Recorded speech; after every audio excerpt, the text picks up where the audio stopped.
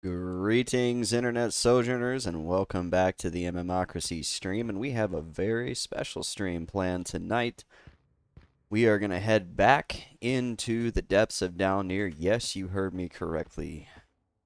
We are going back, and we're going back with new tools. We're going back with new spells, a stronger pet, and I have a few ideas I've been kicking around up here on how to handle this. So if you're just joining me now from Twitch, welcome to the stream, and for all of my YouTube viewers out there as well, thank you for your viewership, and hopefully you enjoy this video as well. So what am I doing right now? I'm in West Cablis, and I'm heading over to meet with Visor Glowlith. He told me he's got a few things for me. He's got Jaspers for me. And what are we going to use those Jaspers for? We're going to use them for a damage shield. Like a bubble, like a paladin bubble. Forget the name of the spell. It's like steel skin or something. We need, well, we're going to buy 2 stacks. I don't know if we have the money, but we'll find out. It's 15 platinum. Oof. So we'll have to head over to East Cab first. And pick up some money out of the bank. So that's what we're going to do right now. Let's see, I don't have my chat up yet. There we go. There's the chat room. Excuse me. Yeah, hopefully everybody's having a great Saturday. I know I am. I got up early and I got to work on my house. I had a lot of chores to do around the house, so knocked those out. Cleaned up my outside, like driveway, porch area, weeded. I had a bunch of weeds growing in like the area around my porch, so I killed off that. Drove my other car around. I got a second vehicle my mom gave me. Thanks, Mom. And I don't drive it very often, so it needed a, when I started it just to move it so I could sweep the driveway or carport, it was like, and I was like, oh no. So it cranked up, and I was like, I need to get out here and drive this thing before the battery goes completely kaput on me, and I'm having to jump it. Went grocery shopping with my lovely girlfriend, and we got everything we needed for Thanksgiving. And I came back, got on P1999 for a little bit off stream, grinded up to 50% experience, just the right amount to lose here in Dalnir tonight. And let's see. You know, I'm just betting I'm gonna need quite a bit of these Jaspers. I have a feeling this is gonna be big for us. So, oh, and then I downloaded, as you can see, look at the UI. Yeah, in fact, it looks like the chat box I just noticed. I remember saying earlier I was gonna have to move that. So we gotta move that guy over here a little bit. We can make him a little bit smaller. There we go.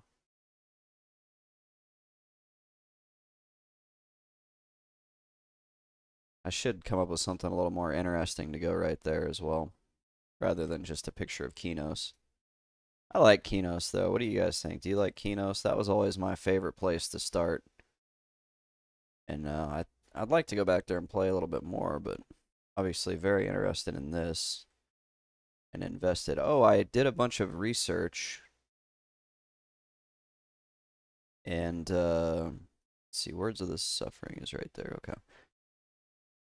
Got rid of some words, as you can see. I got a whole bag of words killed off. And now we are going to go to Dalnir. I actually did not plan to do Dalnir tonight. When I was heating up dinner, I was like, okay, I'm going to get on and stream. I'm going to do the over there and just get some experience.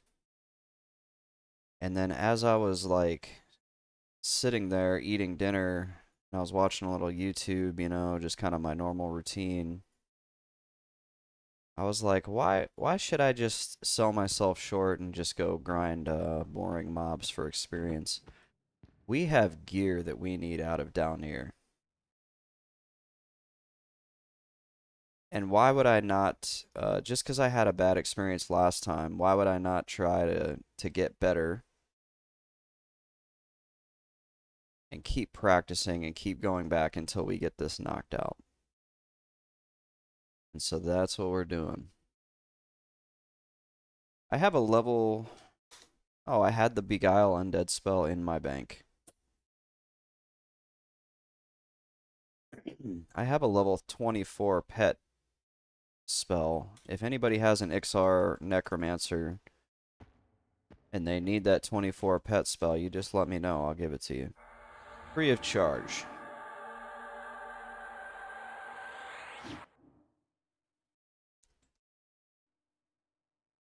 I'm listening to some Soundgarden tonight as we do this too, so exciting stuff, exciting stream planned. Probably gonna go late tonight, honestly. I'm feeling it. Like I'm feeling good. So one thing I need to do real quick, I need to adjust the multi-core settings here on EQ so it doesn't lag me out.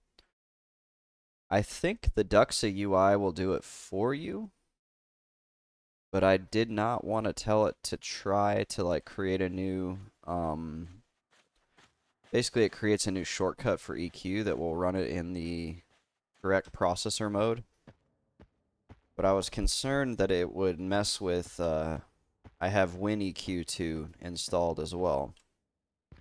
And so I was a little bit concerned it was going to mess with that.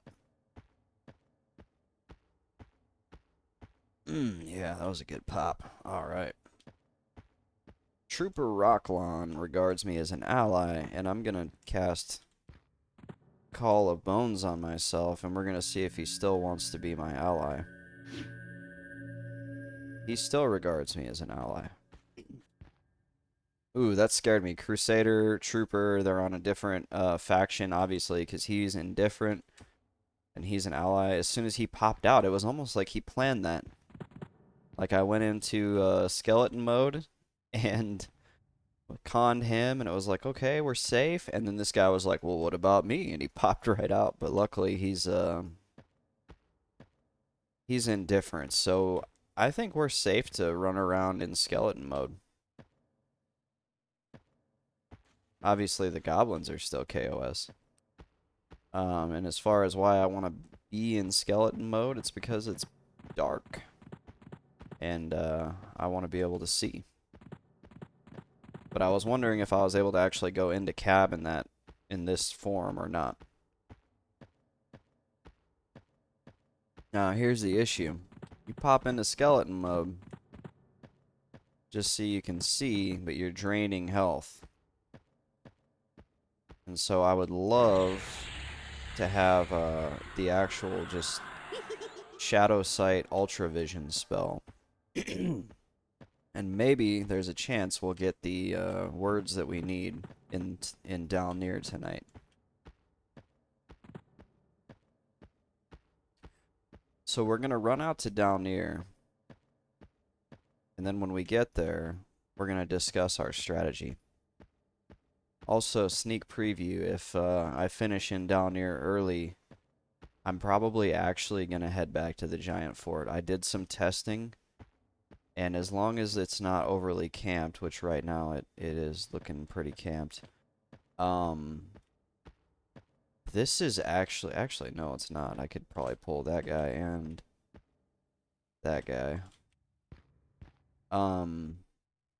The XP per hour here was actually better than the over there. I get about 1% per kill on these guys, and I can kill about 2 of them with a mana bar, 100% full mana.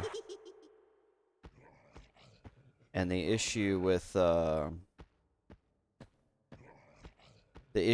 over there was, man, I would kill one thing, I would get 2%, sure, but I would be meditating for like from 0 back all the way to 100. And it just took, you know, forever.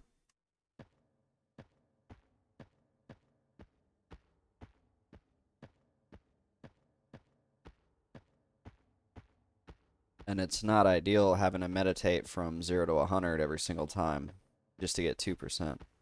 And it was riskier, you know, those giants, they never resist my spells. Or very rarely resist my spells. Meanwhile, you know, the thorny succulents, everything out there in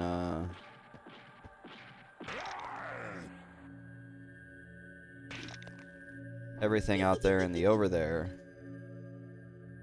was like resisting my spells. Need you to move on, sapling. Move on.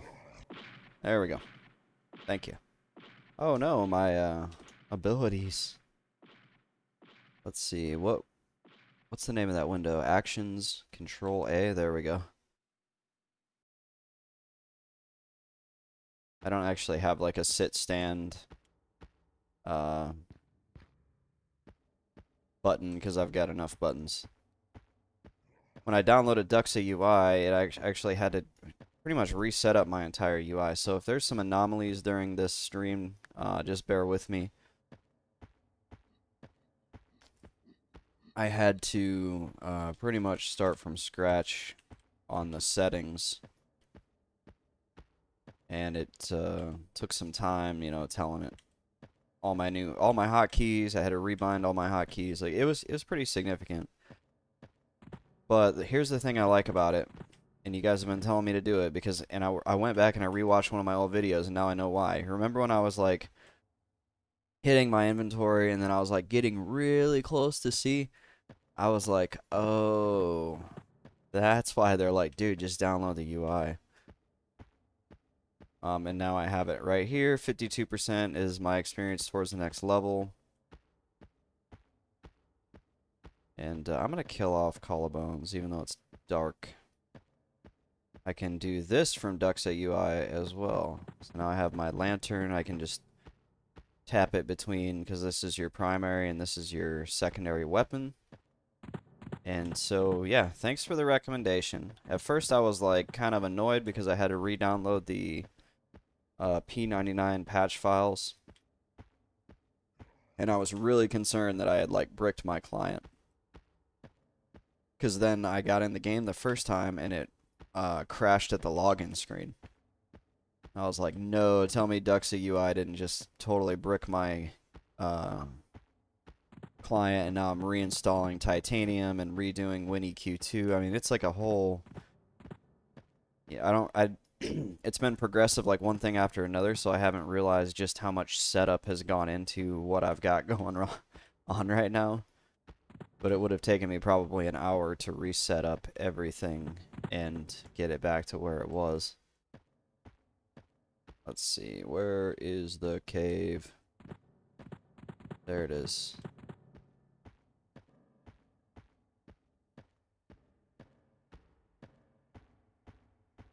I love those lighting reflections that they programmed in.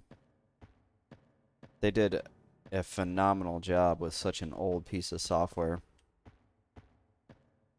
Speaking of old software, I was thinking about playing Ultima Online. I was actually going to do it for a little bit before stream. I don't know why. I've never really truly invested in that game. But for some reason, I was like feeling the call of the Ultima Online. And if any of you guys, any of my viewers on YouTube or anybody on Twitch, if you have any experience with Ultima Online, drop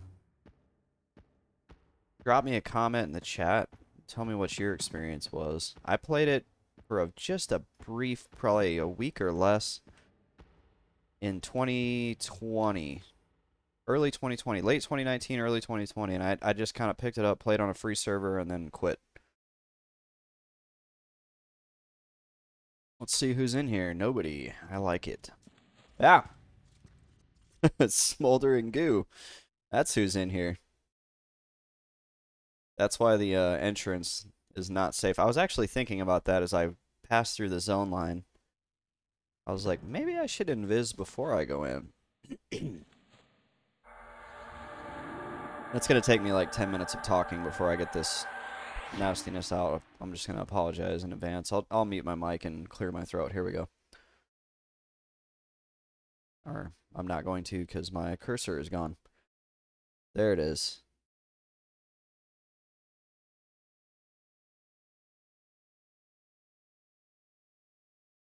Okay, better? I hope so. All right. You know what? We don't actually need to be in because I just realized. Here's what we need to look at. We need to bring up the wiki. Here we are going over to the wiki. So I'm going to take my music down so I don't feel like I'm yelling over Soundgarden here. All right, so here I am in the wiki, and I'm going to look at a couple things. The first one is the Visceral Dagger. It's an int +8 dagger. That's a lot of int. That's more int than the current pieces I have put together with int on them give me. It's a hard quest to do, okay? But I want to do it. So you need to collect 3 parts of the dagger and the hammer used to reunite them. The 3 parts of the dagger drop from 3 different versions of a Cly Imbricator, each of which may be found in a different part of the dungeon. So the first one is on the 2nd floor in an alcove. From where you drop down to the level, head east and north to get to the portal that exits the dungeon from that level. Where you would turn west to go to the portal, go east instead, and follow the passage north. So, back to the wiki here. Dalnir. And we're going to look at the 2nd floor. You drop down here. Okay, you head east. Here is the safe spot that we died in the last time we went to. Down there.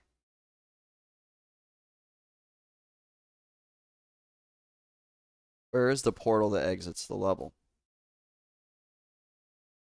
Number 1, teleporter to Warslick's Woods. Okay, so where you would head west to go to the portal where we died, essentially, you go east instead and follow the passage north. We've been there. We've seen that. And actually, if I had paid attention a second ago, you can see it's labeled on the map here. The Cly Imbricator is in this room here. Then there's a Coerced Crusader in that room as well. Drops.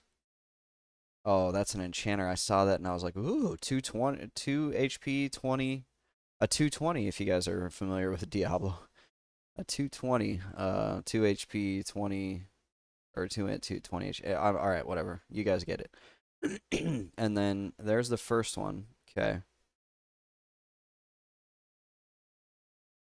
Next, drop to the 3rd floor and head south from the landing spot to reach a room with 3 decapitated statues to find an undead blacksmith. And he drops the hammer. So you drop down. When you drop down, you drop right here. Okay. And it says you head south. So when we dropped down, we headed west, right? Last time I went in there, and we went through here, and then we went up through the river, and then we died again right here. We would head south, and then there's the statue room, and there's the blacksmith and a goblin.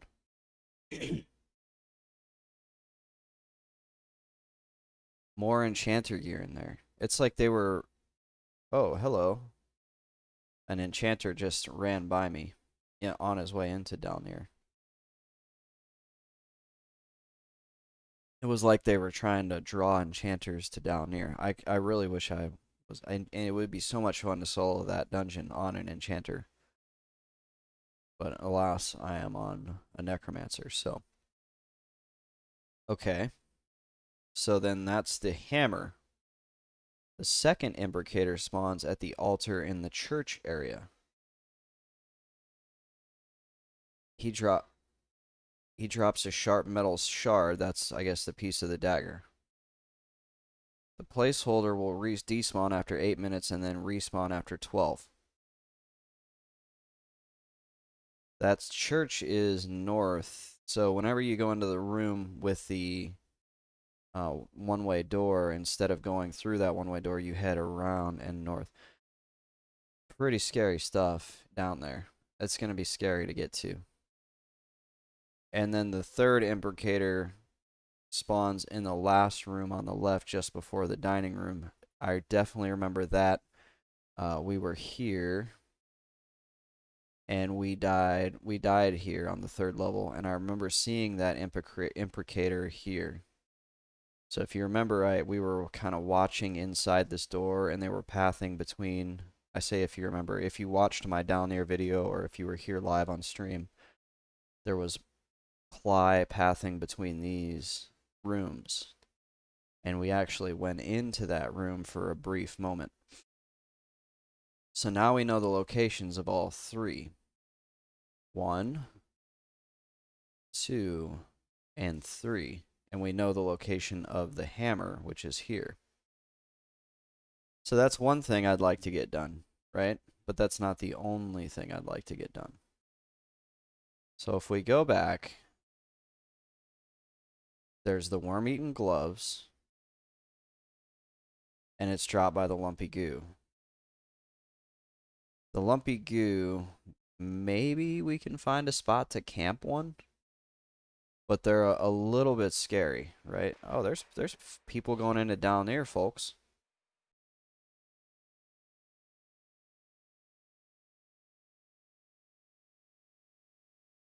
The lumpy goo drops two things that we need: the grave sandals and the worm-eaten gloves. Okay. And then the last thing in here, where is it? Is the tattered tomb shroud. This would be so good to have. 2 HP or 2 int 30 HP. That plus HP gear is just so great for necromancers. The issue that I see with him is this room is full, absolutely full of enemies. But we're going to go see if he's up. We're going to head back in now.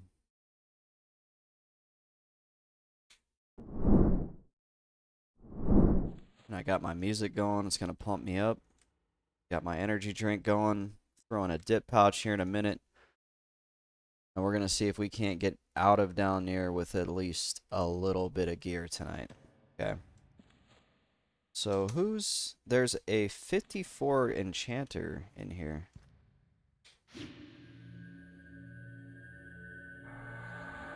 And there's a monk that came running in here as well.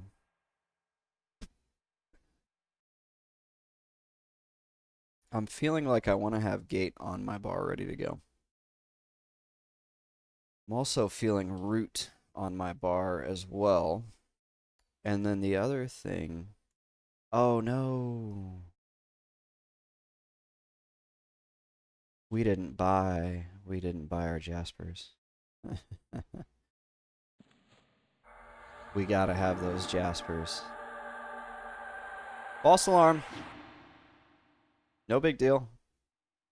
I can't justify trying to go in here and do this without the Jaspers. The Jaspers are for the steel skin.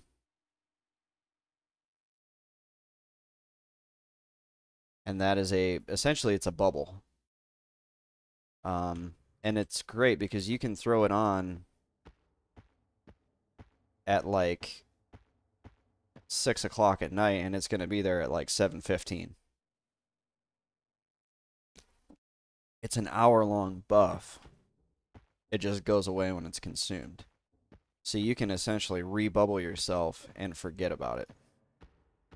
It's not like a pally bubble from World of Warcraft where, you get... It's not a harm shield. You don't get like 18 seconds.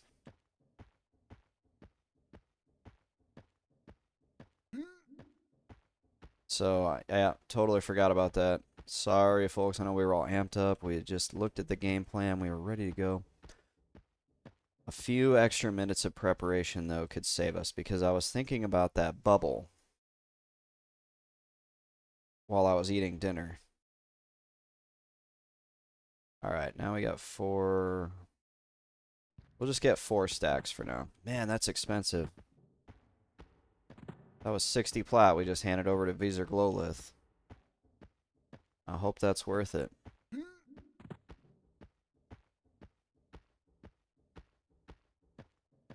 I was thinking about when I died down in the bottom of Dalnir. How I died trying to split 2 mobs. And how they had just done so much damage to me in such a short amount of time. And then that's when the bubble idea hit me. I was like, wait a minute, I'm not using all of the tools at my disposal. And then that's when I thought to myself, I need more practice. And then that's when I decided it was going to be a Dalnir to stream tonight, and it's going to be a good one. We're going to get some loot. It's a short run. You know, it's a decently short run out there.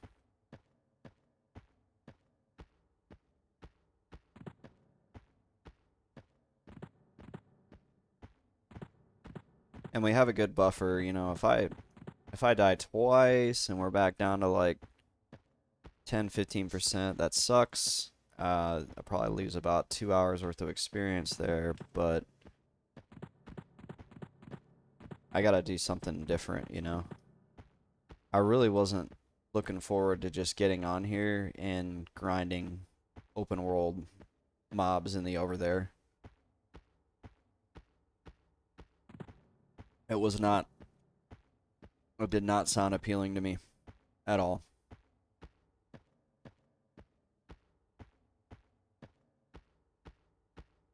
This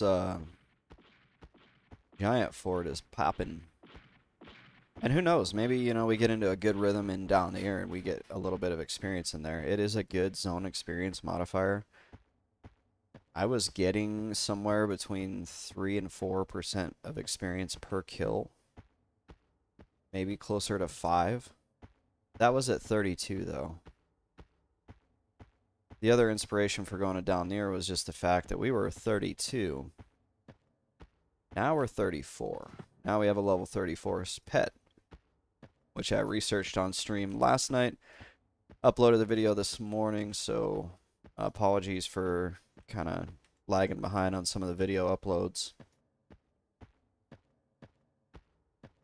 I need to get in a little bit better of a habit of, like, I finish my stream, I upload the video. That way you guys have it. Because I know you guys are watching, and I know you're watching kind of a little bit later, like, or not right away, so I don't need to be like, oh, I gotta upload this video at prime time. Like, it seems like I have right now about 6 or 7 YouTube viewers who are kind of catching these as they go. And so I'm just going to start uploading them after the stream is over so they'll be available.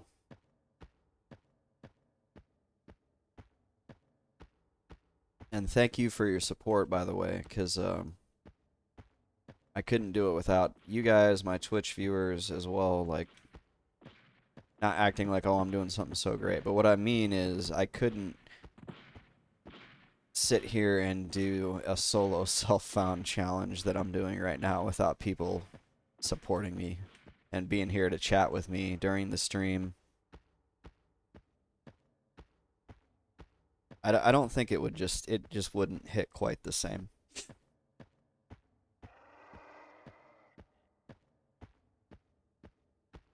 Did you catch that? I just ran right by a goblin.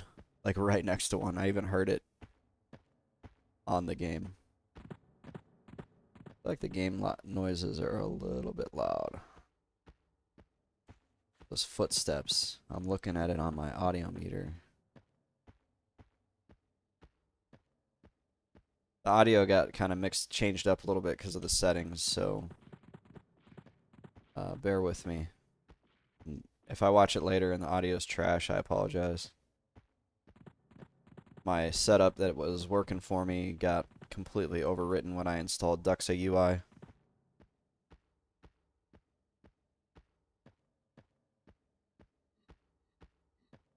Okay, so we're almost back. That brute screamed at me. He's like one of the little guys. He's one of the pygmy brutes. He's got little man syndrome.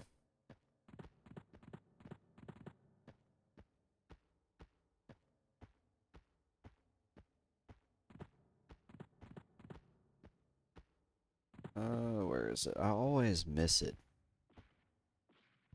There it is. I didn't miss it. I always miss it 50% of the time.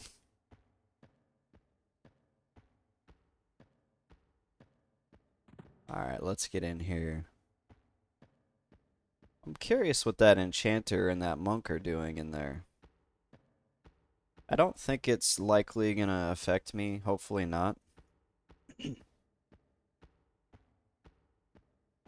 One way it really could affect me is if they're killing things on the way to things, and then it disrupts how I learn the spawns. And I think that I'm in an otherwise safe area, and end up having something respawn on top of me. That would really be the only thing that I think, outside of them killing the Cly that I'm trying to kill, but I highly doubt that is the case. And honestly, even if they are, I'm not super worried about it. This tastes kind of nasty. Not gonna lie. Alright, first person Dalnir mode engaged. And first stop.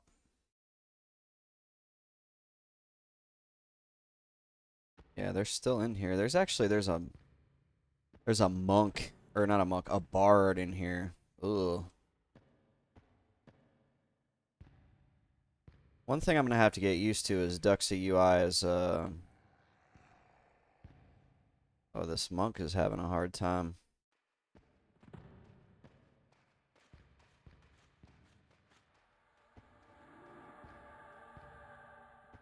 I'm gonna have to really watch. We should have got Gina. I should have got Gina set up too. Alright, so here is where the coerced revenant spawns. Ooh, somebody's died right here. We don't have a mez to try to even, like, potentially deal with this.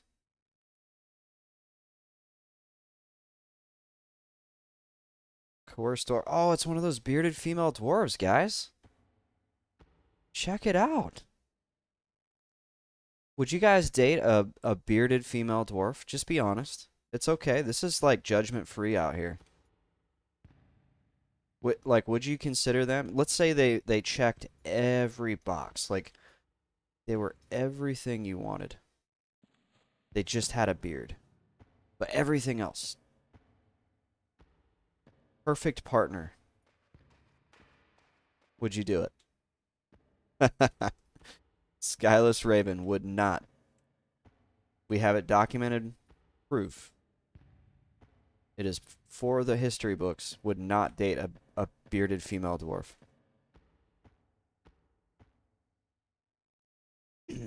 Okay. I kind of want to get my bearings, like, by hanging out here.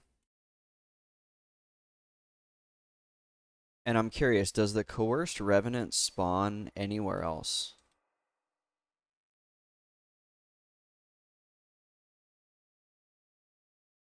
Ah, my hip's getting me.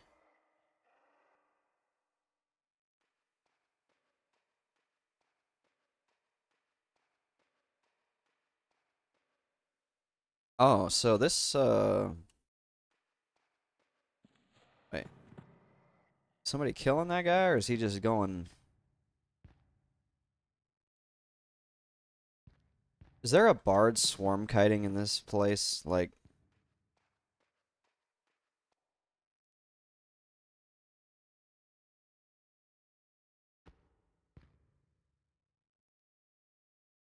wait, is it a well-kept beer? Let's go with well-kept. I wonder what that monk was doing. All right, we're gonna try something here. Oh, look at him. What is he doing? We need invoke shadow.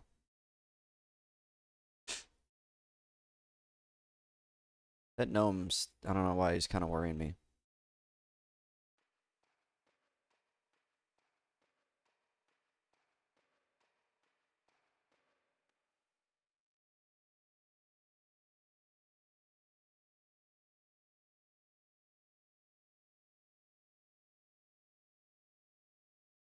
How short of a dwarf?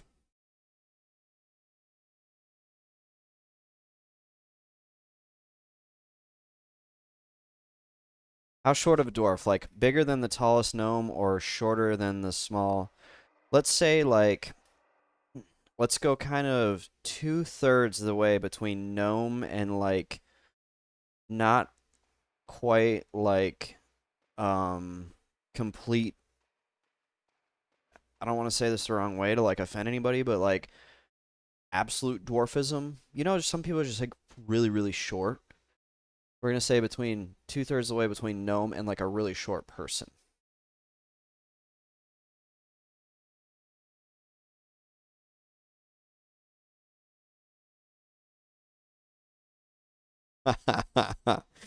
The bard down there. I told him,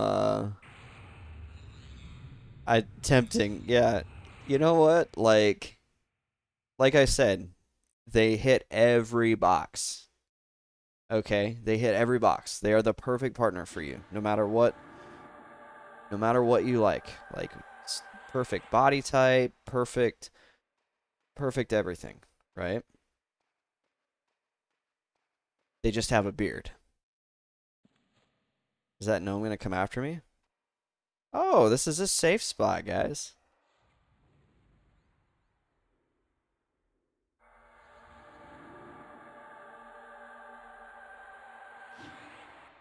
This is a safe spot. Okay, we need to, let's see. We're no longer gonna invis. I would like to change my answer. I mean, I think it's kind of like you get a lot of benefits. You go for it and lock it in.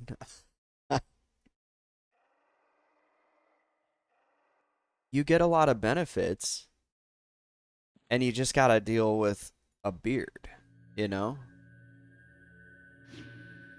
But like what you gain out of it is pretty good.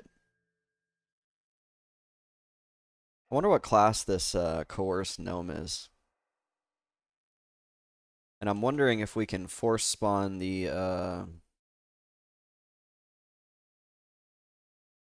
tattered tomb shroud. Somebody has a post on Alakazam complaining uh exclusively about how the tattered tomb shroud hasn't worked or hasn't dropped.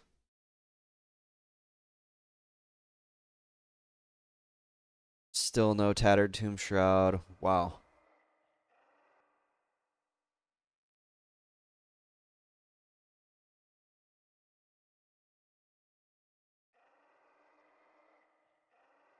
So the screenshot on Alakazam is saying that he spawns in the area back over there where we were.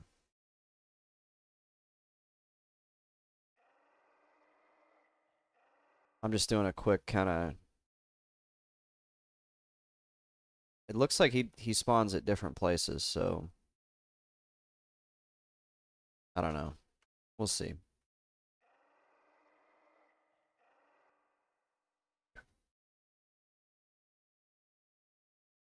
So these guys are basically they're like other, they're kind of like other players. They freaking have spells and they're, you're fighting like a necromancer or I'm assuming these guys up here are either warriors or paladins. Okay, we need our pet to guard. Oh. This guy here is kind of in the way. I don't know where to put you. Just, I guess, put you right here. Whatever. That thing is, like, least of my worries right now. Oh, he just moved. I was about to tap him and get him moving up this way. So, like, that's clearly a Necromancer over there, the Coerced Terdal.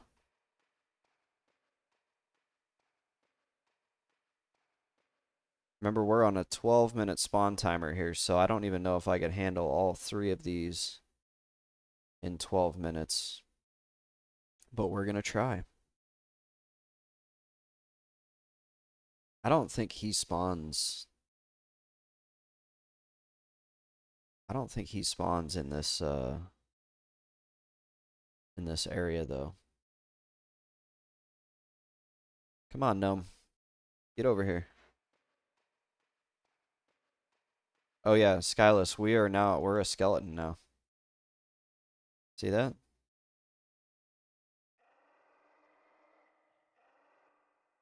He's kind of annoying me here. We get a lot of mana regen and we get a ultra vision out of that. So we can see in the dark. I guess I'm going to kill that off because there's really no benefit to having it just yet.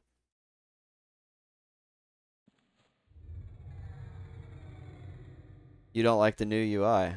I do. It's got the experience bar, it's got the HP and the mana here. So it's like almost a necessity. That way I'm not like doing this, like trying to see the experience level. So he's just running around buffing his buddies. I think he's a magician. It's like having an HD font in a 70s Western. Yeah, like you can put lipstick on a pig, but it ain't gonna make it any prettier. Come on, Gnome, you're killing me.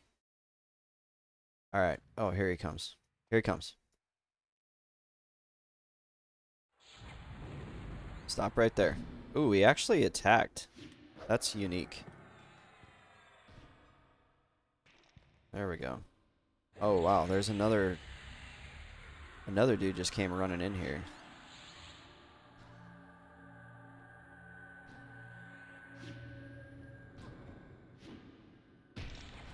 Hopefully we don't get, Oh, am I getting attacked? I am getting attacked. Which country will win Miss Universe? Croatia. Oh my, he just mollywopped my pet.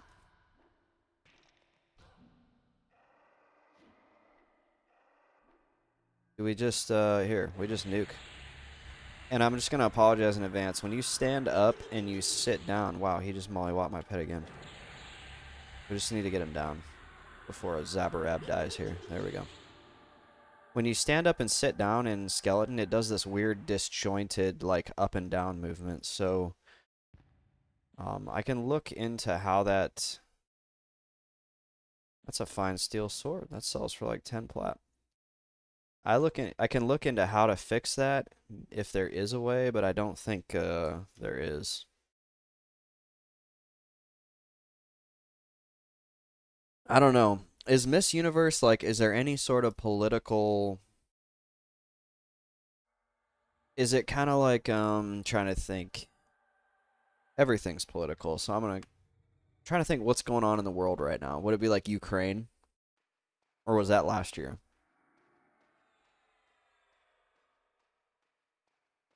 Where they like win because their country got invaded.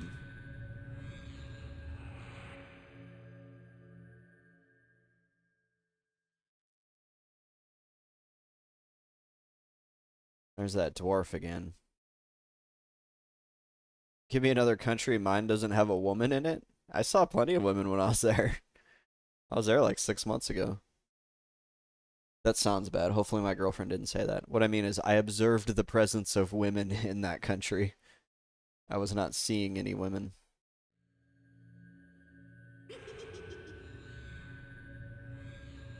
You don't have one in the competition. Yeah, that's kind of what I was being facetious. Let's see. Miss Universe contestants. You know what?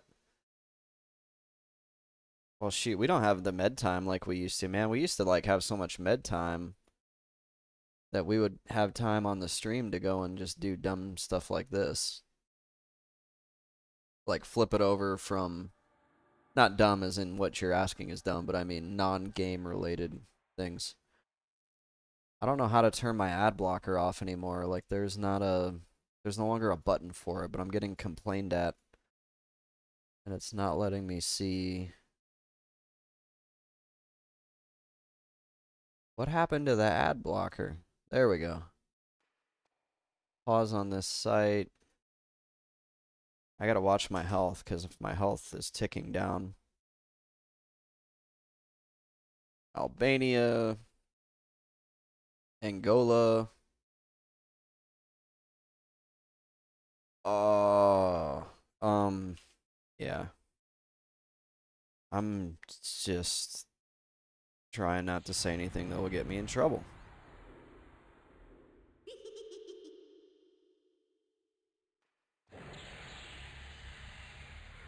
Argentina is looking pretty promising, though, I'll just say that. We need to root you. Hopefully that dwarf doesn't catch on to the fact that we're killing his buddy. There we go.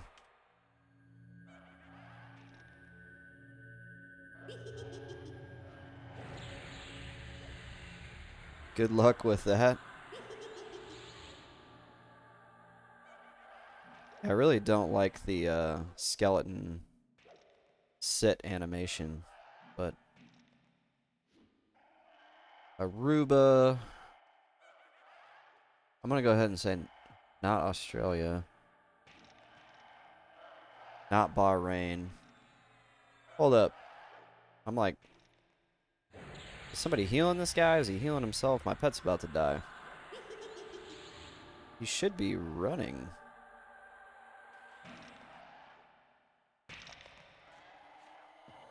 He hit me. In his like last dying act, he ran over to me and he hit me.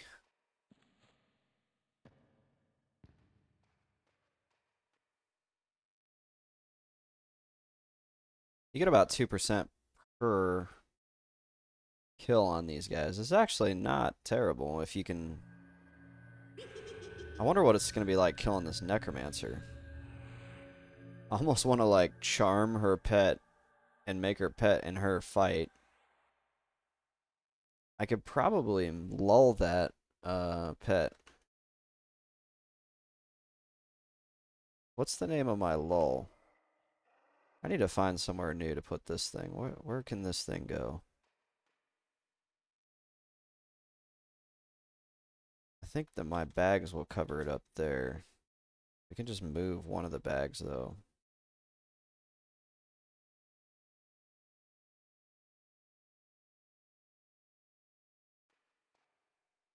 We'll get this. I don't actually need the bag done button to be showing.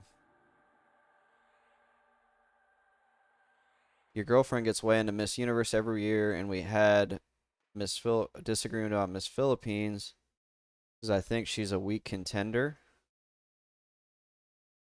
I could see where that might strike a nerve with her. Does Kuwait have a contestant? I'm getting kind of into this actually. Bolivia. Oof. I need to stop looking at this. Bulgaria, I've been there. Fun fact, the Miss Universe contestant from Cambodia's name is John.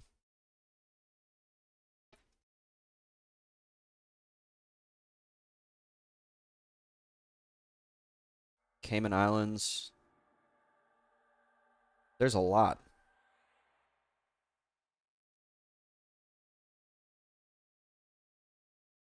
Costa Rica. Oh wait, yeah, Croatia has somebody, but I'm gonna go ahead and say no, or at least maybe had. I don't know. Did she get knocked out in the pools or whatever? I don't know how this thing works.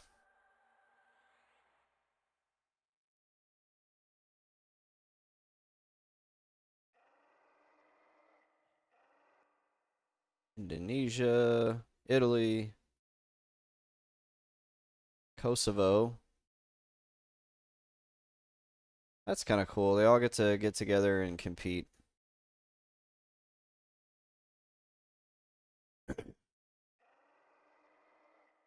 Why Kuwait? There's two trans. I was gonna ask that. Yep. Are they allowing trans women to compete? And a mother.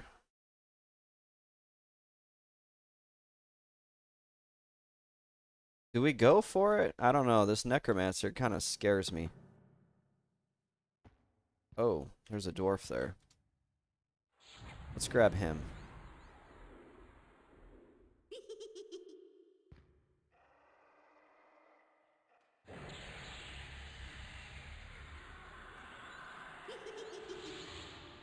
Oh my. We need a oh my. We might die. Let's see if we can get a root on him. There we go. Oof. Goodness. How did he... I'm gonna have to look at the logs and see how he hit me so damn hard.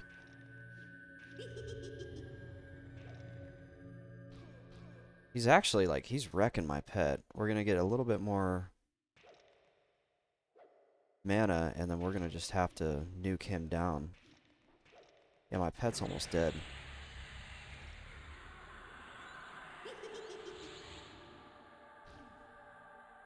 Don't kill my pet, bro. There we go. Oh my gosh. Somebody is healing them.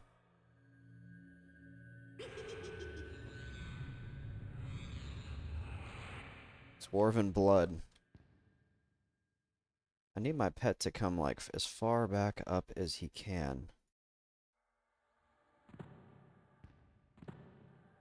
He doesn't want to move. We just need mana before that next one respawns.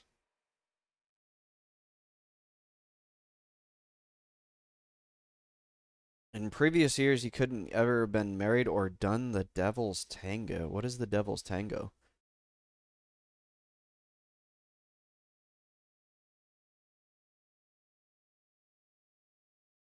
Not familiar. Oh, like, really?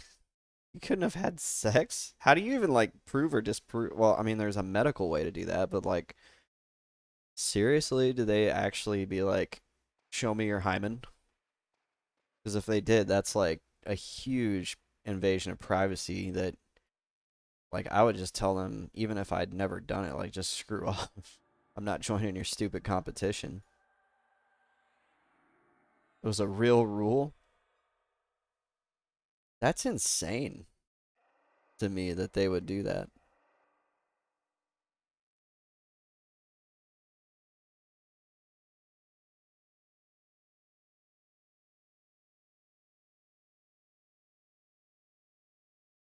Like, what year are we in?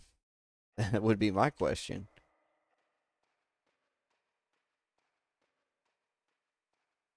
Whoa, whoa, whoa. Okay, I clicked attack. Here's the problem with this. I am, like, dying to take a piss, and I don't know if I am even able to in this position.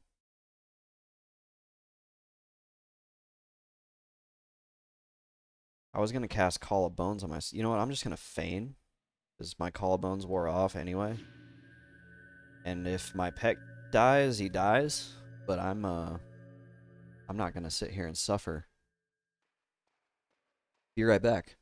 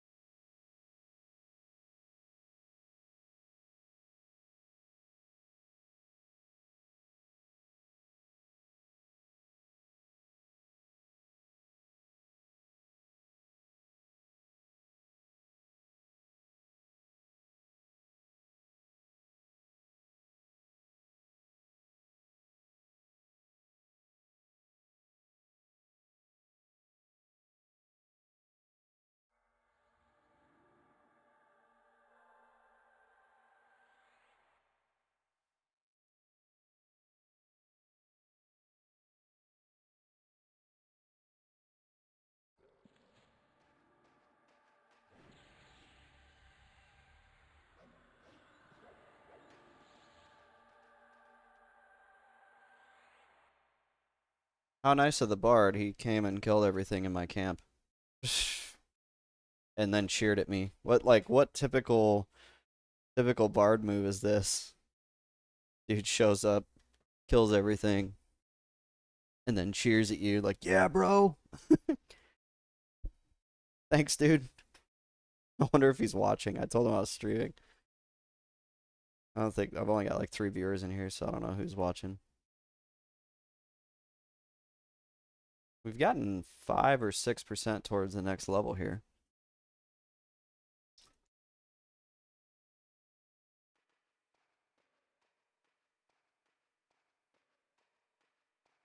Let's see. What should we do? Because now everything's dead.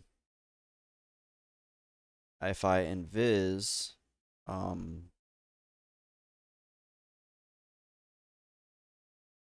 we lose our pet.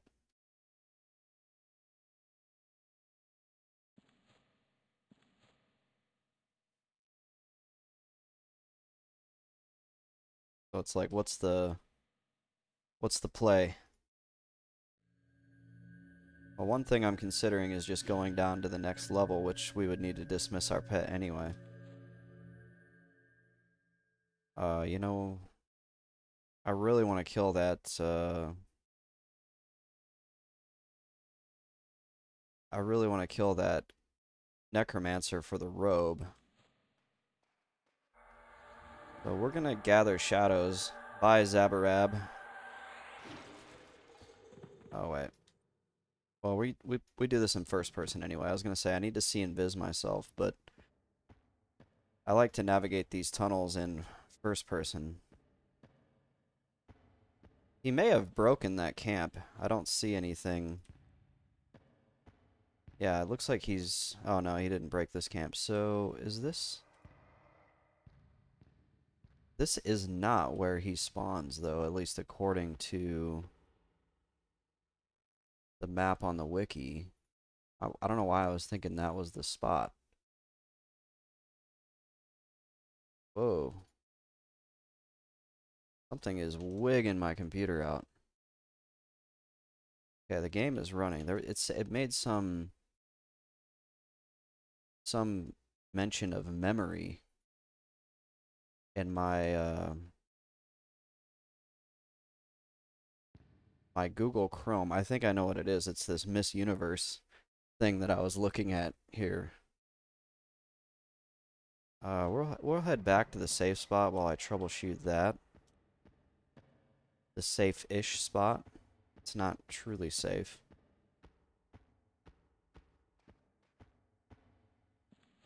Kill off Allure of Death because we don't need it.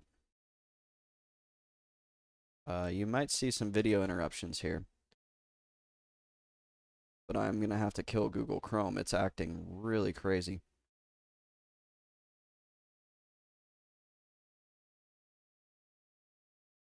There we go.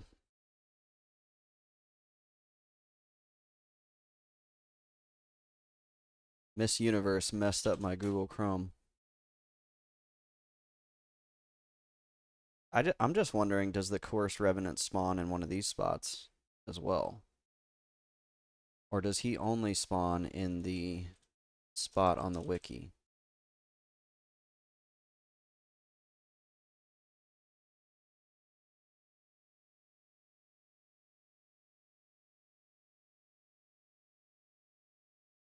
Okay, we're back. We're back, and we're still in Viz, so we'll head back over there. Am I just confusing myself? It looks like on the wiki there's a screenshot of him, and it doesn't look anything like this. Oh, is it... This place is, like, terrifying. If my invis drops right here, like, we're in serious trouble. He spawns back here.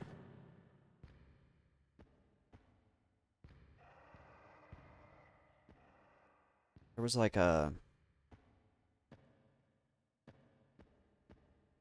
busted table or something. There's a goo. The goo cannot see me. Some of those goos can see in Viz.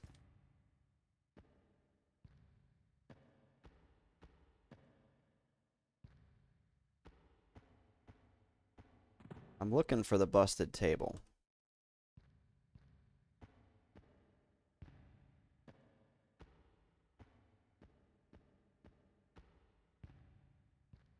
The wiki is not really making any sense to me. Because it's showing a spot on the map that doesn't look anything like the actual spot when you go there.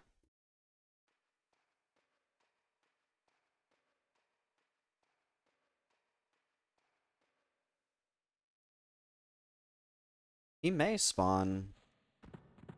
Is it, you know what? On the screenshot looks like he spawns up here.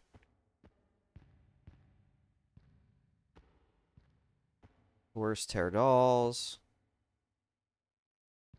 It almost looks like he could spawn in any one of these spots.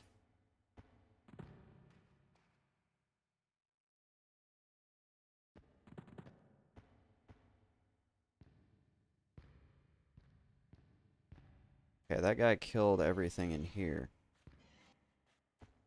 So that makes it a little bit more dangerous for me.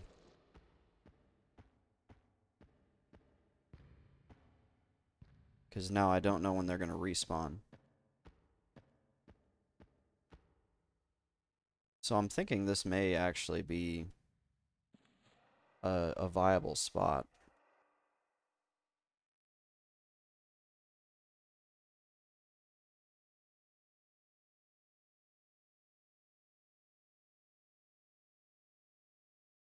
I'm doing a little bit more research here.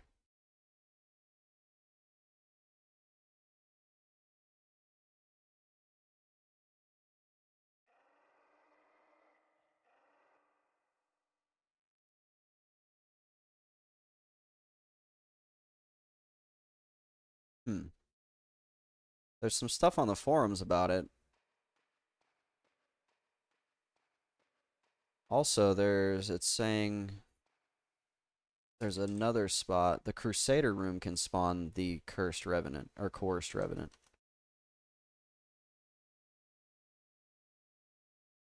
Getting to the Crusader room is actually not all that hard.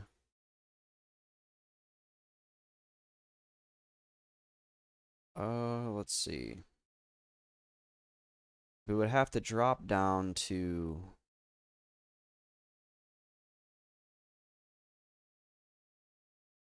the 3rd floor. Go through the one-way door, up the ramp, and then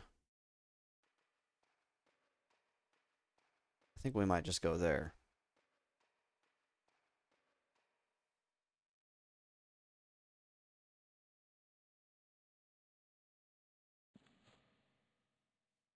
For some reason my greater shielding is down.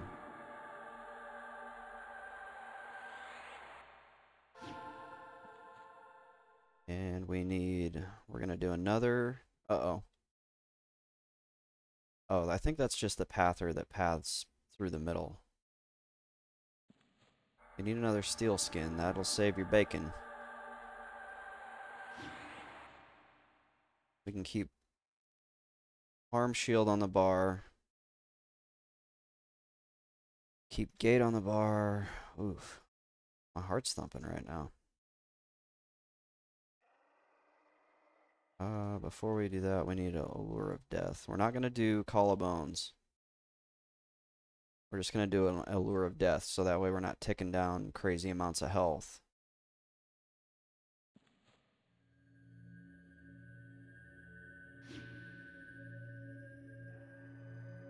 We'll get some mana back. We'll invis up. We'll watch out for that respawn. Then we'll head down.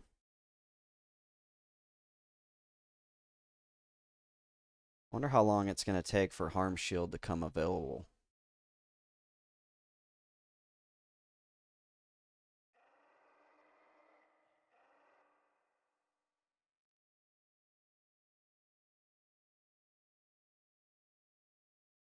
Harm Shield is like the nuclear option if we're just completely getting our butt kicked. We can try to Harm Shield. How long is that cast? It's a 1-second cast.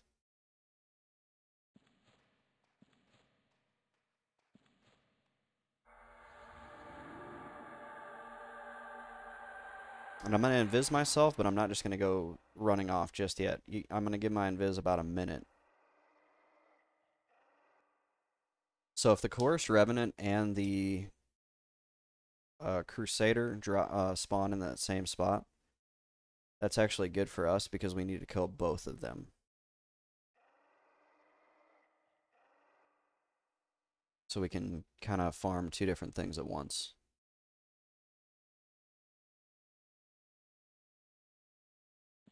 Okay, we're going to head. Oof. Alright, I'm watching for invis drop. And then the way you do this is, I don't think Steel Skin is going to absorb fall damage. Maybe it will. Nope. Okay. Ooh.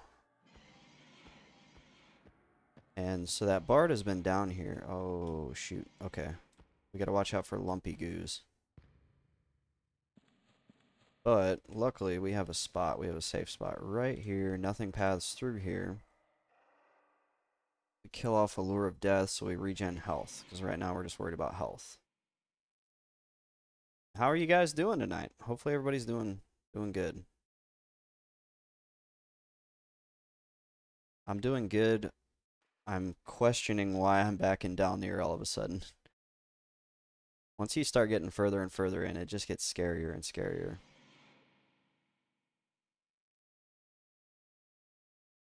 Arm shield is still not up. I just realized that. And there is a lumpy goo around here somewhere. There was last time I was here. That's what killed me in this area right here. That makes sense now why my stream kept telling me it was like overloaded. And EQ was telling me I was having memory issues. It was that one Google Chrome tab like freaking the whole thing out. They must have that page is, I mean, it's got 84 different Miss Universe pageant contestants on it. So that makes sense. It's probably like using 2 gigabytes of memory alone. Or probably more than that, because I think I have 8 or 16.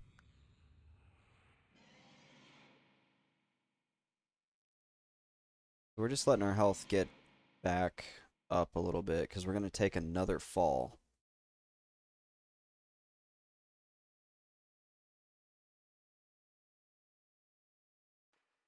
Here in just a minute. We'll go at like 90%. XR regen, go. Okay, it said 91 and then it jumped back to 89, but whatever. Oh, there's a goo, but it's a smoldering goo, so we're good. Oh, goodness, this place. Wonder if that's the Sarnak ceremonial dagger right there on that guy. I just think it would just be too dangerous to try to kill him. Okay. Oh my goodness. Okay, we have to head west. Ah! The guy was like right on top of me. We head west, and then we're going to... We're not going to kill the Cly Imprecators. We're going to go through here. And this should be a safe spot. Should is the qualifier there. Arm shield is still not up. That's one of those you gotta just like keep it on your bar, I guess.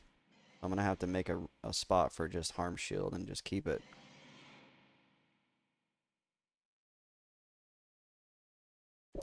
Ah, sorry. And there is a goo up there, and it's a gyrating goo, so we're always watching out for goos.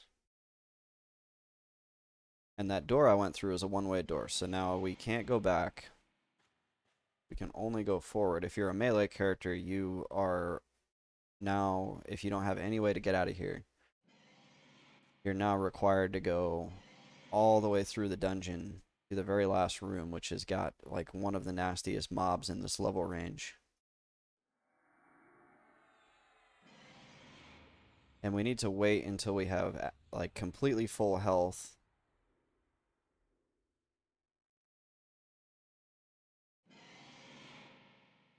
And the reason we're doing that is so that when we get into the Crusader room, I may have to just, like, nuke the guy down that's in the Crusader room.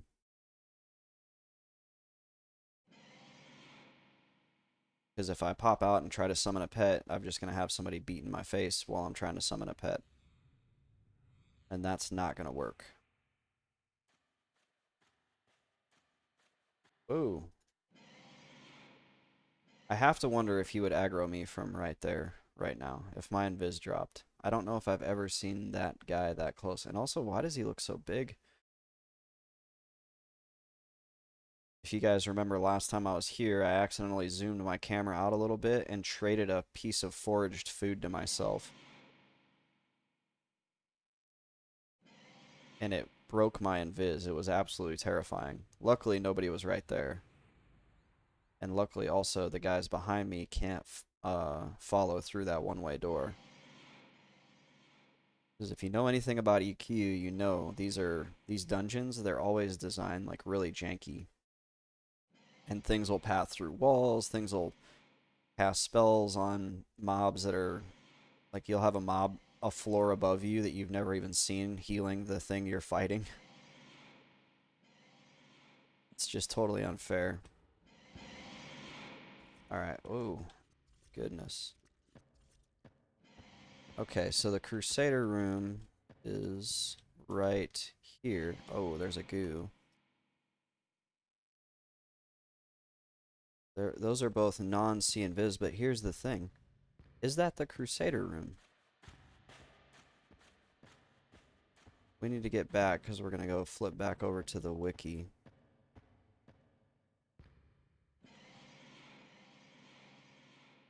Oh, it is. I can see it on my map. Yeah, you go up the ramp and then the room right there to the left. Well, that's not good because if there's a bunch of stuff passing through there, I don't know how I'm going to hold that camp. Yeah, if this smoldering goo...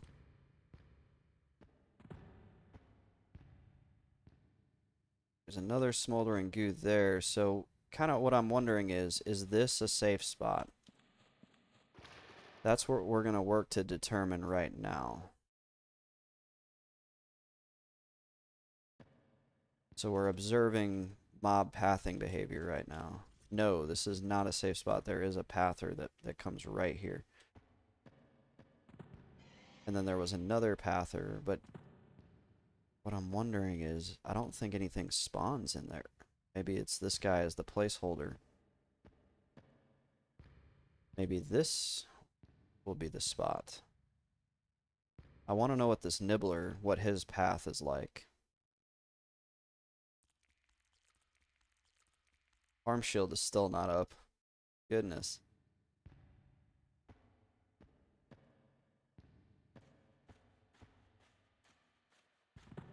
Ah.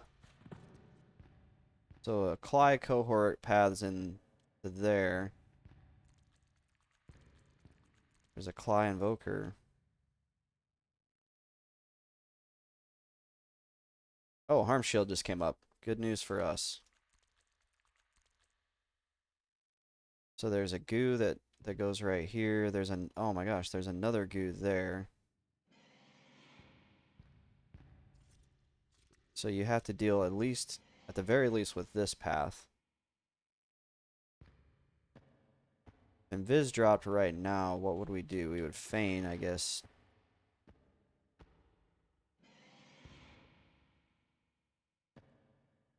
I know of a safe spot. Oh, that Cly follower has got a dagger.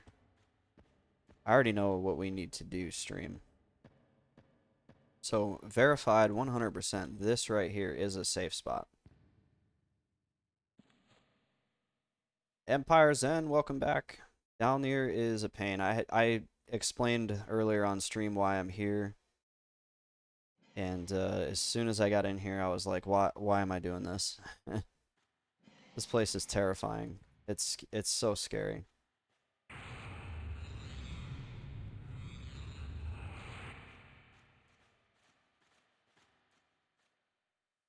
But alas, we are here.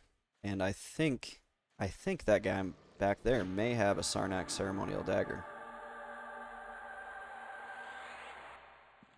Yeah, that's exactly why we're here. There's a couple drops that I'm looking to get. We need Vampiric Curse, and we will do Intensified Death in this slot.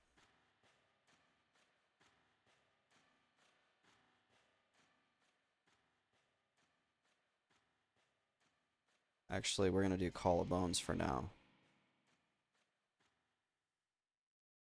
Just to get some mana back.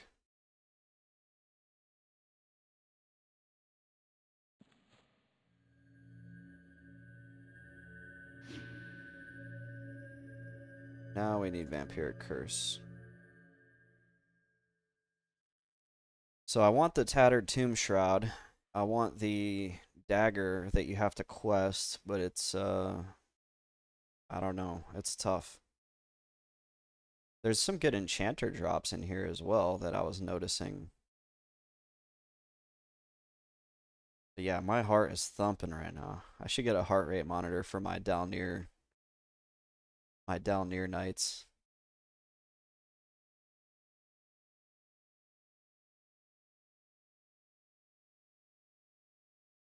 So we're gonna need to kill at least one nibbler.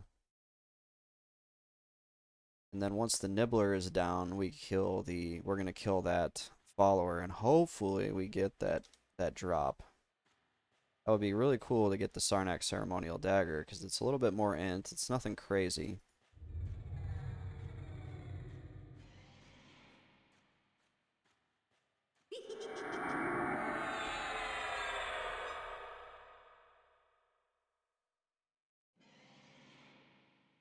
Okay. Mana's full-ish. Almost full. Where's the nibbler? There's the nibbler. He should not social anything.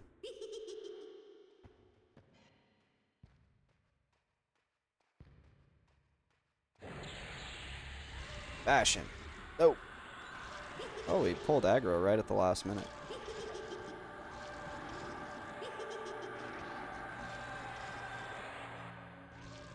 Yeah, I apologize for the first person, but it just kind of makes sense in here.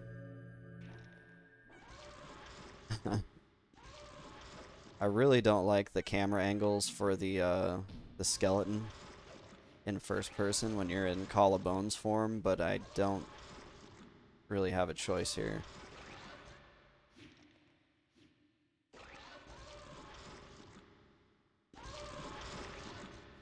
Kaban here, or Keenan here, is holding his own against this Nibbler. He barely took any damage. Good job, Keenan. And we got some words of Cloudburst. I actually need those words for a spell. I can't remember. I think it's Underwater Breathing. So that actually completes a spell that I've been waiting to get. And now, as soon as I have the mana, we should be free and clear to grab that Clive follower, and ideally he drops that dagger that's in his hand as the Sarnak ceremonial dagger. That would just be that alone would be a win. We tried farming that in, what was it?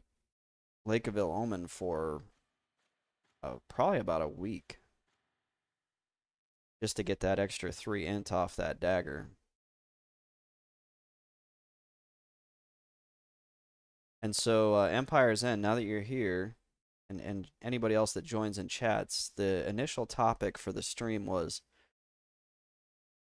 if this specific person was your ideal partner, perfect partner, everything, checks everything, every box, everything you want in a partner, whether it's physical, mental, emotional, whatever, but they were a bearded dwarf female, would you date them? So I guess physical checks every other box, but the fact that they're a bearded dwarf. Would you do it? Alright, here we go. Clive follower.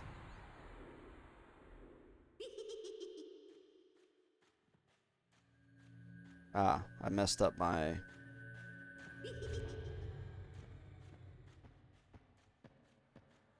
And that steel skin's already helping. Let's get a root on him. Rooted. Get a heal on the pet. And a dot. Base fundamental of attraction is kind of a foundation in relationships. Very academic of you. Okay, but everything else. just roll with it. Sounds like your answer is no. Skyless Raven was like, I'm gonna go ahead and lock in at yes. I can't remember, like, there was some qualifiers, but then they were like, yes. Dwarf Beard is too much of a boner kill. That's a fine steel dagger. Ah, that's a devastating moment for the stream there. I thought we were in there. I know what you meant. Dwarf bear is kind of a funny verbiage though.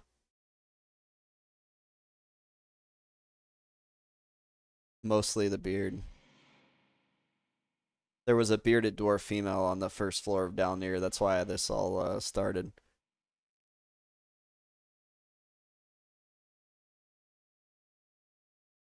Okay, so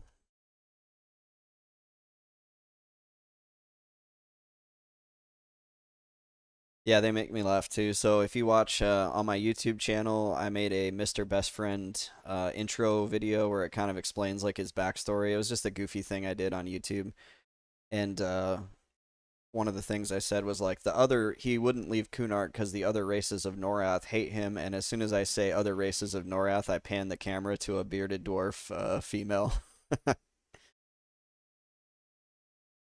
As kind of an EQ player inside joke. I know not everybody's gonna get that joke, but alright, here's a Cly Invoker. Do we want to go for it? We have Steel Skin up.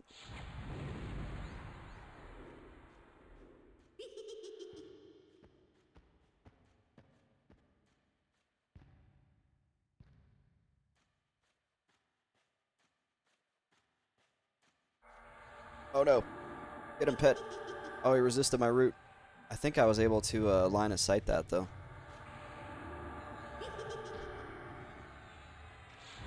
Oh my. That was a huge nuke.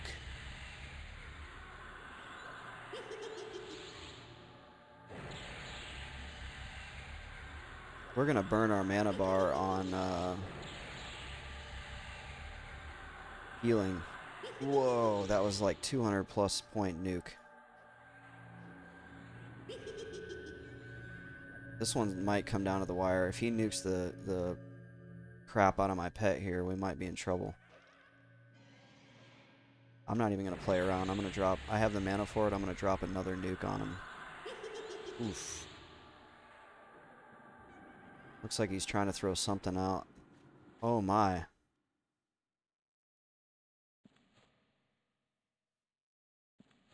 This place is so scary, dude.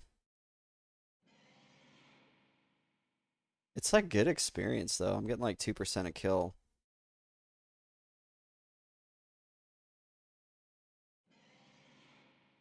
Okay, we've proven we can do it. I don't know if we've proven we should do it.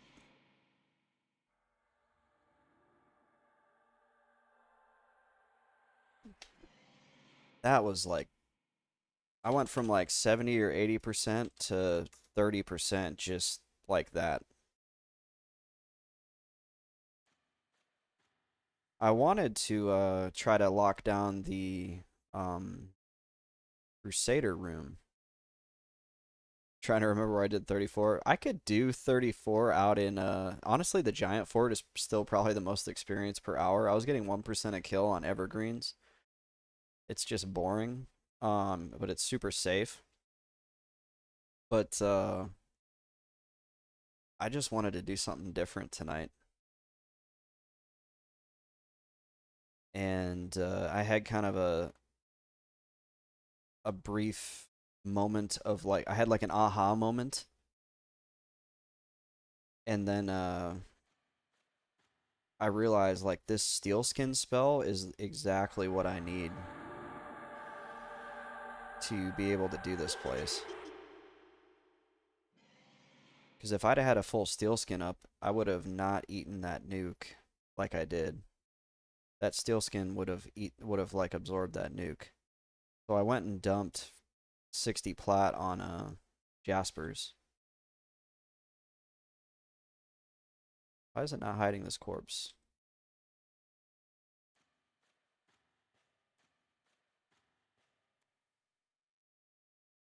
There we go. So I dropped 60 plat on Jaspers and decided to head down into Dalnir. And then I have Harm Shield on my bar, so I can use that and then potentially like Bane or Gate. So I'm trying to do this as safely as possible, if you can be safe in Dalnir. These kind of nights though make good stream content. Last time I did this, I was up to like 12 viewers. I mean, people are enjoying it. There's probably some other pop and EQ streams going on right now, so people are watching that. But appreciate all of those that are here. I appreciate your viewership.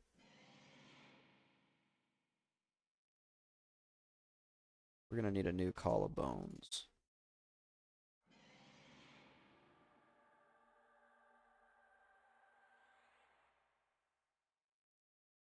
Yeah, I think you could even do giants probably at a 36.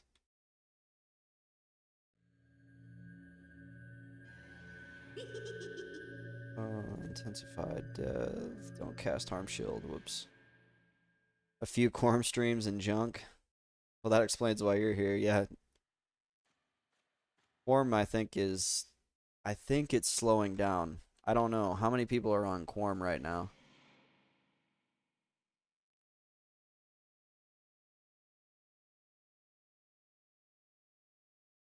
It doesn't say on their site. I'd have to look on EQ Emu. Is Quorum affiliated with EQ Emu? Is it one of those servers you can select?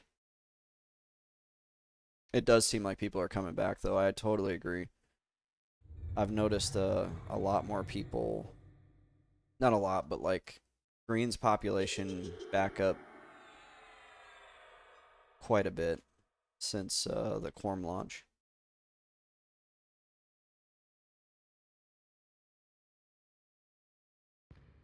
Let's see what's out here.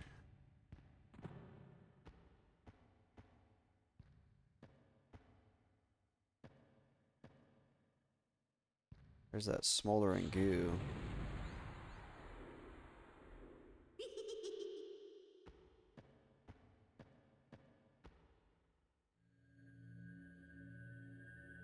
Make sure it doesn't have a buddy with him.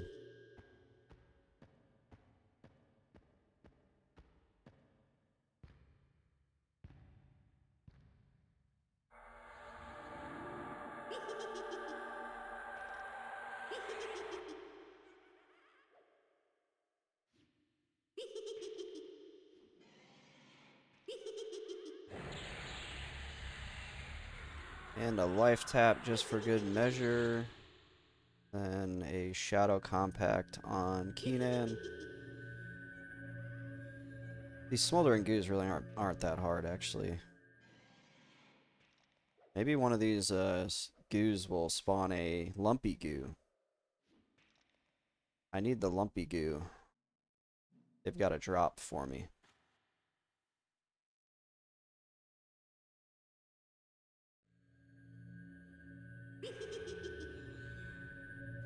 Actually, really, I'm kind of enjoying this. Not gonna lie. Lumpy has a set spawn point. Boo. You know, man, you know everything about this game. You're such an asset to have in this stream.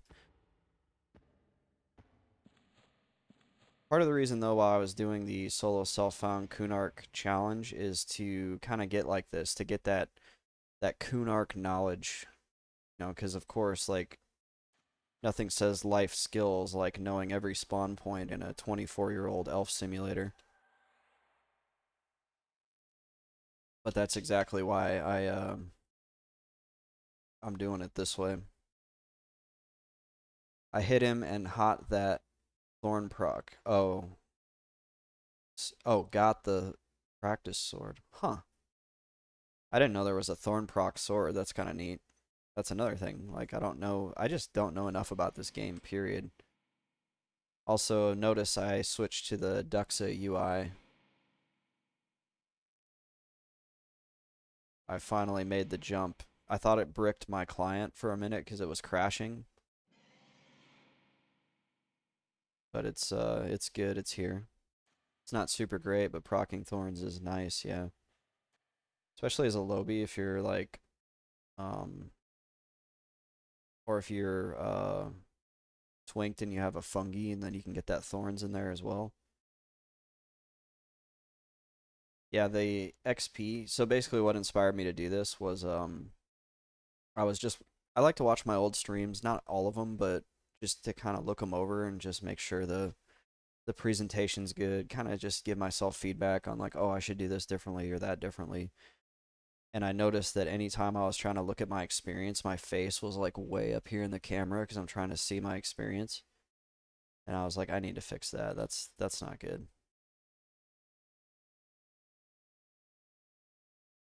It's like it was like kind of awkward, and I was like, oh, okay, that's kind of awkward. I don't want to have that. 'Cause I'm playing on a somewhat of a small monitor. I'm actually playing on a laptop. My PC is has a really good video card, but not a really good processor. And you can't put a better processor in it because the motherboard is so old. So I'm using this laptop I bought almost 3 years ago until I can buy a new PC. Alright, let's go grab something. Gyrating goo.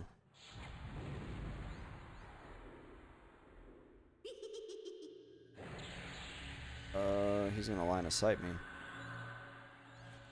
Weird pathing.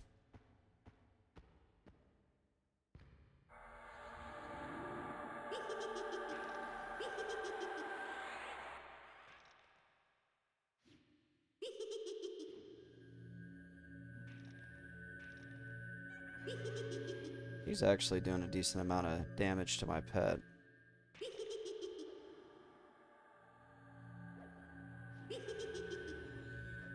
They don't have a lot of health though, so that's nice. Have I got to the little tiled room? So I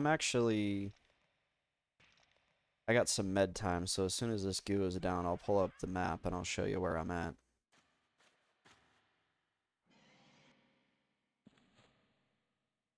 Flawless aquamarine, nice. Those are worth some money.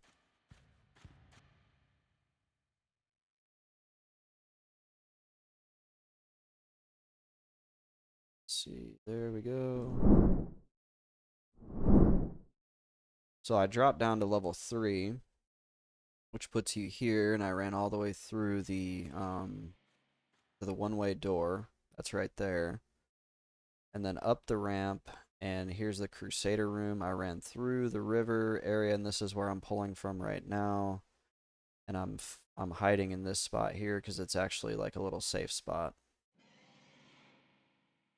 I heard something casting a spell, so I got kind of scared. I want to do this Crusader room, but there's 3 things that path in there. The Lumpy's on level 1. I've seen a Lumpy on level 2. That's the only Lumpy I've actually seen. Because he saw me.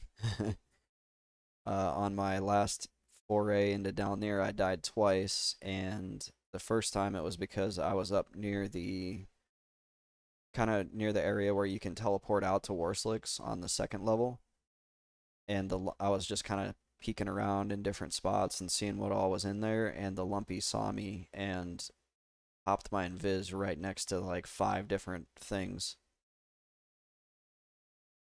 I was able to feign and gate out, but I had a poison. The Lumpy put a poison on me.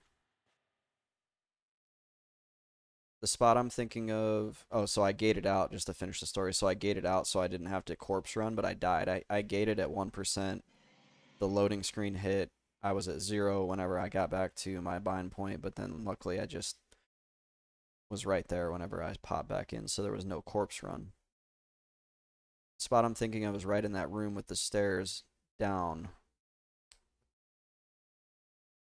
Oh, so that you're talking that area right behind the pit trap that's got like a casket or I guess it would be like a sarcophagus in it.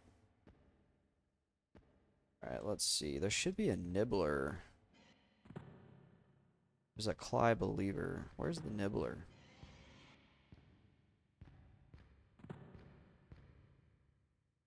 We need to, before I pull him,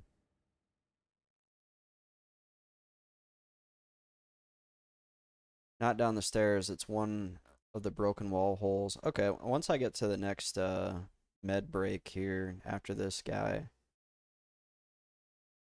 I'll pull up the map so you can show me what you're talking about. I really want to get the 8-int dagger quest in here done, but the spots where he spawns are like pretty rough. The imprecators where they spawn, not he, but they. You have to kill 3 imprecators. I'm not sure if I can do it. Okay, there's the follower. I did do the Skull of Torture.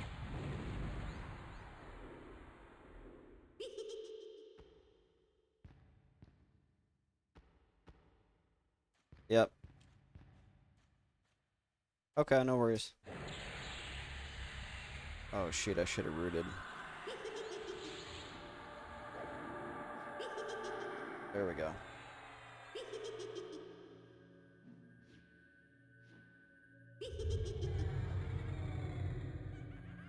Shadow Compact up on the pet. This follower is actually... Oh, the followers are non-casters. I forgot it's the invokers that are the casters.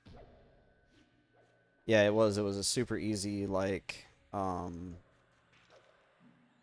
what, 5-int, I think, on it. I was going to try to life tap him, but...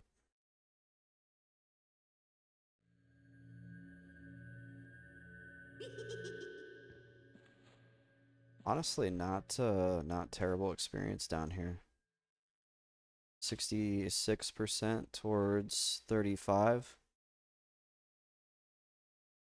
I think it is too. Yeah, I think it's it's not as good as the lantern that I have. I used to joke on stream that my lantern was my best piece of gear, and it wasn't actually a joke.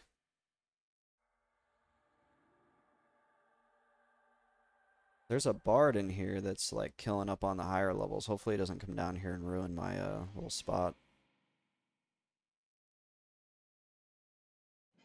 So I died right here last time I was down here, but it's because I was trying to split these 2 guys over here on the left, and I don't think I'm just not gonna mess with them.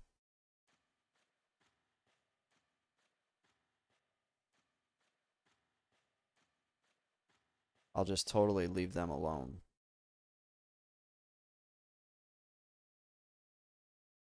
It's too risky trying to split because of the caster mobs. And I think they path through this wall here.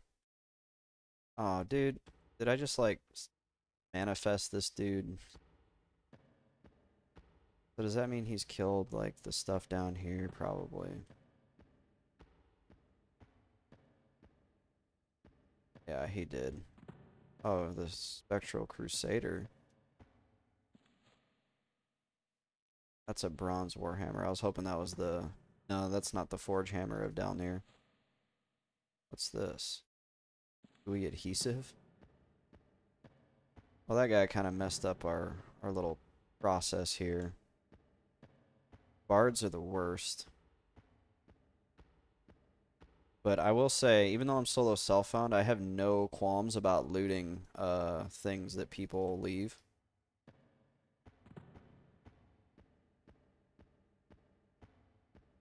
I'm just gonna whisper him.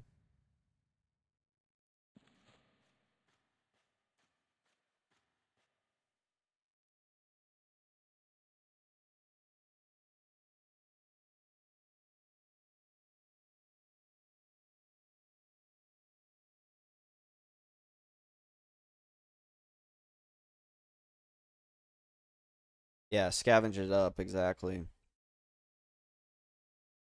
Like, I have no qualms of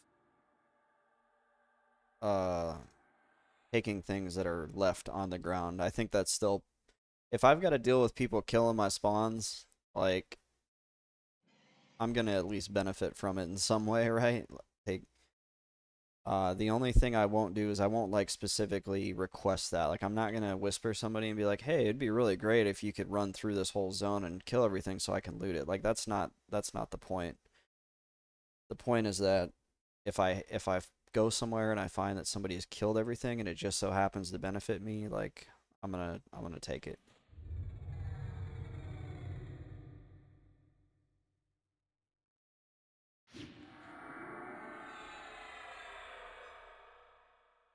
He's actually being pretty cool for a bard.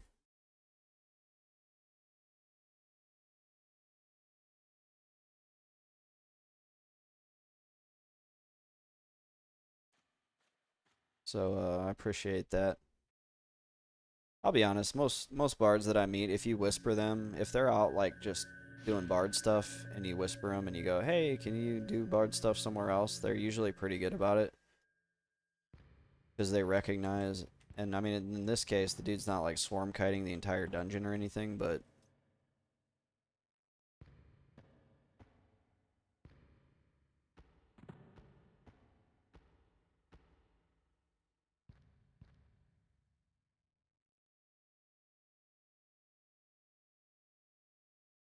this guy was like asking if I wanted some. All right, there we go. We got him. We got to do some Tyrax jumping here. Okay. Where are you at? Steelskin's doing his job.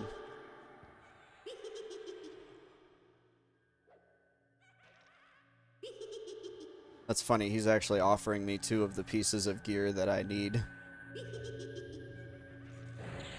and why I'm down here.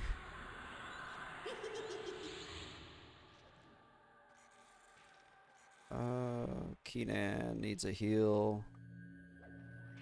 He's like, "You want the grave sandals and the worm-eaten gloves?" I'm like, "Man, I wish I could take them, but I'm not gonna like specifically ask him to trade them to me. That's not kind of how that works."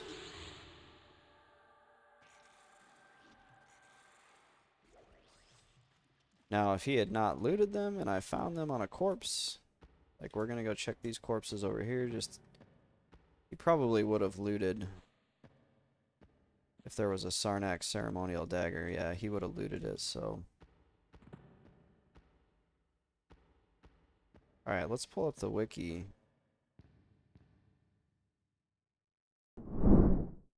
So you were talking about, let's see, it's not down the stairs, it's in one of the broken wall holes. So you were talking about in this area here where you got the 2, because these 2 are broken wall holes right here. So I've been back up into this room and this room since first coming to Dalnir. I actually was gonna try to camp this spot here because there's nothing that paths through this little L.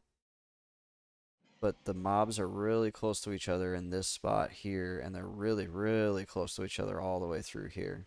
So I didn't actually make it happen. Number 5, gotcha.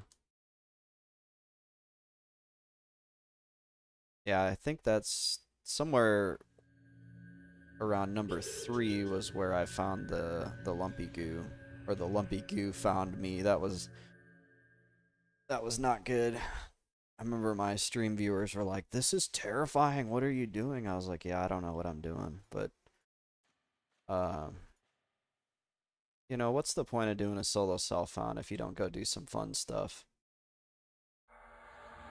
And also, this is like how you get better at your character. This is how you learn to play. If you don't go do stuff like this, what is the game really?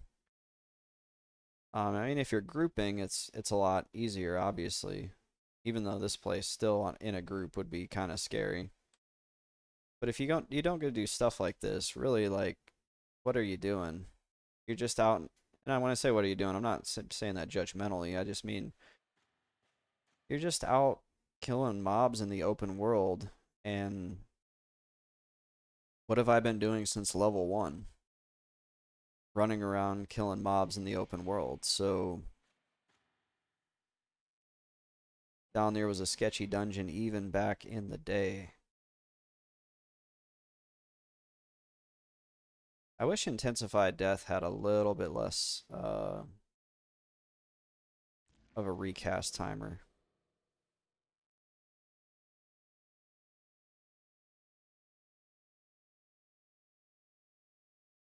I never went here on my Ixar monk. My guild would go here to collect loot to distribute to the newbies because I was in a Ixar only guild. It was called Reptilian Empire.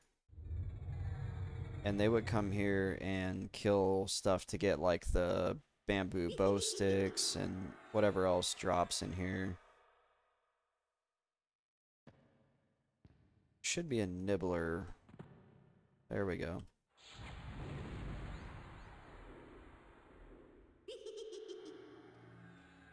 Oh, that's weird. The goo took a totally different path.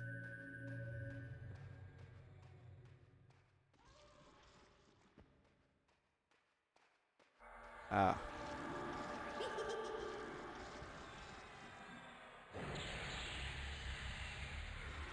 Actually, probably shouldn't have dotted. I should have life tapped twice. Ooh, his root broke. Oh, wait, he's running. The crescent gear is really nice, but no drop. Jade ring, that's a good payout. Maybe we'll make some money back from these jaspers. My steel skin. Did my steel skin take some... I did take some steel skin damage. It's still up, but I don't know how much is left on it.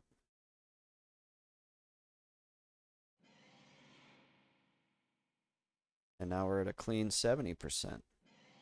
So one thing I noticed in the over there was the mobs have a really high resist rate for the spells. And I was running a lot to try to find mobs and then running them back to the wall, and it was really, it made like managing your health and your mana a lot harder because the Call of Bones is ticking your health down. So this is actually ideal, or more ideal than doing over there. So I'll probably stay here for a while. And knowing that this is a safe spot, I can AFK here if I need to go take a pee, is really nice.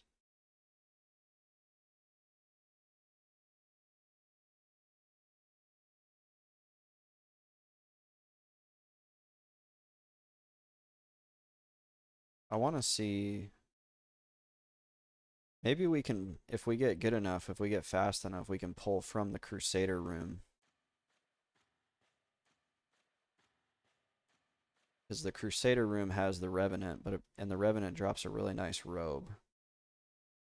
But from what I've read, it's actually a very low drop rate.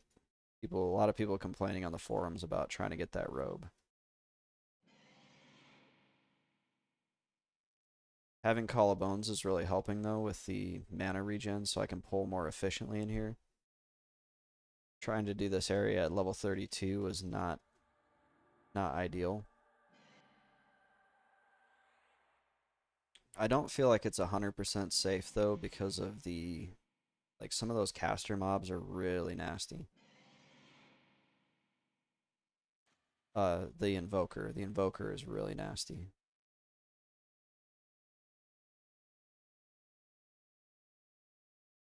Yeah, caster mobs are always rough. I totally agree. I bet on your monk, they're like, I don't even know if I would touch them with a 10-foot pole. Like, just knowing that they could nuke me down and I have nothing to do other than feign death is pretty scary. 'Cause it's not like your monk can do or like harm touch or anything like that. You can't, there's like nothing you can do about it. Let's see. Why Acolyte? Yeah, you just gotta mend, but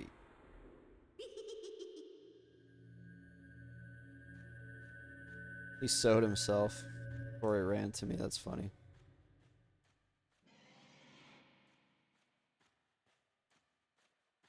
Mashing root.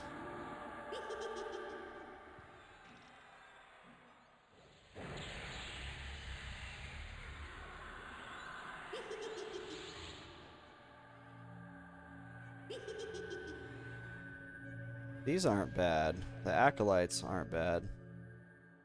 It's the invokers that are scary.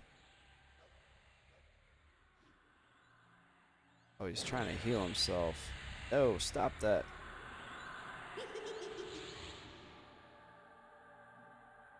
Still healing himself. Should be running now, yeah. Oh no, he's still fighting my pet.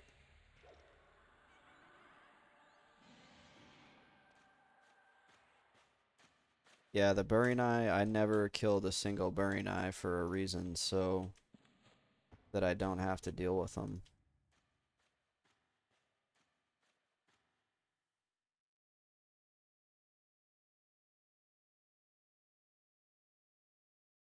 Let's see, we've got some heavy things. I don't think this bronze warhammer is worth hanging on to. It's probably only going to sell for like a plat. Oh, you have to do it for the shackle. That they like set you guys up. Are the shackles really that good though?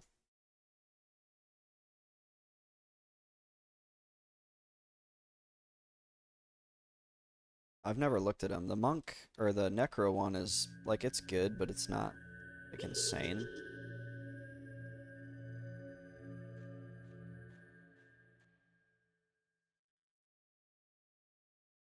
Oh, let's get a new shielding up while we got the health to tick down.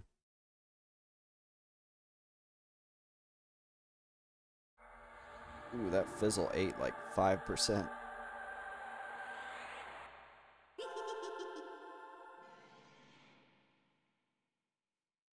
They're nice early on so you get good raid stuff. Raid stuff.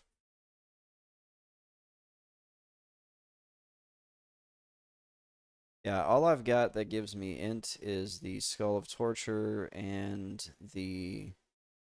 Still don't have a shoulder. I need to fix that. The Idol of Woven Grass, I think, gives me a grand total of 10 mana, whatever. And then I have a... What else? I got one other oh, the Necro Skull Cap gives me 2 int, and then I've got this Bracer of the Hidden. You know that's the nicest thing I've gotten so far.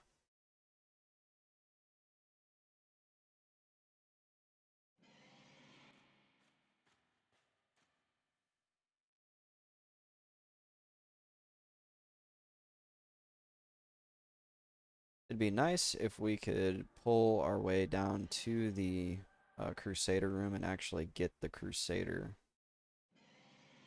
I think he drops something I can use. I think he drops either the gloves or the sandals. No, I think it's the... No, those the Lumpy Goo drops those. I can't remember. I think the Crusader has something I need. Ought to offload it to sell it. 6K is good money. I actually need it for my... It's the only GCD reset that I have. If I can go... I could kill Grokness now. What is this? Cly Cohort? I don't know what the Cly Cohorts do, but...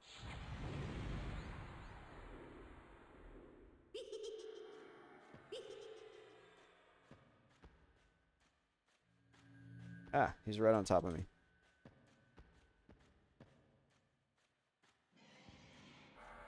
Get him rooted.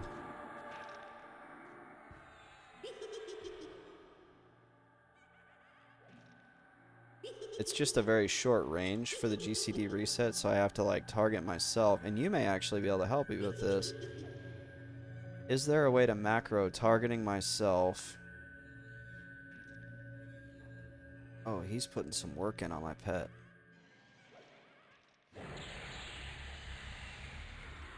Oh my.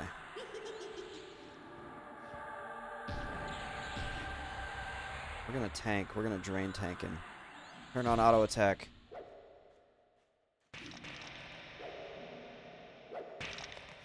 Oh, wow. See if we can get a drain on him. There we go. He was beating the hell out of my pet.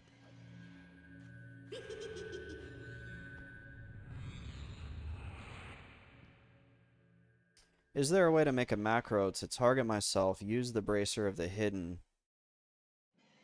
and retarget my last target?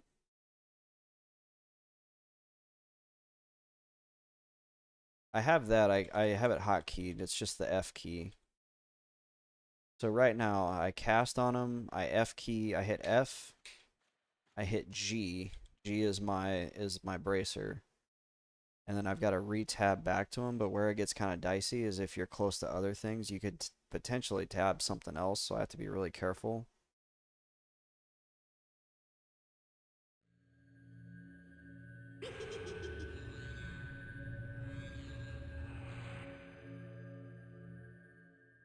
And geez, I'm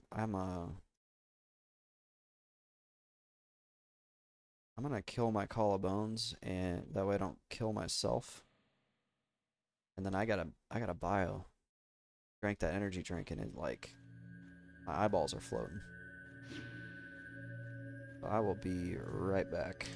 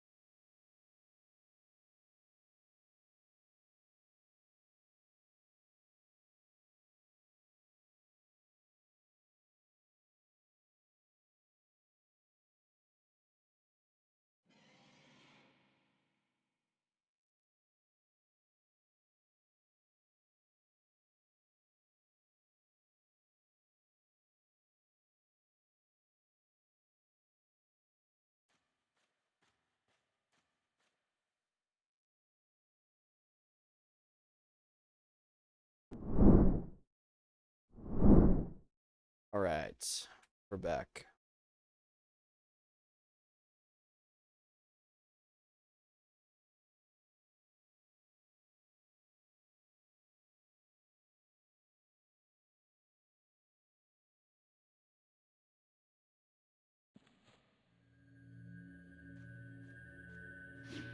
So one thing that is really nice about this is the likelihood of me dealing with anybody else in this spot is so extremely low.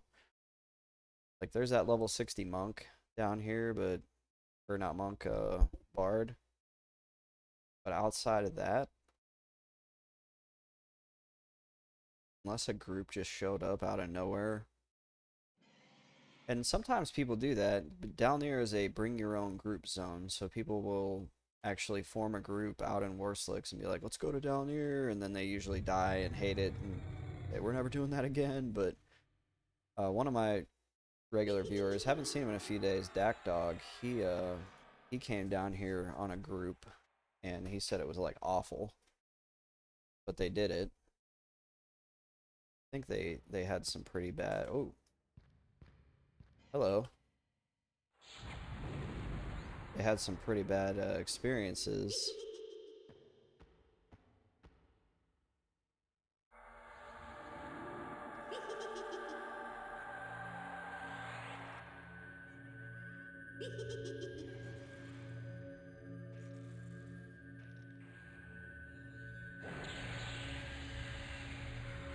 But that is one nice thing, because you guys that have watched me for a little while know I get like super frustrated when I got a nice chill spot and then all of a sudden people show up and it's like it's not chill anymore because they've taken it from you essentially, but they're open world spots, so you can't really call it camped. Can't tell them to go away. One platinum split there, nice. Gotta make some of that money back from the some of that money back from the 60 plat we spent on Jaspers. Speaking of Jaspers, I don't have my steel skin on me.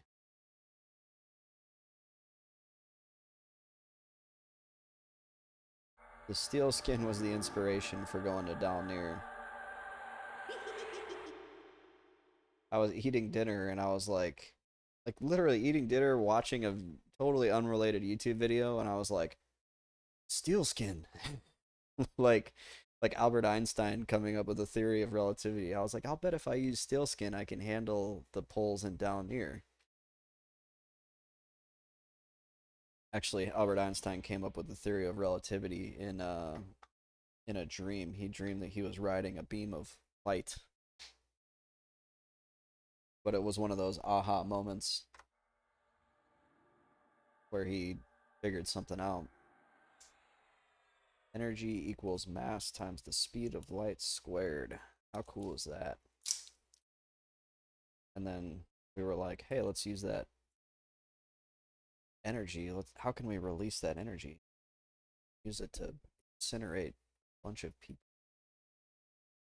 Albert Einstein actually told the Americans about the atomic bomb because he knew that Germany was developing it. He knew they were working on it. I should watch a documentary about the German development. I'm loosely familiar with the American progress and process that they did to make the atomic bomb, but I'm not at all familiar with what the Germans did. Fun fact too, after the Americans developed the atomic bomb, they had some like failed core. Um, German development never really had a chance. Interesting. They had this like failed core, or not failed, but like a leftover uranium or plutonium, whatever it was they were using. I'm not Empire's End probably knows. Yeah, you're like all into chemistry and stuff. And they were doing some sort of test with it where like if you it was like sitting in a imagine like it's an avocado and the core is that big seed in the avocado, and you know when you split an avocado in half, but you were to cut around the core, so you've got like a half of an avocado and then another half with the little core in it. They were doing an experiment where they were like lower the core or the other half of this like case, the demon core exactly, onto it. I don't remember what exactly they were trying to figure out, and a dude like he was using like screwdrivers or something, and he's got this like super dangerous thing, and he freaking like the screwdriver slipped and it fell and it released like all this radiation, and by the time he got the freaking screwdriver or the thing like off of it, he was so messed up. It was like guaranteed he was gonna die, and he died like just an incredibly miserable death. And the people in that laboratory were like, they knew about it. They knew this guy was doing like really, yeah, bootleg as hell. Exactly, he was doing really bootleg experiments, but no one like stopped the guy. And I want to say there was like two people, uh, involved in it, and I think both of them got it, if I remember right, but real early days of reactivity experiments. All I know is, like, there's no chance in hell that I would do anything with anything that deadly where my process, like de facto, out the gate, is to freaking lower something onto something else with a screwdriver. They built a machine to, like, rig it up so that the core had, like, the top had a, like a pulley system where you could lower it and open and close it after that. But, like, for a while there, I just realized there's a nibbler back there. Hopefully it doesn't come up here.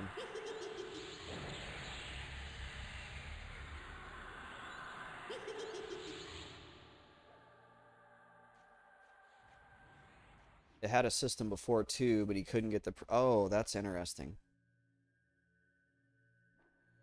So there was, like, a point where they could have... They already were, like, working on preventing it, I guess. Don't heal. Oh, 50-some%. Oh my gosh. He's gonna nuke me. He's healing himself so much. Dude. We might actually lose our pet here. This dude has healed himself. How much mana does he have? He's doing it again. Oh, he stopped. Thank goodness he stopped. No, stop. Oh my gosh. I'm gonna rage.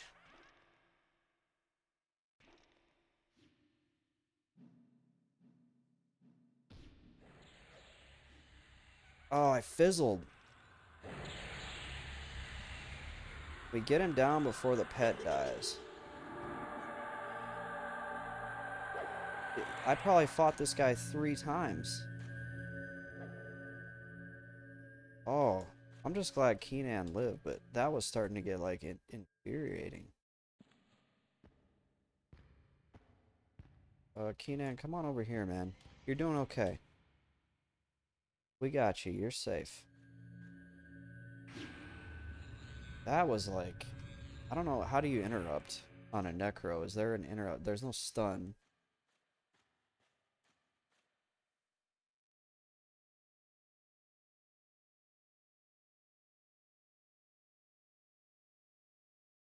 Belgraven said Crusader is up. Oh, he might be actually in the stream. If you're in the stream, I apologize for trashing on bards.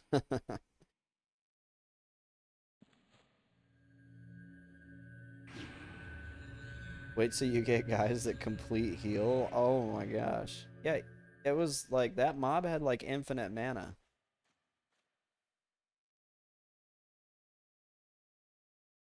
That's really frustrating because, like, not only was he casting heals, he was nuking. Like, the dude had no end to his mana pool.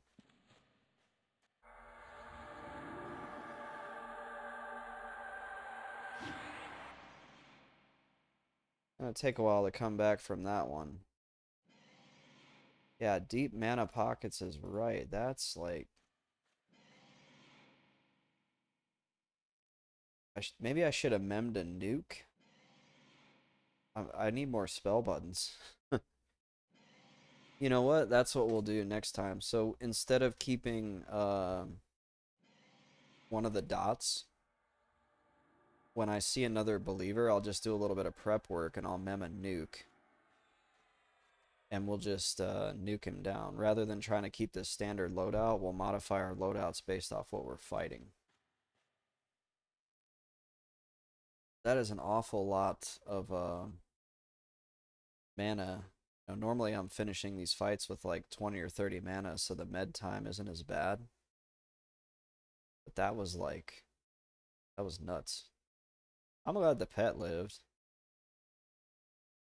That would have been even more mana if I'd had to summon a new pet as well.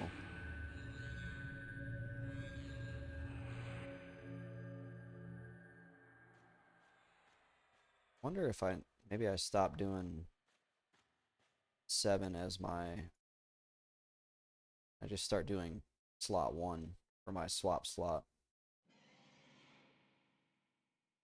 And I just gotta remember to put Spirit Tap on there before I go do anything. Oh wait. I just said that and then didn't do it. Yeah, it's really unfair how they continue to just cast. And I was thinking, yeah, he might do 1 heal. Nah, that bro did like 3 heals.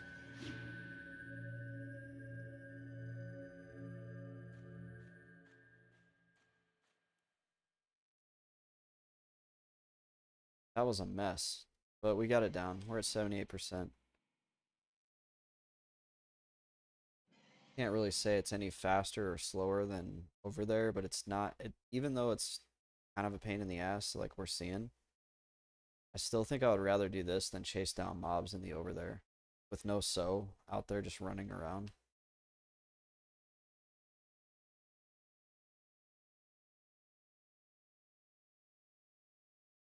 What does the Crusader drop that I need?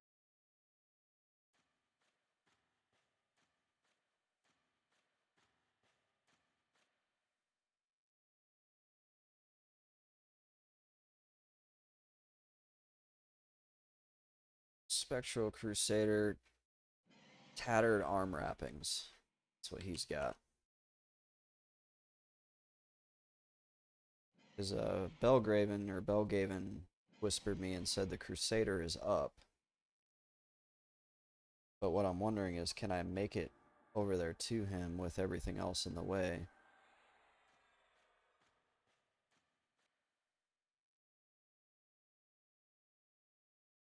Hopefully, there's no invokers. Screw those guys.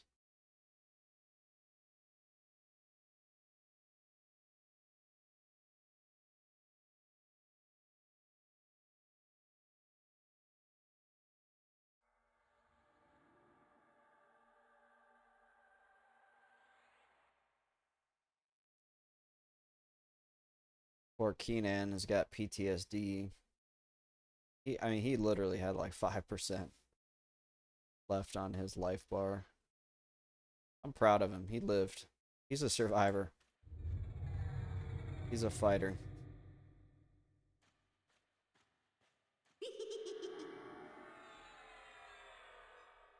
Yeah, if we go up against those again, we'll just mem the big poison nuke. I could actually, at level 34, I could have went and got a even better poison nuke if I wasn't Kunark-only. You have great luck getting Shrellock packs. That's another thing if I wasn't Kunark-only. You're just rubbing the dirt in the wound, the salt in the wound.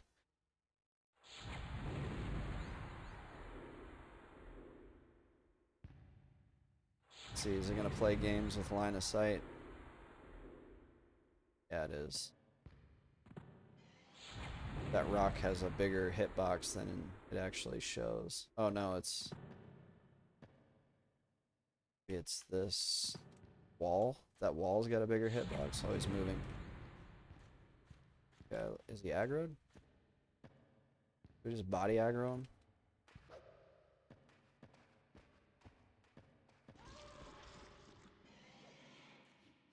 One nice thing about body aggro is your pet can immediately get aggro.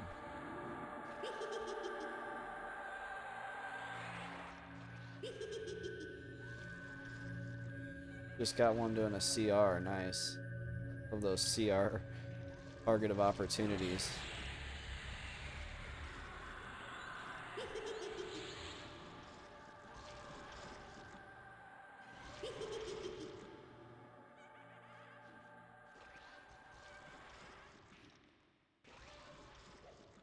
We'll try to keep Keenan's health up.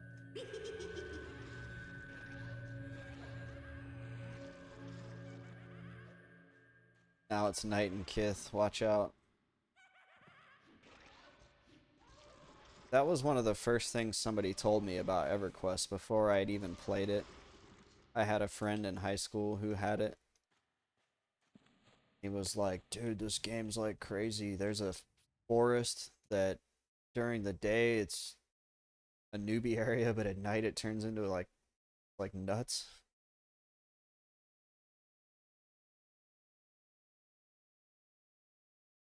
Nighttime in Kith is terrifying.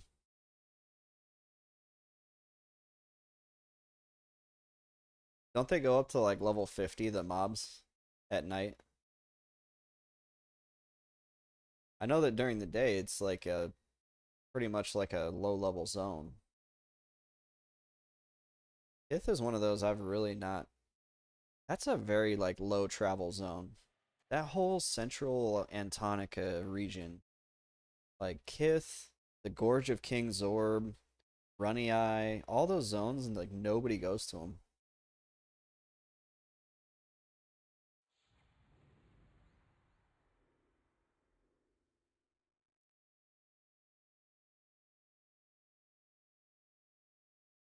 It's almost like a forgotten area. I think that's why they made not why, but that's part of the reason whenever they made Dragons of Norath, I'm assuming that's why they put Dragons of Norath that part of the world.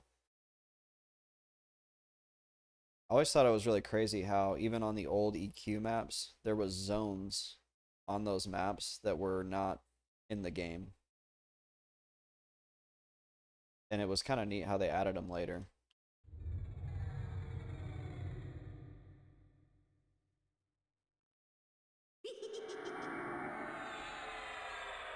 Needed a revamp for sure. Let's see. Why cohort? Oh,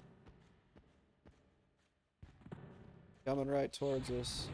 What is that over there? Oh, it's a nibbler.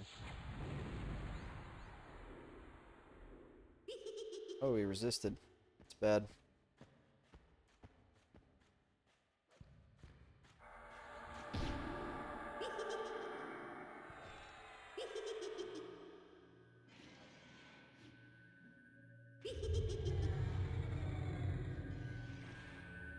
Oops. Tried clicking on Keenan to do heal, but it did not register.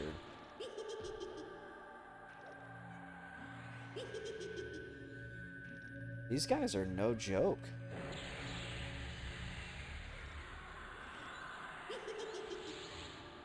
We're actually going to pull Keenan back. Oh, Keenan, get back. You're getting beat up too bad. Oh, he's not rooted anymore. There we go.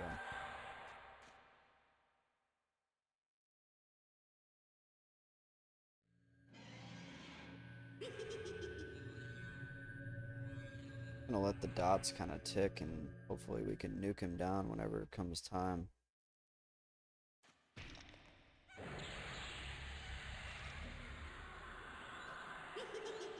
Oh, no. That's bad. Stop!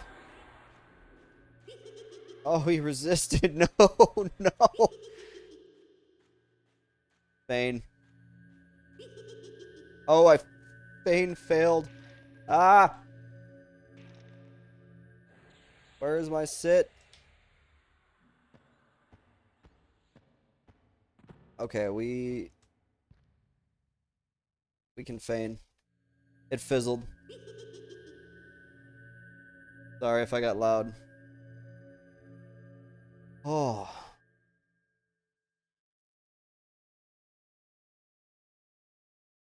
Why am I invisible? Oh no, I'm underneath the water. Okay, boil blood is still ticking on somebody. Oh, I at least got, I think I killed the original dude. Yeah, I got the experience at least. I gotta watch and see. Oh, boil blood's no longer ticking on. Oh, that was crazy. That's gonna be a long med time.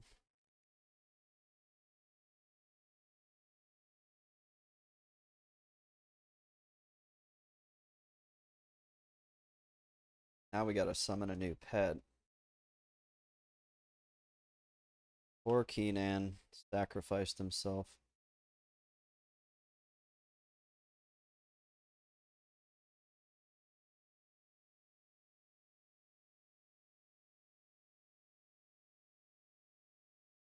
Keenan Ivory Wayans? Who's that?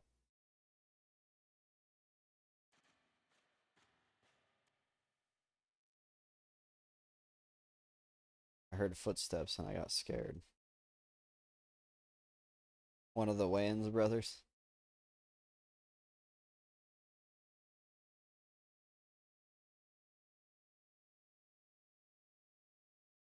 I don't have the mana to summon the pet just yet. Yeah, I think I've heard of one of them. Weren't they on the Chappelle show, one of them?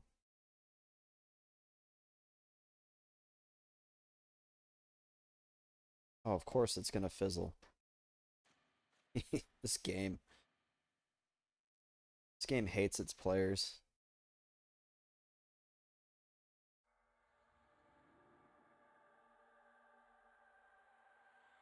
I'm just glad I didn't die.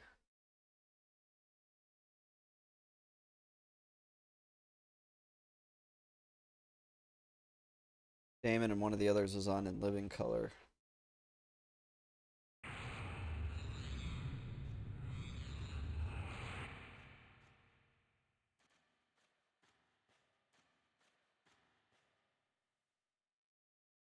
We get a new pet up.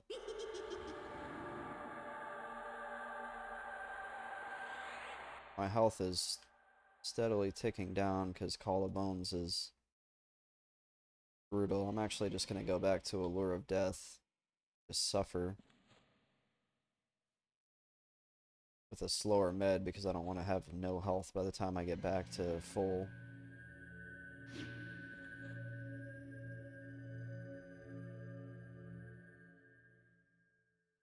Let's see.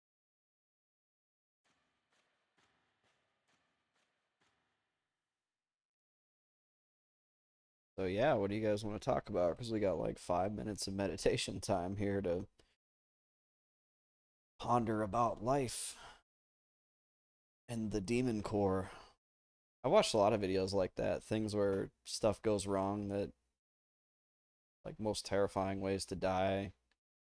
I watched one where like a lady and her two sons crashed in like Siberia. They were Russians. They crashed in Siberia in a plane and ended up like resorting to cannibalism. Then like she finally got out. She was almost dead and they found her, and then the husband divorced her. I think he'd already remarried. Like she was surviving in the mountains through like one, or I think it was a full winter that she survived, and then finally the snow like subsided and somebody spotted the plane, and by the time she got back to civilization her husband had already remarried. Thanks, dude.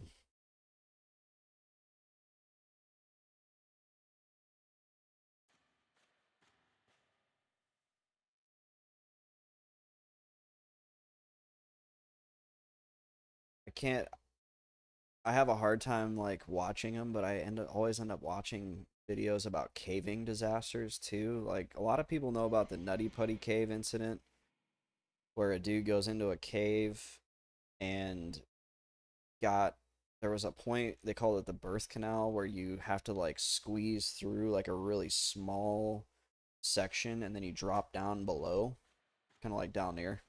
And it's deadly just like Dalnir.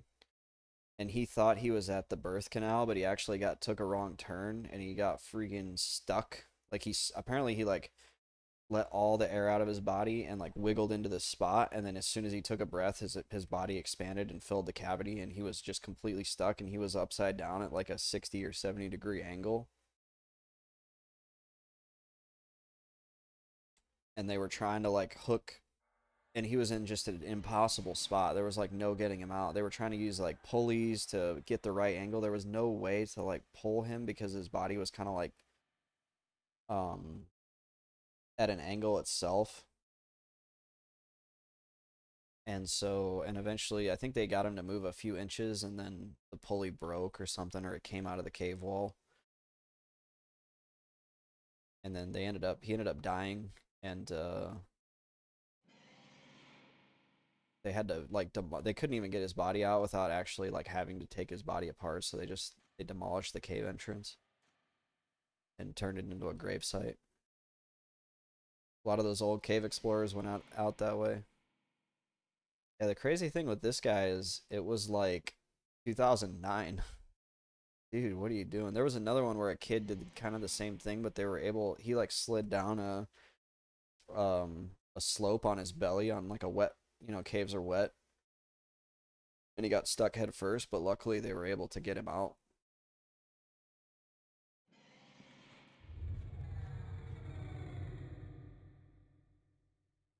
I will, like, going inside caves is something, I climb mountains. I love climbing mountains. I've climbed a lot of peaks in the American Southwest. I've climbed peaks in Europe, and I will not go in a cave. Like, no thanks. Not for me. Cave diving is even crazier. There's so many bad stories about cave diving. I'm like, what are these people thinking?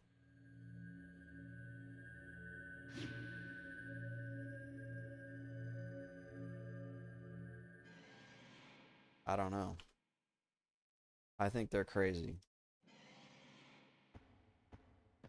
Real life is a hardcore run. Let's see, the followers, I don't oh, those are the melees. Those are the ones we want.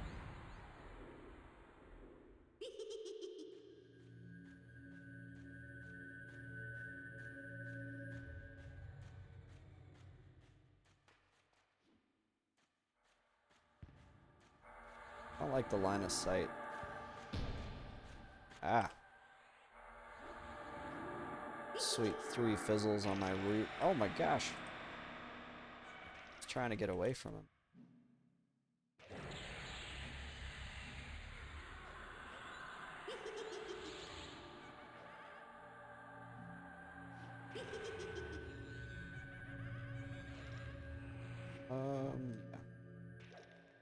Everything was a Clive follower. We would just be in there with experience. We'd be level 36. No, not quite. I can't believe the root fell off, or not root, but the snare fell off that guy and he was able to get away. That was just so bad. Game is so unforgiving. What the heck? A backpack? Do I need a backpack? Backpacks weigh a lot. They weigh 3. Where did we get these medicine bags? Now that I think about it, these medicine bags only weigh 0.4. They're the same as a backpack. We could save a couple pounds. We're going to need to do that next time. I'm actually going to tailor some handmade bags. I was thinking that, the Field of Bone vendor up there in the ruins. I need to tailor some of those with the cat pelts and make some medium-sized bags because they do have some weight reduction. And even though they're not large, I can probably put all this food and stuff in it.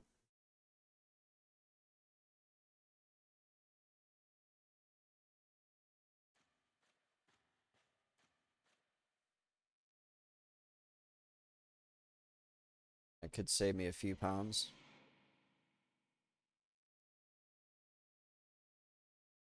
A dacoit purse. See, this is why having Empire's End around is so useful. Because I don't know what a dacoit purse is.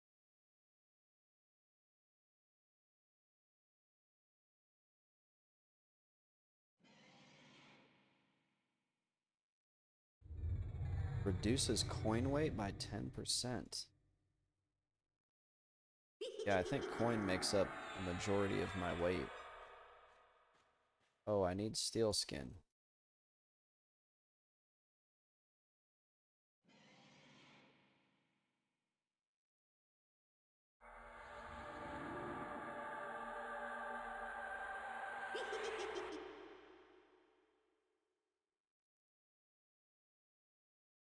Two slot bag that weighs 0.1.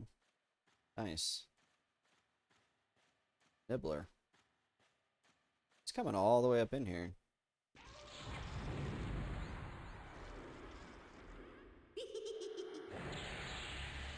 I guess I didn't really need to snare him, did I? Well, I guess snare is good for the run.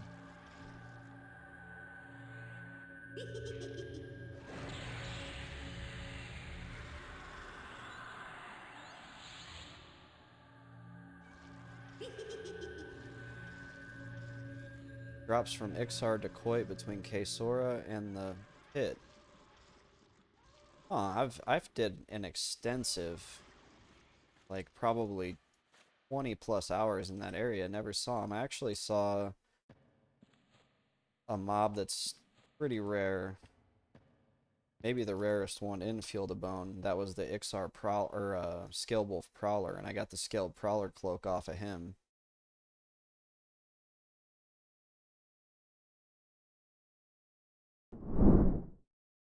Check the wiki out.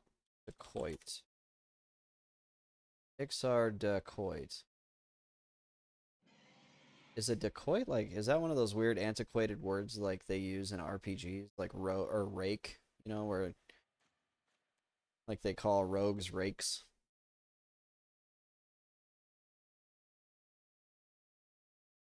Tiny container that reduces coin weight.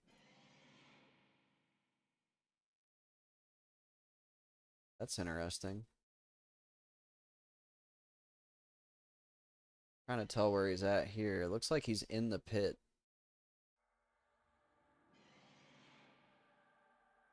I think that's the pit walls there.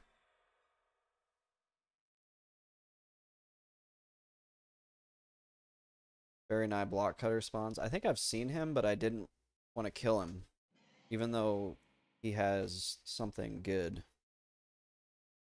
Oh, that's Kesora in the background. Voice is cracking because I'm in puberty, apparently.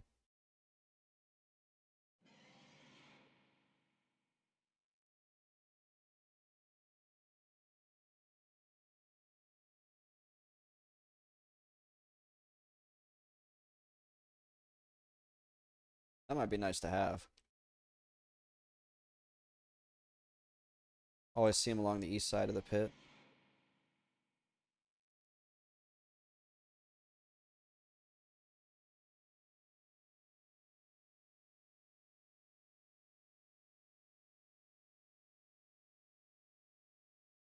He walks up towards Kearns and back. Yeah, that's I farmed that area and fear kited, and I'd never seen him.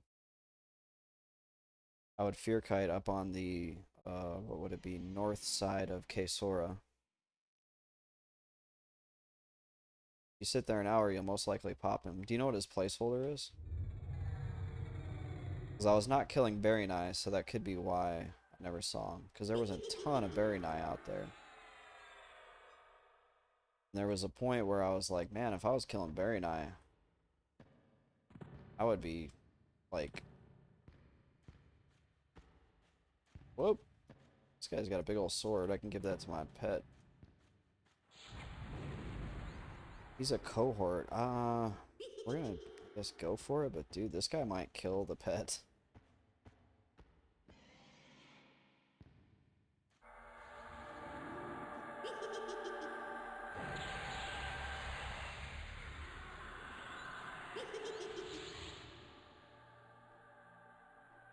All the dots up. Try to get pet heal up.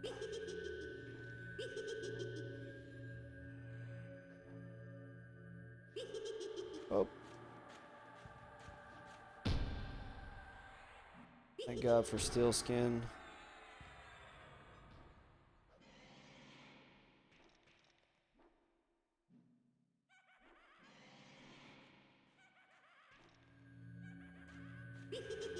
Ah.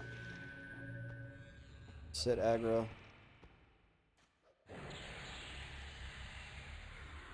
Nuke should take him. There we go. Now he's running. But he's not running because he's snared. And the new pet didn't. Fine steel two-hander. It's a damage 12.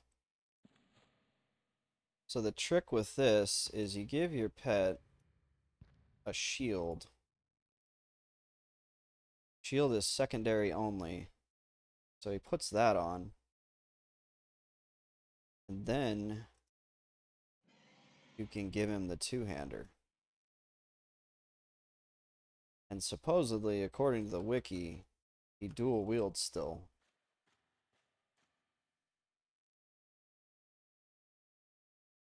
Supposedly. Supposedly.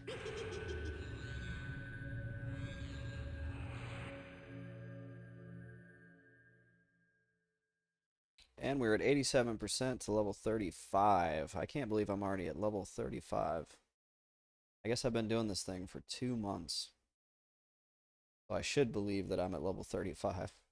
I think if I was leveling normally, like in grouping with the amount of time I've put into this guy, I would easily be level 51.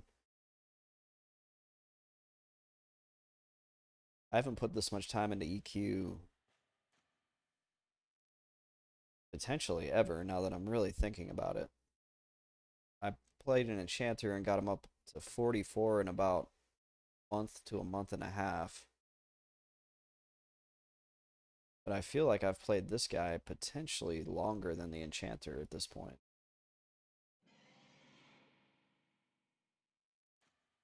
As far as actual, like, hours played. Am Kevin, welcome back to the stream. Oh no, Dalnir again. Yes. We are doing Dalnir, folks.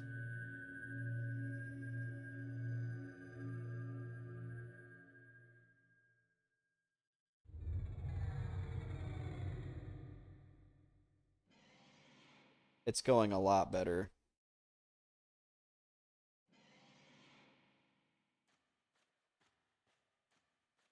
We've had some close calls, but nothing like last time. And the new spells like really help.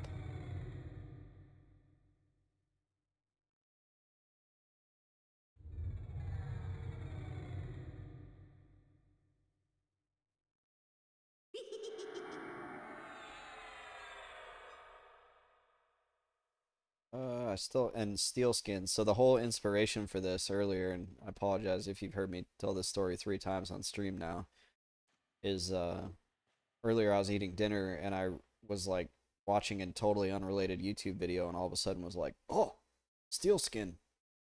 And realized that with steel skin I could make this a lot more manageable. So that's what I did. I went and got steel skin, or not. I had the spell. I went and got the components needed. Let's see, can we grab this nibbler?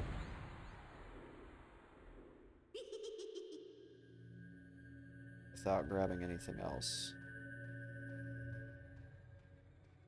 And the nice thing is I don't have to worry about anybody coming down here.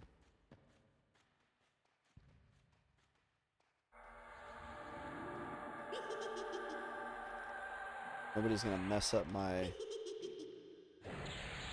experience camp.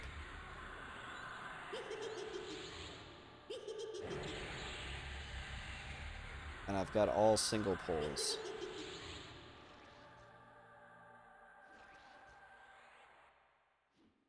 I love how he's like wearing a shield, but he's using a two-hander at the same time. You go, Vibtic.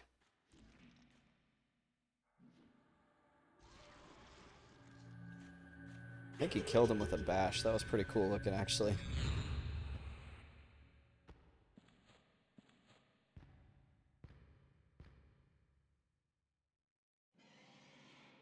And I've gotten about 35% of a level down here. Pimp slap, yeah. I might try to remember that and clip that for YouTube videos. Because I like having nice short little action shots like that for YouTube videos.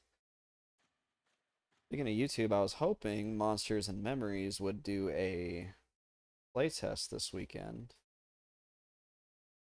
But I have not seen anything to indicate as such. There were people like begging them to do a playtest, which I don't know how I feel about that. Like, it's their game. It's not, I get it, people want to play it, but they have to think about managing perceptions. And if they're not ready to do another playtest because they haven't fixed enough from the last playtest, like it's not going to be as productive of a playtest. So people begging them is kind of like cringy to me. But people want to play it. They're excited for it. I'm excited for it. The YouTube video I made for it actually did really well, or well comparatively for me, being a small-time content creator. It's up to like 530 views.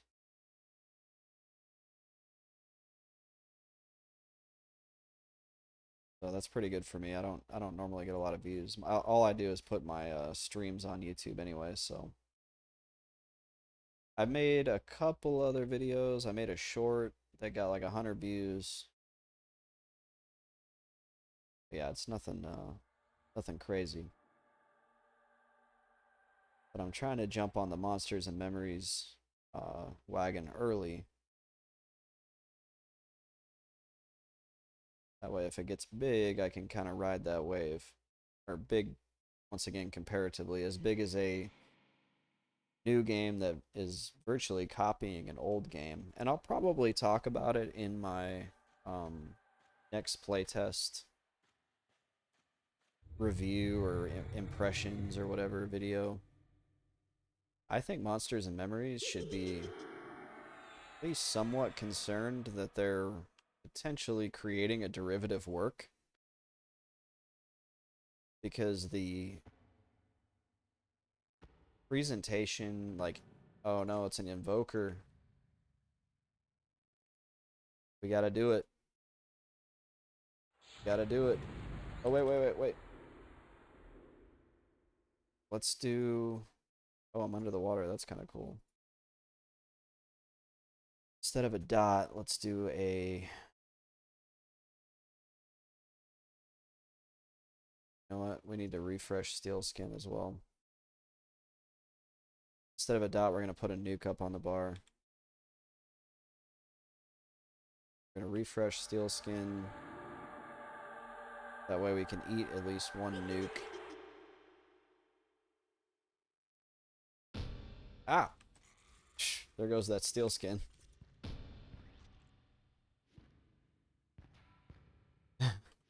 That's funny.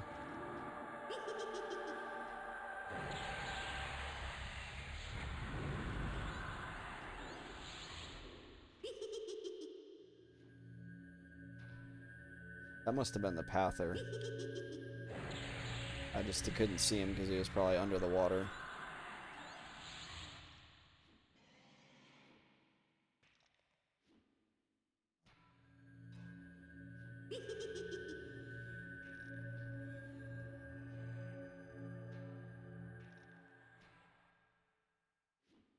Yeah, we'll get the Invoker on the next go around.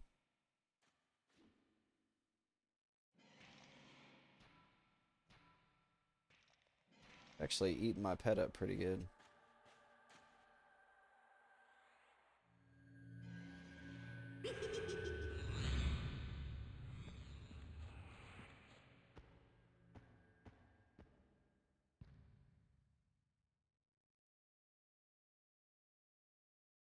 So yeah, I'll probably casually discuss how I think, and I kind of hope they listen, that they should, if they're not going to change up core gameplay type stuff, and they're really kind of far along to do that anyway, so I don't think they would, and potentially don't think they should. They should at the very least try to start differentiating like UI presentation to a degree, like to a degree where you can go to a courtroom and say like, hey, this is a pretty standard UI for like MMORPGs. But right now the whole thing looks like identical to EQ. Like all the way down to you get blue experience and you get yellow experience. Like the spells, I don't remember if they have the exact same name, but like all the spells on the Necro seem to function pretty much the same. Because I played the Necro. Just whatever they can do to try to hedge that a little bit so that if they do get taken to a court and they're like, look, they pretty much copied our game and put a new graphics engine on it. And maybe the world will be kind of the kicker, because I don't know enough about copyright law to really truly speculate, but perhaps they can just be like, hey, look, the world's totally different. Yes, we borrowed like gameplay ideas. It's because they're like time-tested gameplay ideas. But part of me wonders like if they shouldn't try to make some differentiation happen early so that they don't find themselves in that situation later.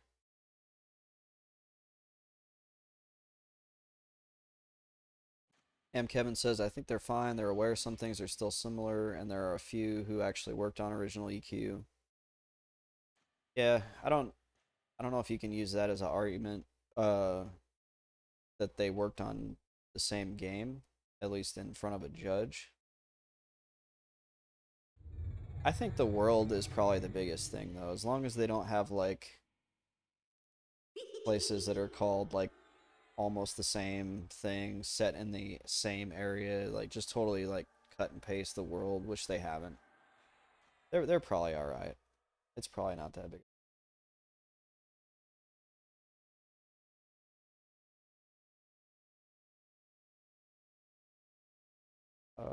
Shoot.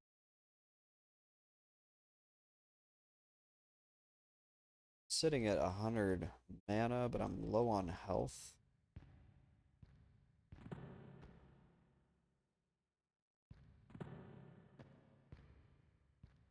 I don't want to pull the Invoker with this low a health, and I don't have anything to life tap. I guess if I re-steel skin myself,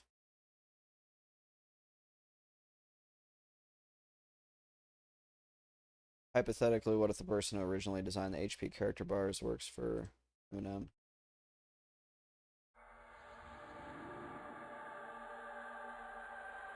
Yeah, I think I'll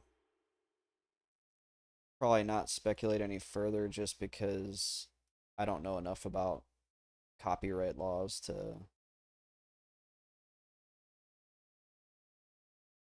really truly know.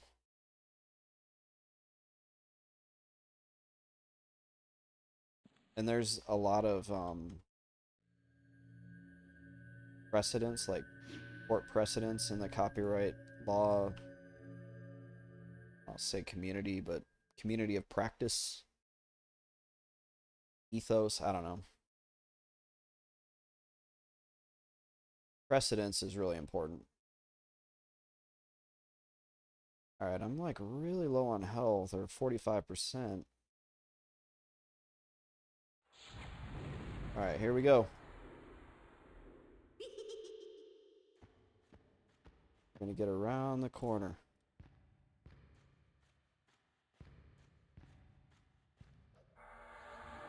He's rooted.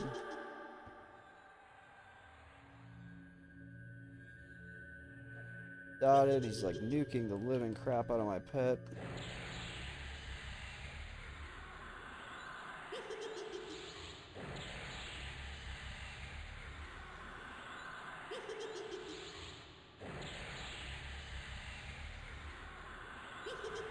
Oh, that nuke didn't do nearly as much as I wanted it to do. Ah, shoot. Ah, the pet's probably done. Pet, get over here. No! He's rooted, so we're gonna regen mana. I'm not quite to the point where I think I need to call Knock It Off and Feign just yet, because I'm line of sighted on him and he's got dots ticking on him. But I'm a little bit nervous. Depending on where the dots end up.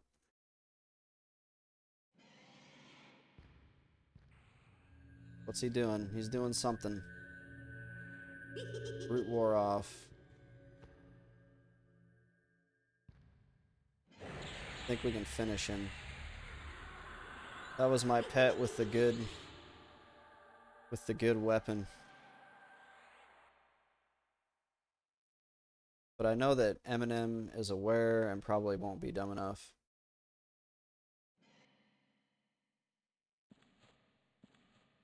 And those guys are so nasty.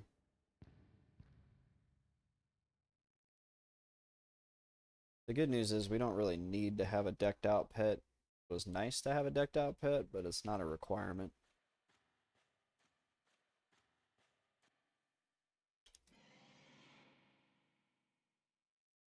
Maybe I'll spend some time researching copyright laws. Just I like to be smart about things.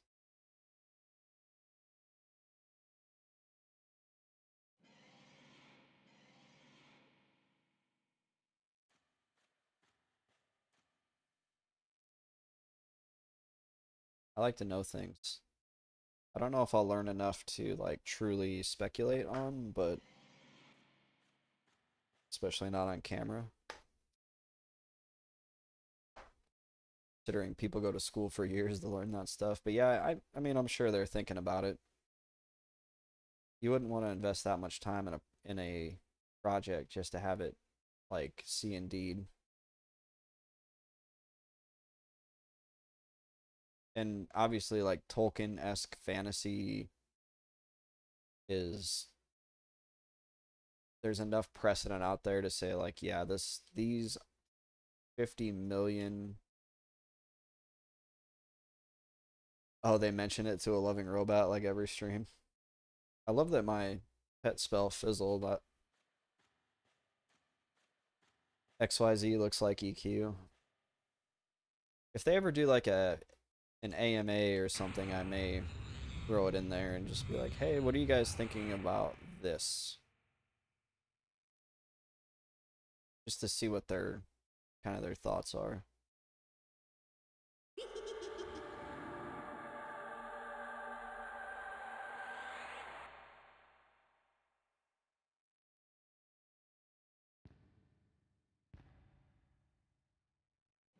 So many Sarnax in there, it's like terrifying. I'm right here, and for whatever reason, they don't aggro. If you catch a stream, you can ask him. Nice. I've seen him up and streaming. I watched for like a few minutes, but he was just playing Quorm. And I was just kind of like, eh. I actually don't watch a lot of streamers on Twitch. I stream myself, I make YouTube videos, I work out, I go to school, and that's about all. I hang out with my girlfriend, pay my bills, work. That's about all I got time to do. Probably a question better suited to when he was working on Eminem. Yeah. I'm very hopeful for them though that it works out.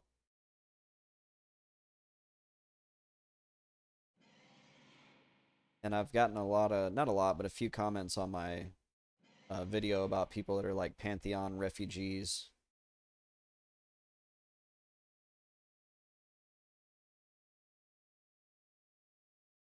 Pantheon is like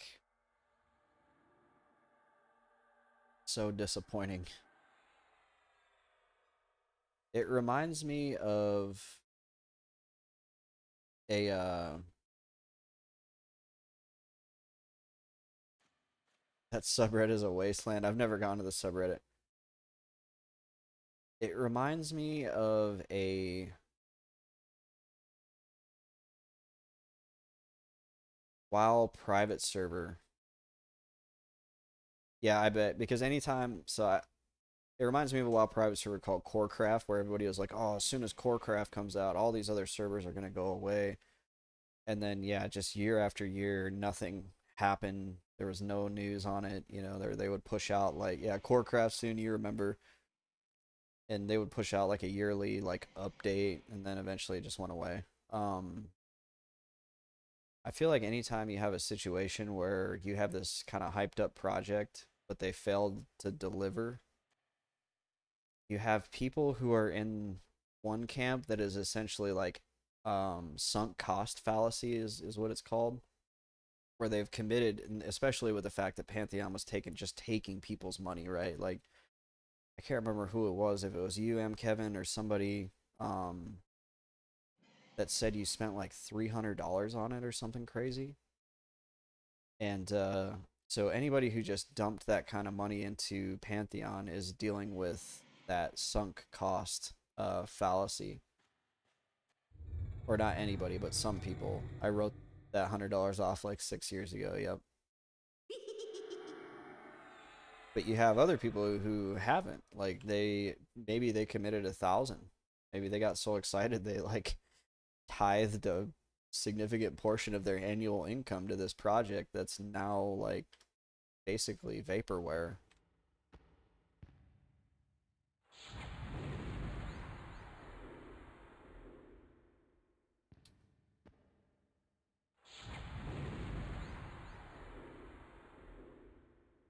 Oh, you can't see. So annoying. You know what? Wait. The boil blood.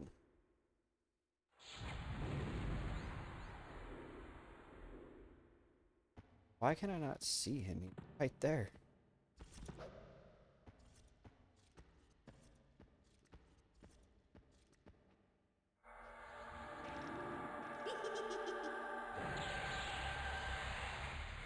I shouldn't even be boil blooding this guy, actually.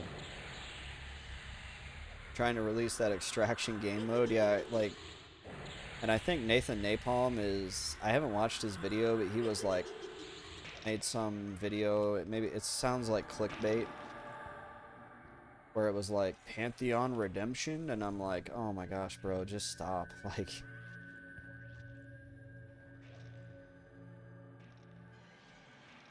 I don't know what he says in it though, so I mean, I shouldn't judge too hard, but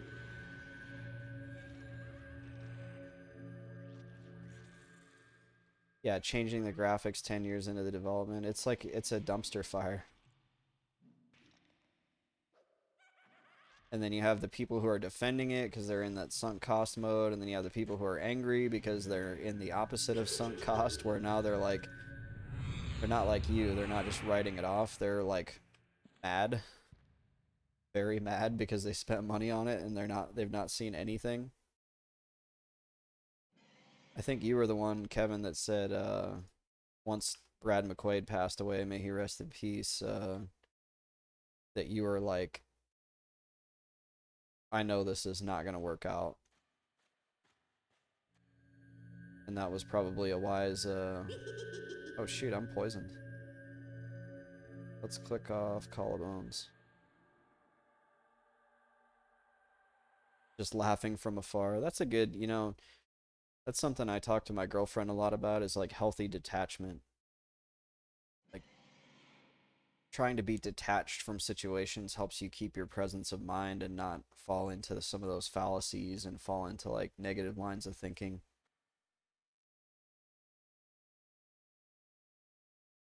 Notice my goals is overlapping. So we don't have goals anymore. No more goals.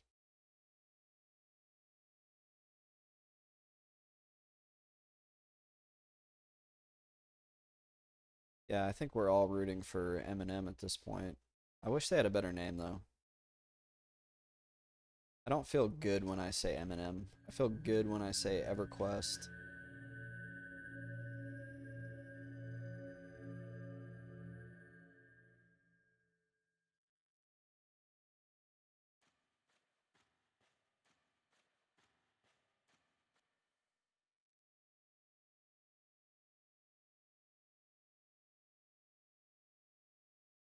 Moving spells around here real quick.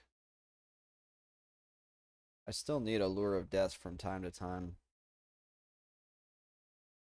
Yeah, I'm the same way though. Like at the end of the day, if the game is good, I'm just gonna be good with it.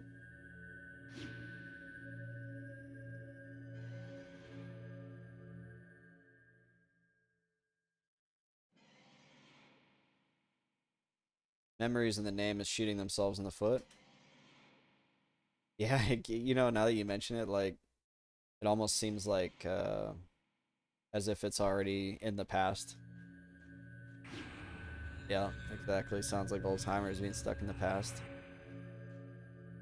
I mean, they're very much like they've decided they're gonna nail the niche. Like they're going for that niche. I personally think you want to nail that niche, but you want to open it a little bit more. I'll believe the hype when I see it, but EverQuest 3 is like 80% familiar, 10% new, 10% revamped or whatever is I think the perfect approach. Because now you can nail the niche with the 80%. The focus is still nailing the niche, but you're opening it up a little bit and you're also refreshing and enhancing things too. Because yeah, if you just go too hard on like, we're gonna make this game uh too old school, you may run into some issues.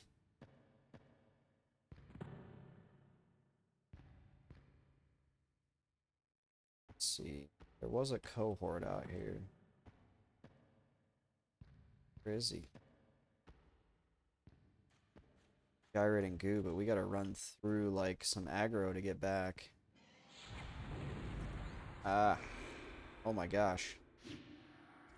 That hurt. And I'm poisoned. We get a life tap off on him. Hopefully we can. There we go.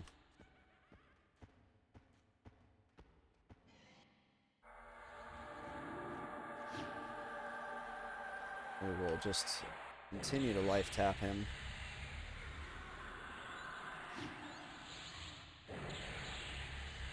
So we're nice and comfortable with our mana or our health again. But we're gonna go for one more.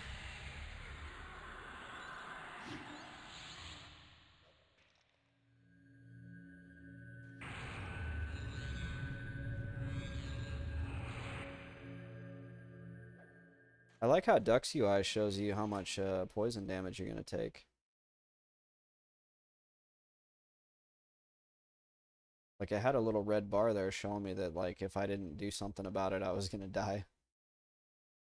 It's pretty neat.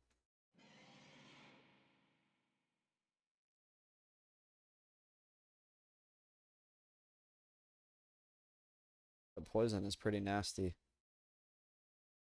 That's what got me when I was up on the second floor.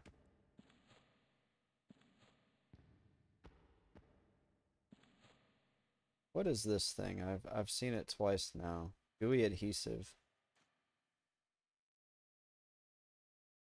Take it over to the wiki. While we're meditating, learn a little bit more about EQ. It is for the Scaled Mystic Bracer. Strength 2, Wiz 2. I imagine some of these class items. I know I did the Dread Scale on my Shadow Knight. And it's like decent newbie gear. It was probably good for the time.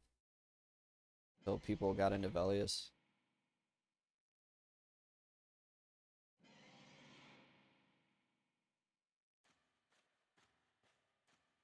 Actually had somebody help me. Oh, fizzles are so cool.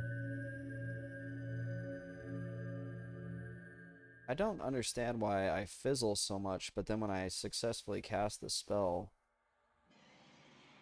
it doesn't ever give me a skill up. Do I need to go cast like... What is Steel Skin? Abjuration. Is at level 80. Do I need to just go cast like minor... Relatively low int? Say my Ixar's dumb? It hurts. He is dumb. 97 int. He's a very dumb Ixar. Well, he's like slightly smarter than the average Ixar, but not by much.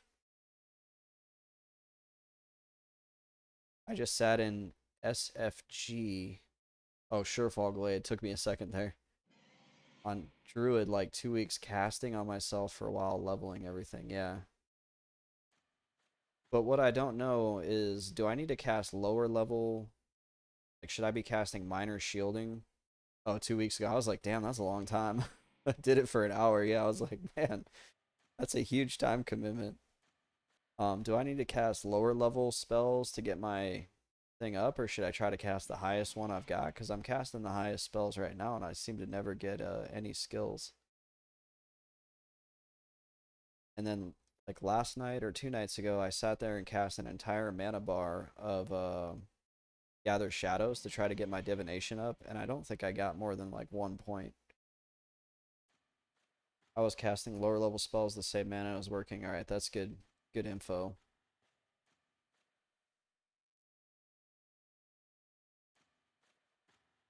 Let's see. Let's kill off Allure of Death. We'll regen a little bit more health. And we'll throw Hall of Bones back on. Even though this is kind of scary at times, this is still better than chasing mobs down in the over there. I did that for probably 30 minutes earlier today off stream, and I was like, I don't know if I can do this for a whole level. He just runs so far.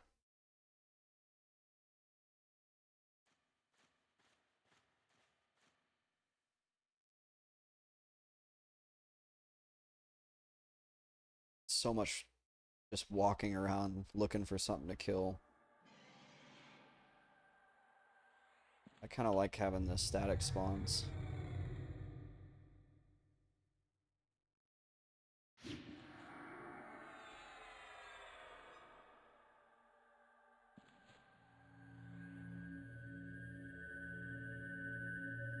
Recast timer not yet met.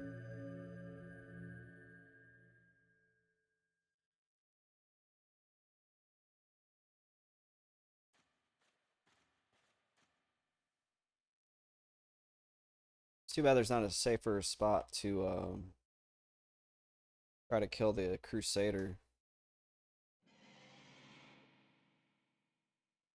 There was 2 or 3 pathing mobs right there.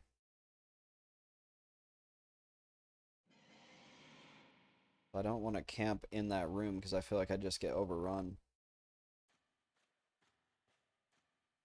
We're going to pop up and check out this camp over here to the right, and hopefully it's not an invoker.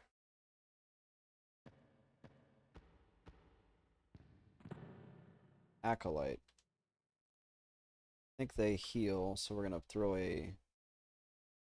Rather than a dot, we're going to throw nukes on our bar.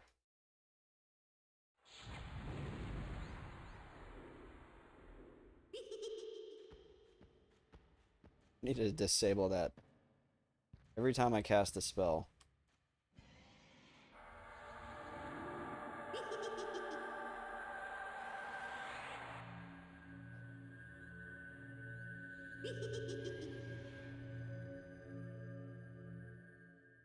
He laughs.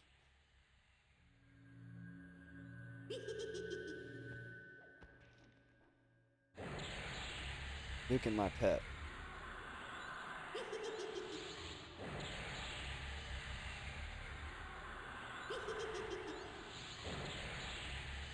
No heal, no heal. At least his heals aren't as bad as that other guy's. Boom, that's what I think of your heal, Acolyte.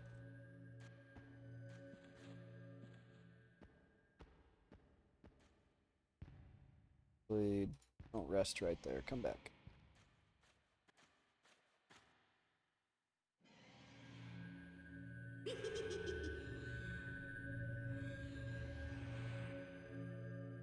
Does everybody have good plans for Thanksgiving?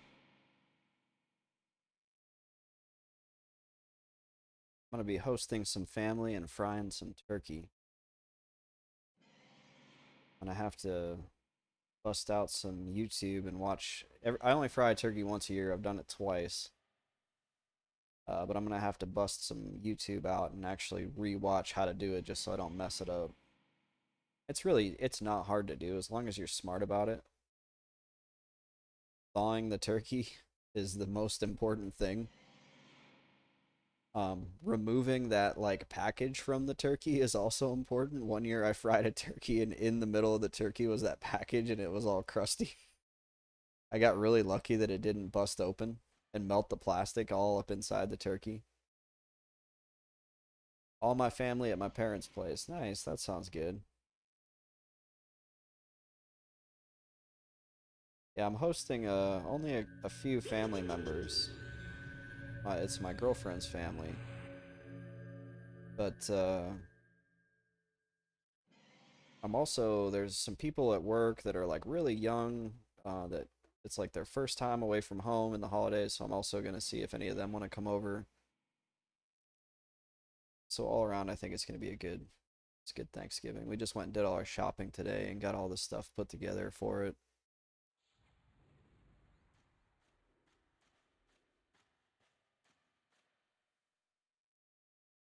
And I just booked my hotel room for Christmas. I'm gonna go visit my kids.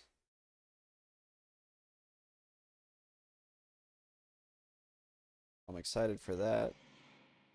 Got to start buying presents here soon.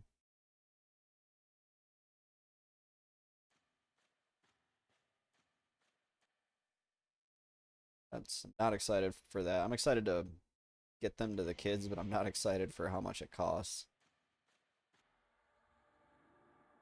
I have 7 nieces and nephews. Well, because you don't have kids, you can probably afford to buy them all cool stuff for Christmas because you're not paying for like diapers and um,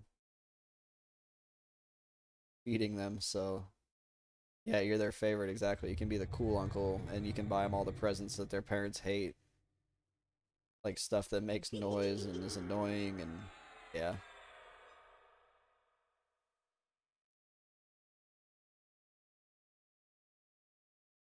Boil blood. We're gonna put boil blood back up on the bar. 7-year-old nephew loves Pokemon, so I get him a pack all the time. Oh, like a pack of cards. My son's he likes those too. I wish I still had them, but I used to have the original like first gen like the very first run of Pokemon cards. I had like almost every one of them. I was only missing a couple. I really wish I had them now because they'd be worth some money.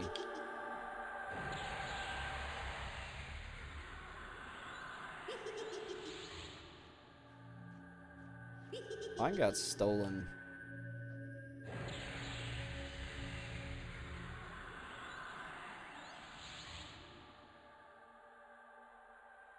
I know who did it.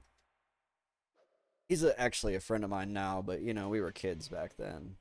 And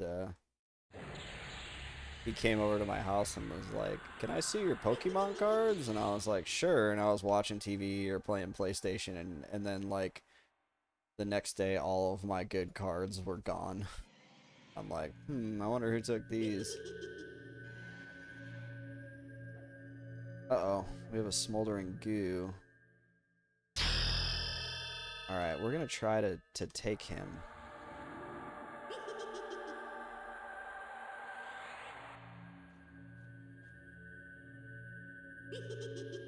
And we dinged, but, you know, we're kind of focused right now. Luckily, so the reason why I was like, we're going to take him rather than I'm executing plan B or whatever is the smoldering goos are not nearly as hard.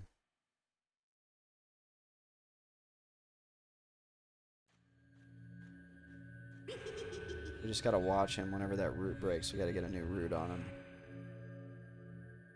Thanks for the grats. Alright, we're putting a new root on him. We got our pet healing here. We're trying to regen as much mana as we can.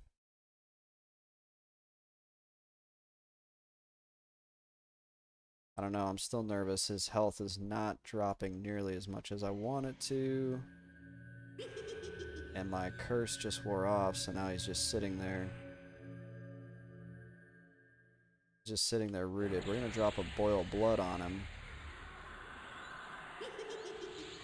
And hope that root doesn't drop and we can just kind of slowly root rot him down while the pet gets healthy.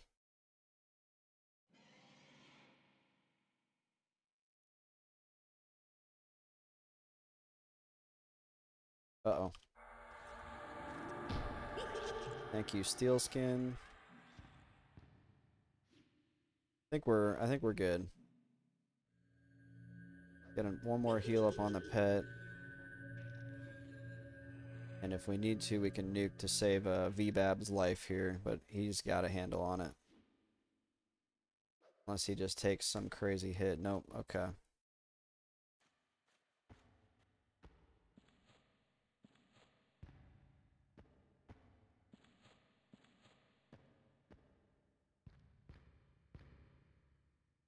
So there's a weird visual bug where, oh no, that's my endurance. I'm like, why is it showing me at 100% experience? And now here we are all the way back down at the bottom, and we are officially in the hell level 35, sitting at 1% with 99 to go. Climb our way through this.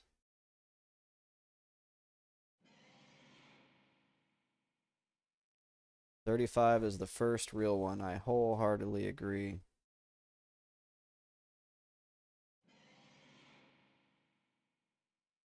Later on, when it gets late enough, I may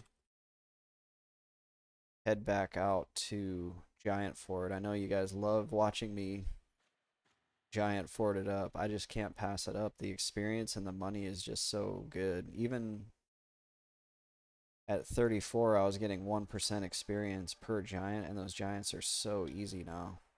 It's nothing like this where I actually have to really be on my toes. Maybe I'll do it off stream so you guys don't have to suffer through. You guys are like, no MMocracy, no more Giant Fort, we can't take it.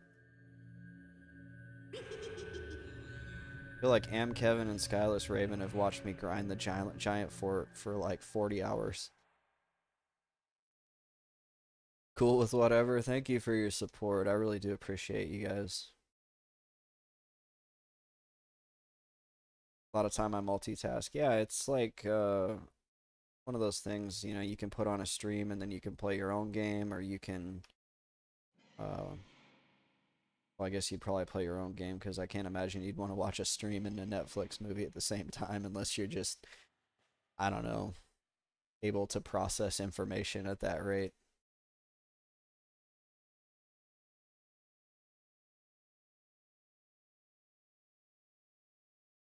We're kind of down on HP, so I'm going to kill the Call of Bones here.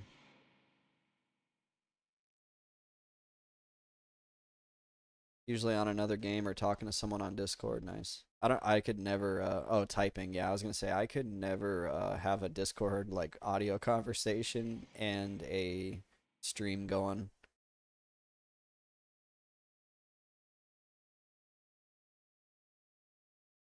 I would go crazy. I have, like, very, I have, like, sensory type issues with, not with, like, sensations, but with, audio.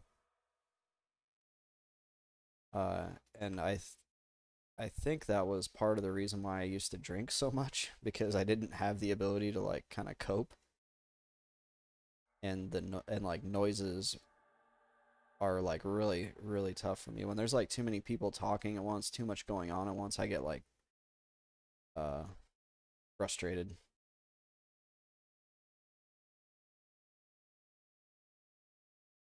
Let's see, we can throw Call of Bones back on. I can listen to things at once and process. I can do it like a text conversation for sure. But if I was to have like multiple audio conversations happening at once, I would go nuts.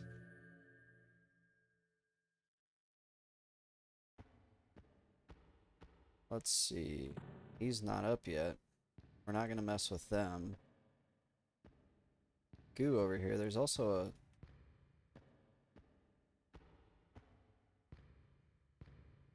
Goo should just aggro. Come on, Goo. Jump. Oh, get back. Get back, pet.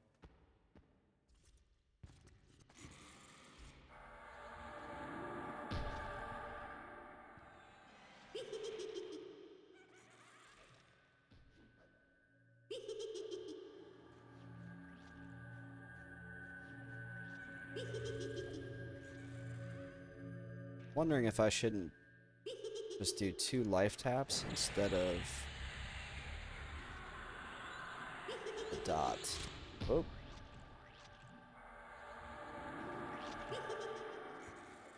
I feel like I'm not getting a lot of mileage out of that dot. Yeah, I killed that guy and didn't even get a single % of experience. Welcome to hell. 2 life taps and a leech dot versus a 2 life taps and a right now I'm doing leech, poison, or not poison, but darkness dot, and then obviously snare because that's just so important in here. But I'm wondering if I just cut the boil blood out. So leech dot, 2 life taps, and then let the pet beat on him.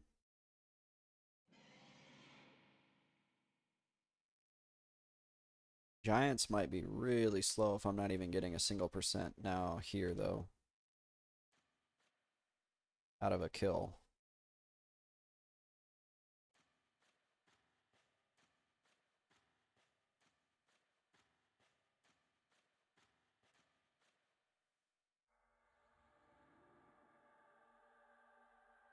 They're probably super slow, yeah. And I'm not sure, I don't think you were here, Kevin, last night. I researched 2 out of the 3 level 34 spells at level 34. I got like insanely good luck that I've never gotten before. Yeah, FM Giant for Empire's End might be a good one.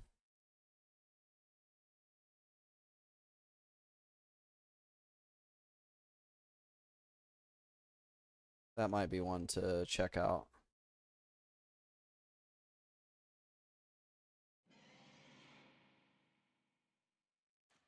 At around 40, you can hit Trax Teeth. What do you guys think about Emerald Jungle?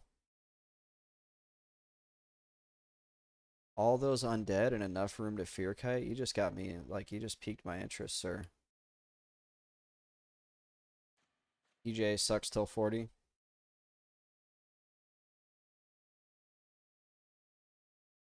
Yeah, it seems kind of like FM sort of, where there's just too much.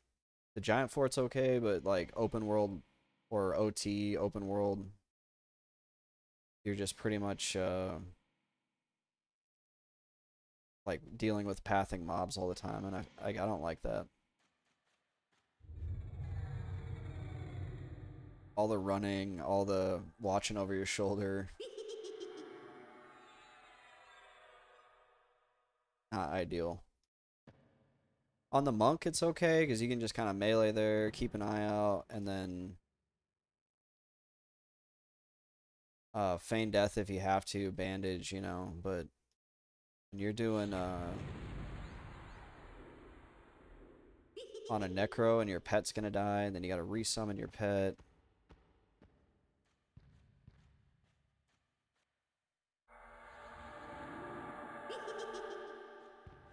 Alright. Oh, yeah, I thought I line of sighted him.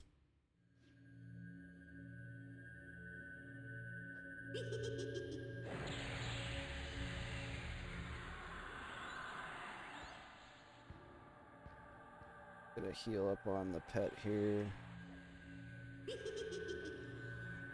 And let's try to kill him before he heals. Oh, no heals. You sly bastard. Oh, he hit 2%. It's gonna be a long level. Kind of like that I have this zone to myself, though. I'm not gonna lie. Like, this is, if I could have every zone to myself, oh my goodness. I know that's asking a lot. But that would be nice. Sometimes other players help out. I got the intensified death spell because somebody was killing goblins. And I just ran in and looted all the pages for the quest. We need steel skin.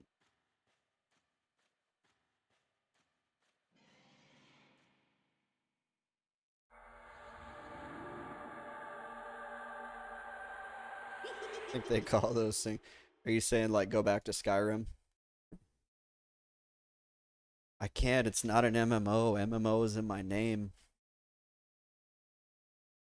I don't know if my computer would stream Skyrim very well either. I'm kind of working on some janky hardware here. Then again, I think I stream like Rainbow Six, whatever the new Rainbow Six is, like a while back, and it worked. And it was really weird. I was like, this is never gonna work, and it streamed it just fine. So maybe not. Understand the feeling, but other players make the game so much better even if you don't group. Unless they're bards. Those dang bards. I love bards. Oh yeah, you play it. I think you're oh when they PL you. I was watching one guy's video and he was like he would do a swarm and get like 25% of a level from a single swarm. I was like, that's crazy. I wonder how long that swarm takes. There's some classes that feel like they can just power level themselves. Enchanter is one of them. Bard is the other one. It's crazy. Maybe you can tell me how long does a swarm take? On the flip side, I will give it to bards. Like, if you mess up a swarm, if you mess up at the wrong time, like when they're all like almost dead, but then you screw up and get caught by your swarm, that's got to be just devastating. So you got to stay focused for a long time while you're doing it.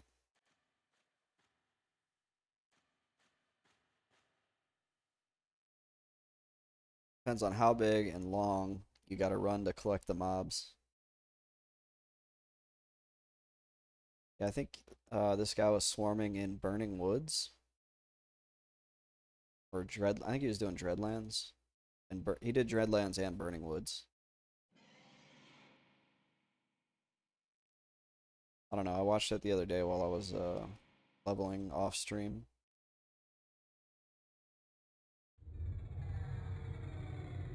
I don't level a whole lot off stream, but I do occasionally get on. I don't think I've even really touched another game outside of playing a game on my Switch for like 5 minutes before bed since I started doing this. Is this going to be the one that line of sights me even though he's right there? Yes. Come on, Nibbler.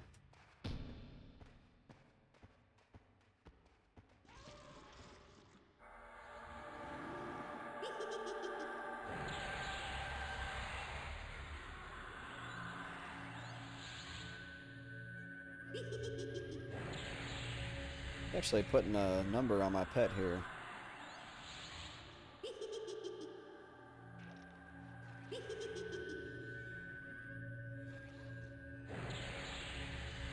Bards are such a good class in groups if they're not AFK. Yeah. Yeah, the Nibblers do slap. I'm actually going to keep him rooted in case I need to... Oh, he resisted my root. Sorry for all the up and down on the camera. I can't control...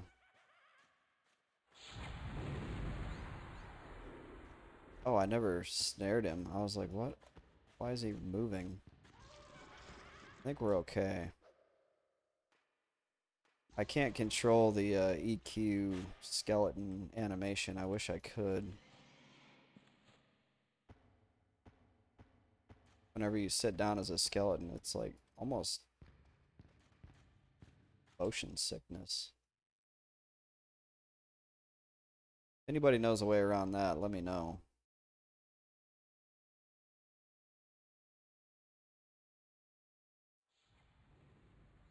Hey, we're at 3%. We're making progress.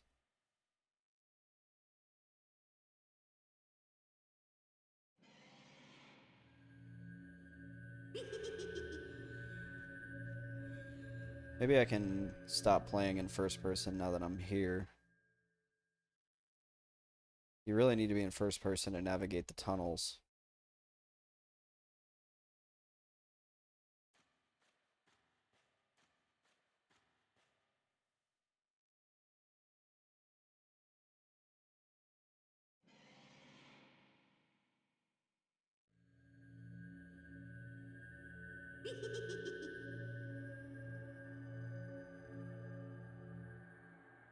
D-Bab's gonna need more heals. I need to turn off that skeleton sound effect too. I love that I get Ultra Vision. I love that I get mana regen from it, but I don't love the camera and I don't love the he. Yep.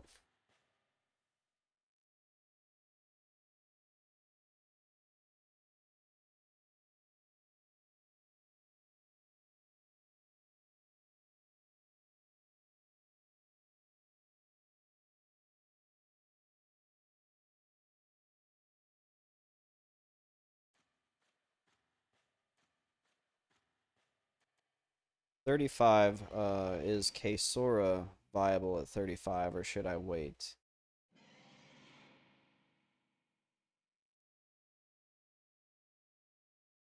And I have a feeling I'll come back here at like 39 and actually be able to kill the stuff that drops the items that I need.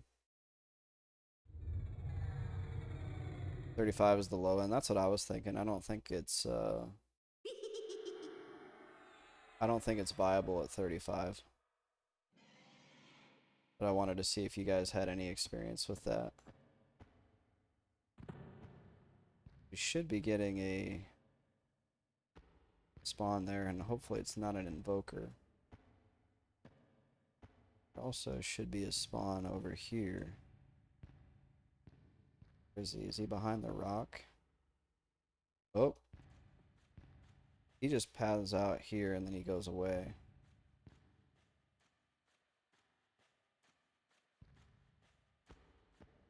We're gonna sneak around him.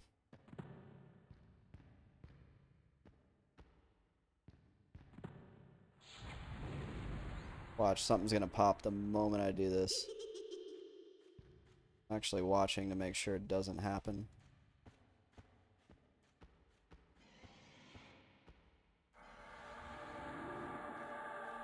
Ah, I interrupted my route. Ah, the route fizzled. Oh, and then my pet grabbed aggro.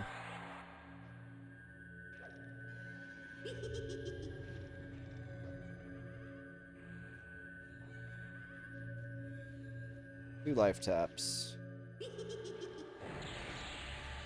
Oh, he's mad.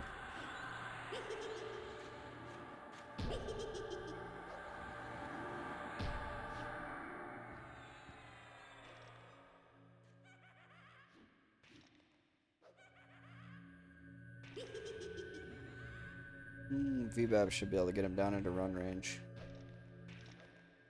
Okay, maybe not. Oh, actually, I don't think these guys... Do they run? VBAB got worked.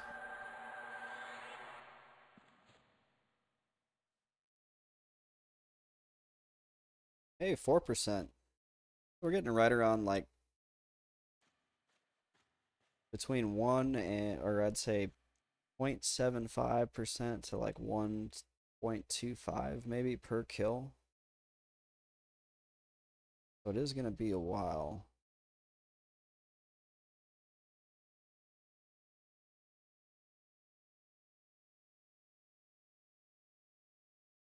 The mana regen does really help.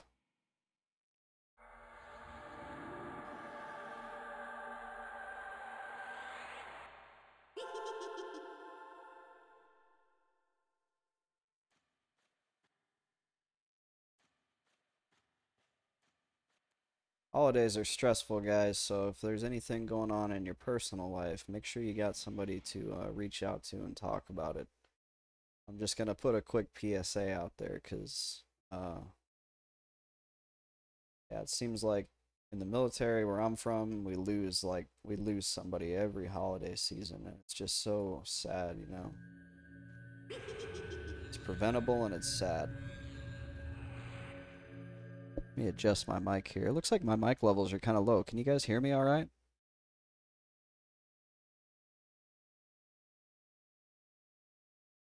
I don't know why they would be any different now than they were before. Okay, that's good to know.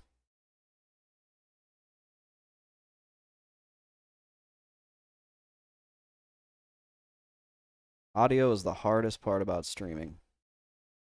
Getting your audio right takes a lot of tweaking. Same thing with YouTube. You notice some people when they're video editing, like they'll have different points in their video where their audio gets louder and quieter, and there's a way to fix that, but a lot of people don't know how to do it.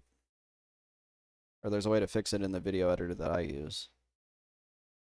I try to be super meticulous about making sure the audio sounds the same all the way through the video. I need an idea for my next YouTube video. I have an idea for one, but it's going to take probably about 40 hours worth of recording.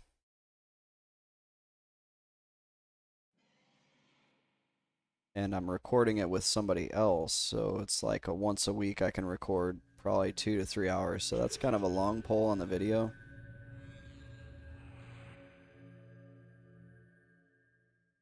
I'm horrible at that kind of stuff. I just started, but I really enjoy it. I can crank out a video in an afternoon now. The first video I made took me, like the saga of Mr. Best Friend took me like 8 hours to edit 3 minutes worth of video, but I can't type tonight. You're fine. I usually know what you mean. Oh, it's an invoker. That stinks.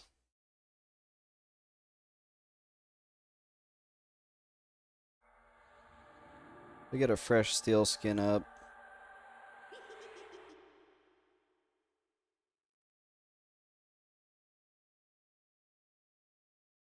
Take a deep breath. Here we go.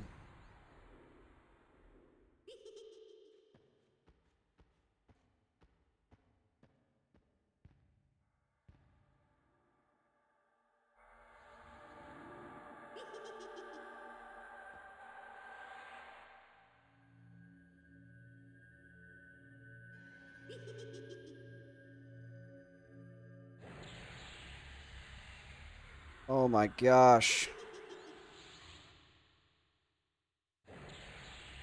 He is just wrecking my pet.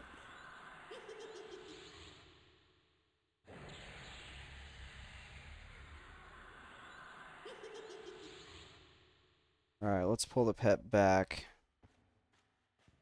Bebab, come over here. Get over here. Ah! Where is he? Now he's out there fighting again. Oh my goodness.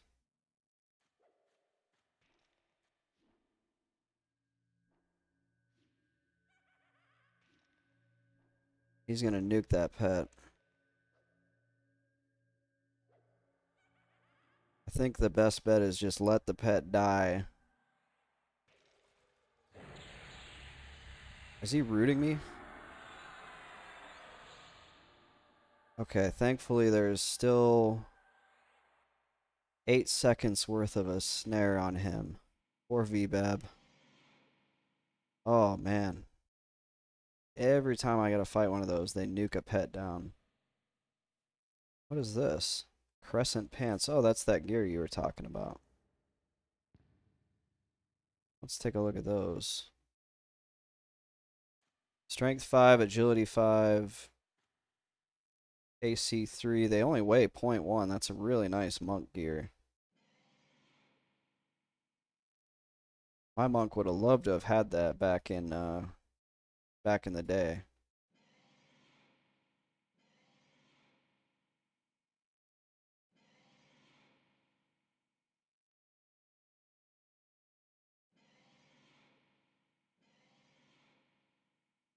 I feel like there's got to be a better way to do the invoker. What do you guys think? How can we save our pet? They just do so much damage and they have like infinite mana to just chain cast nukes.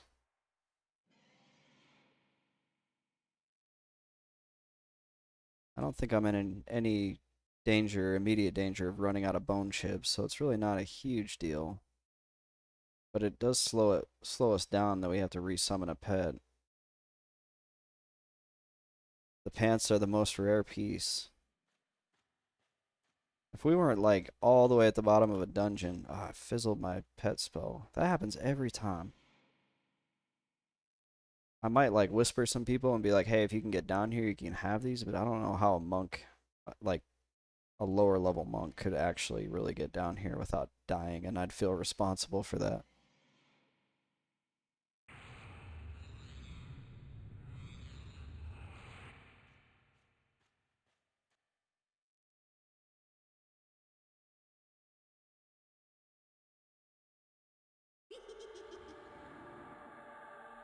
Maybe we try to move over to the Crusader room and see if we can hold it down even with the Pathers. It'd be sketchy without high level help, yeah. Then again, I don't know if I want to do anything dumb, dangerous, or different in the middle of a hell level. That just seems like, yeah, we're not going to do that.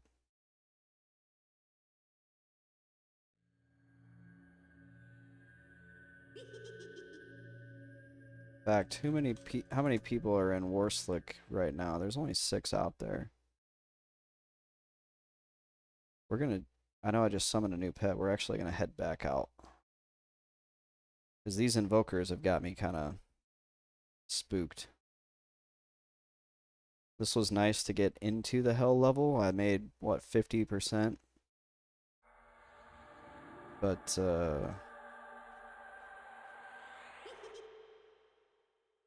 I don't want to die down in the bottom of Dalnir in the middle of a hell level.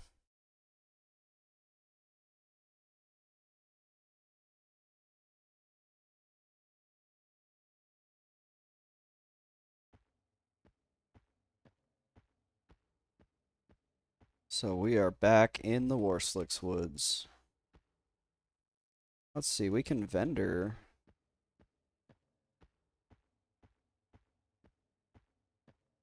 And see how much money we made.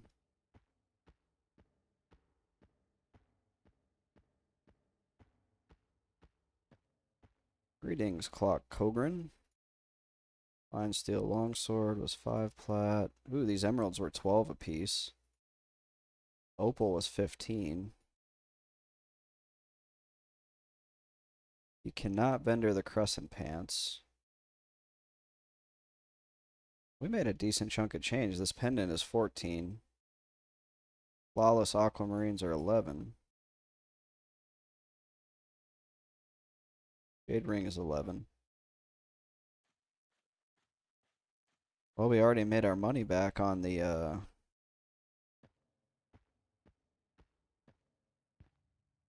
Jaspers.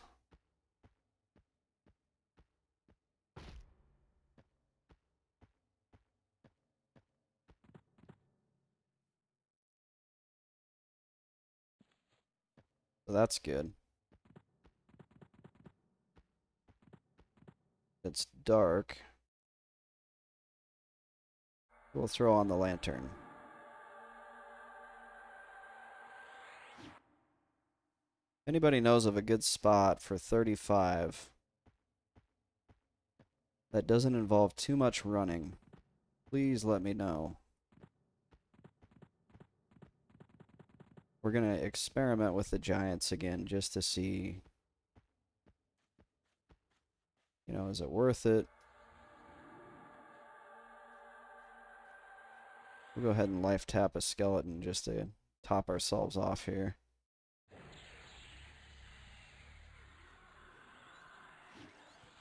Maybe we'll get some bone chips. We did.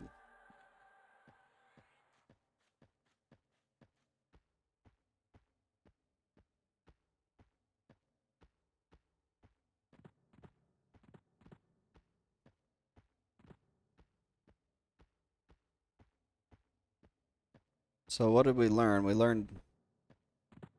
already learned Dalnir was scary the last time we did it. We learned that it's doable, but risky. It makes decent money. And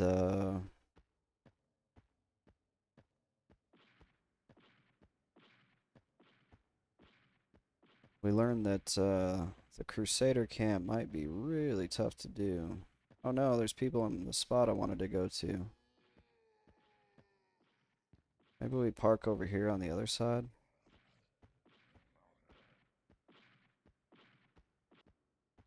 Yeah, this camp is like really dependent on can you get that hill with nobody else there. I don't want to go force them off that hill. I feel like that'd be a jerk move at 35.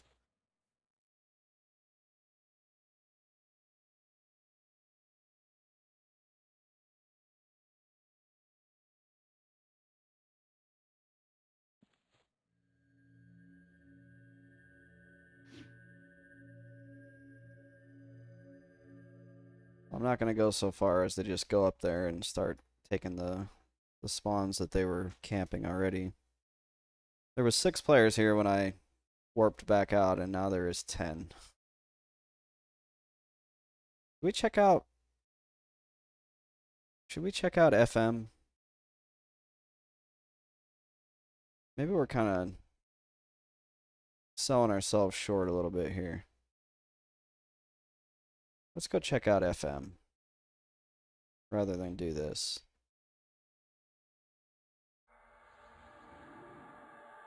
Wait, we're gonna cancel Hall of Bones just in case. Nothing was conning differently for me when I was a skeleton, but I don't want to run into that one guy that just hates skeletons. Oh, yeah, you're right. I forgot Anons don't show because they're Anon and they're not going to report what zone they're in.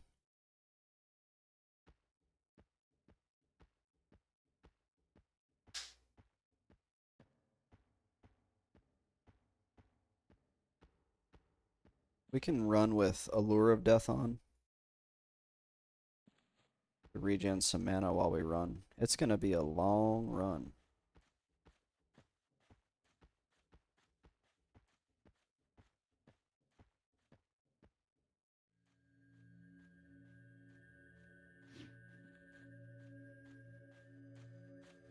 I need some running music.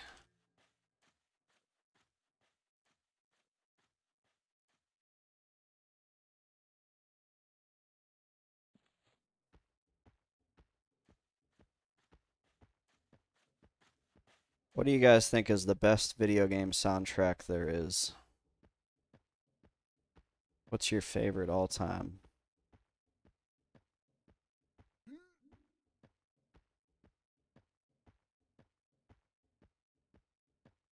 For me, I think Phantasy Star 2 is up there. Final Fantasy 6 is up there. There's so many good ones. Skyrim, anything Jeremy Soule, like all together, it all sounds like really similar. RPG or MMO, any video game, any genre. Usually RPG is kind of best in class because the composers typically spend a lot more time on RPGs, creating like kind of a atmospheric music. But I mean, there's some other good ones out there. Street Fighter 2 has a really good soundtrack, even though it's like all upbeat fighting game music.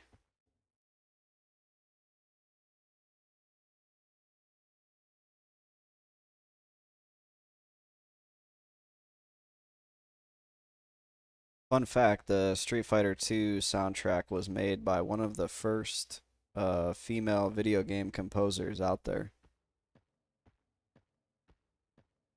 One of the first game soundtracks that impressed me was MechWarrior 2 Mercenaries. I love MechWarrior. I love anything Battletech. I'm not sure if you were on stream Empire's End when I told the story about how, as a kid, I had MechWarrior 2. And in the back of the manual, it had all the specs for the mechs, how much armor each, individual portion of their body had, and how much damage each weapon did. It was almost like a little mini BattleTech rulebook, and I had no idea that BattleTech was a tabletop game. And I actually reverse engineered that data from the MechWarrior 2 game manual and turned it into a tabletop RPG that I played with my friends. Yeah, I was like all about MechWarrior 2.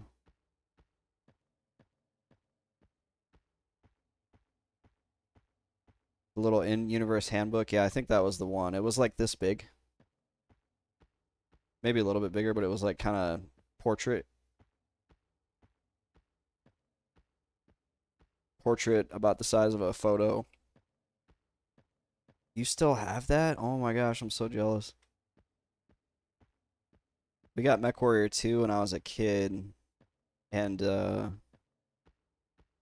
my dad bought it, and it would not run on our computer because we didn't have enough RAM. We had 4 megabytes of RAM, you needed 8. So my mom saved money from her job and bought us 4 megabytes of RAM for Christmas so we could play MechWarrior 2, and man, that game was so good. In fact, it's one of those games that I feel has actually aged surprisingly well. And I played it when I was deployed to Africa about 5 years ago now. And I actually played all the way through it. When I left for Africa, I knew I wasn't going to have good internet, if any internet. So, like, online gaming was actually, it seemed like it was out of the question. But at the time, or once I got there, I kind of was able to play some games online. You wouldn't be able to play like Call of Duty or any sort of shooter games, but I was able to play World of Warcraft. So I downloaded like 800 gigabytes worth of old DOS games. There was an entire package you could download, and it took like, 2 days to download. But my laptop that I took with me on the deployment had virtually every game in the DOS library, and it came with this cool like GUI loader that you could browse through different games, different categories. And I played MechWarrior 2. I played a few other games while I was over there, but that was the one I played the most. Played a lot of MUDs while I was over there too.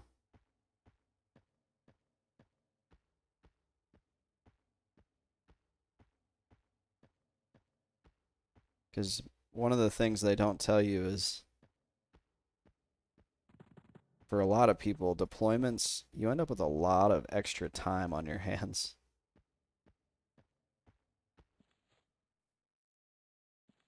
It felt so weird. I was like, should I be doing something? I even called my boss, the guy I replaced, and I was like,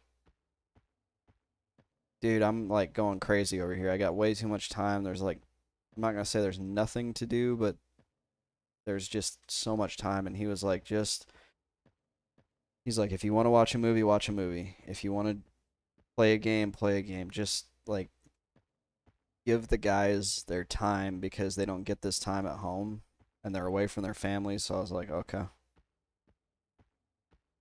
So I had to pretty much like split my time between academics where I would just read stuff about my job and try to learn. And then I would do that for 6 hours. And then the other 6 hours of the shift, I would just play a game. I love the almost biblical sounding quotes. I don't remember those. That seems very MechWarrior-ish though. I still play MechWarrior 4. The whole Solaris part in Mech 4 Mercs is good. I unfortunately pretty much stopped at MechWarrior 2. I never went any further. I played MechWarrior 5 when it came out, but only for a day. 3 and 4 were great. Nice. Maybe I'll have to check that out. Fun fact, I was about to make my when I started streaming again, I was like, do I go back to MMOs? I'm glad I did because MMOs are what I know. I can talk with relative ease about the topic. But oh shoot. Part of me wanted to do BattleTech. Like part of me wanted to switch the stream over to be more of a BattleTech slash MechWarrior. And I had kind of gotten started with it. Like I had got like a logo together and a bunch of other stuff. And then I was like, you know what? It's just not like, I feel like with MMOs, I'm able to talk about MMOs very easily. And I can keep people kind of engaged because of my knowledge on it. With BattleTech, I was starting from scratch. And I was listening to lore videos all the time, trying to learn that lore is so detailed. And it's crazy because it's kind of hidden in like a pocket of the gameaverse that very few people really are that interested in.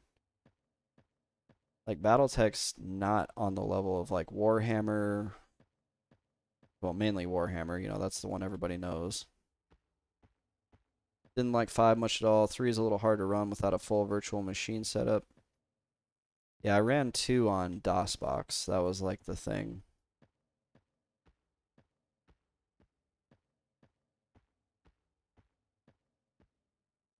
But I don't know. 3 is probably a Windows game, so it'd probably, yeah, you'd have to do a virtual machine. You, unless you want to put, and I don't even know if this would work. I've done it with other things where you load Windows into DOSBox, then you run Windows from DOSBox, and then you can run Windows applications. Or software, because they weren't really apps back then, but yeah. I actually loaded Netscape Navigator into Windows 3.1 and had it able to connect to like old websites. It was really cool.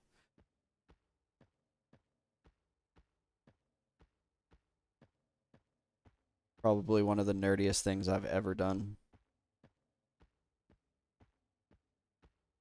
Bob Dole's campaign website from 1994 is still online, or it was when I did it.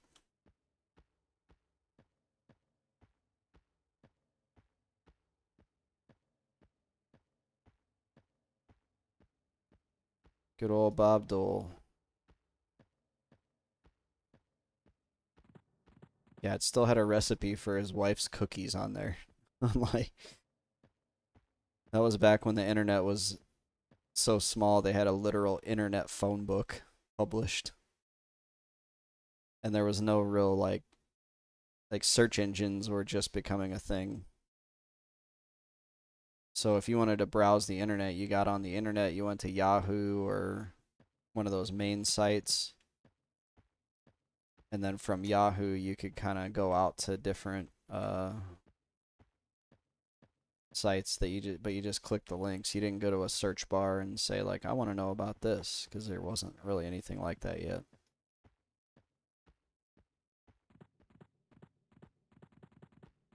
So there's actually quite a few players in the zone. Hopefully we can get some giants.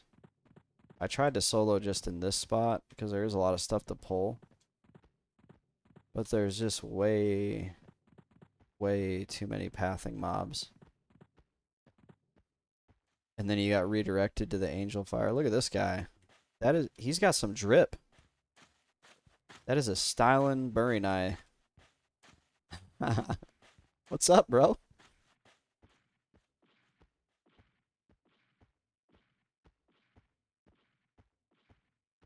I had or no, I didn't have angel fire. What did I have?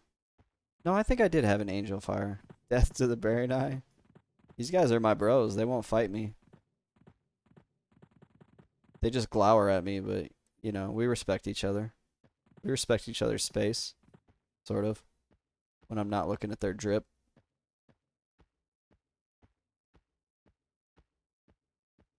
One time I was grouped out here on my enchanter and the GMs showed up and turned everybody into unicorns. Oh, look at that. The giant fort is open. That's good and bad. good because they're... Oh, wait. What's going on? Why are these guys halfway through the floor? Now they're... That's so weird. They just popped up. The GMs heard me.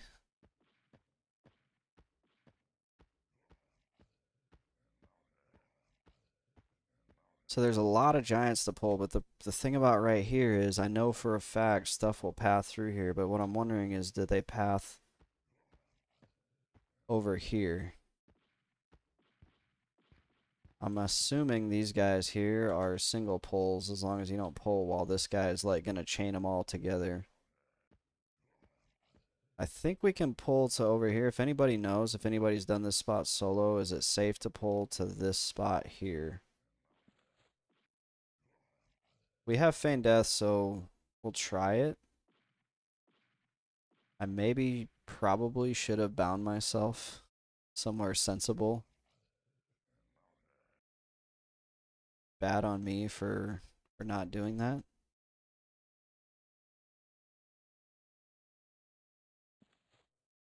Just kind of watching out.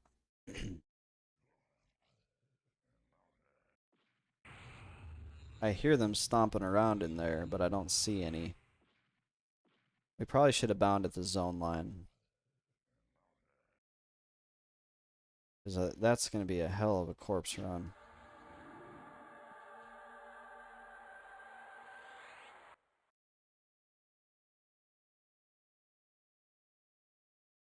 We're going to go with the traditional dots.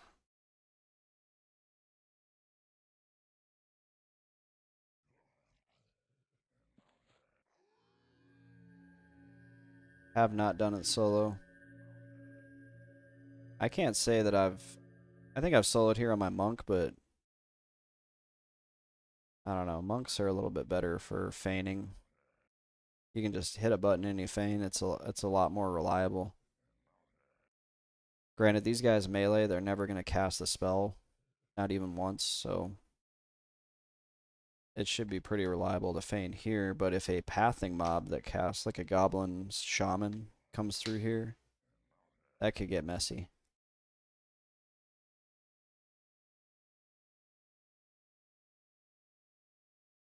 I would update my stream info. It's already kind of late. I'm not worried about it.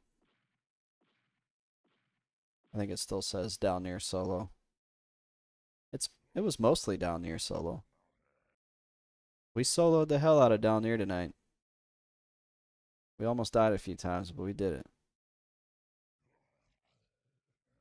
Still no better off on the gear, but we'll get there. I don't think I'm going to be able to reliably pull gear out of there till 39.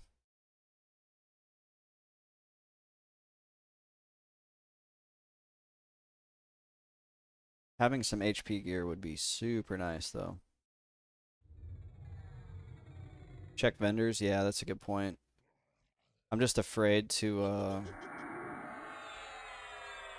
I'm afraid to buy gear and then need that, whoa. Oh, wait, that's a berry knife, so he's not really an issue, but that does kind of prove that stuff does path by here. Let's see.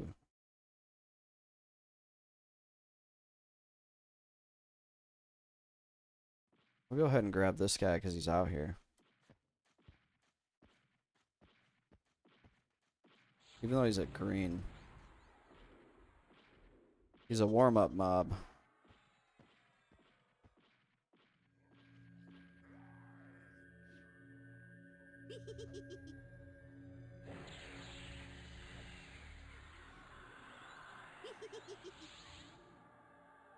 Let's bring our pet back a little bit. If you're more in line with the gate, the pathers are less of an issue. That's...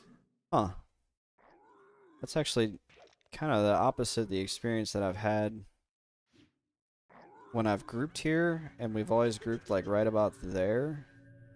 We've almost always had pathers come in. We'll just kind of watch how they go.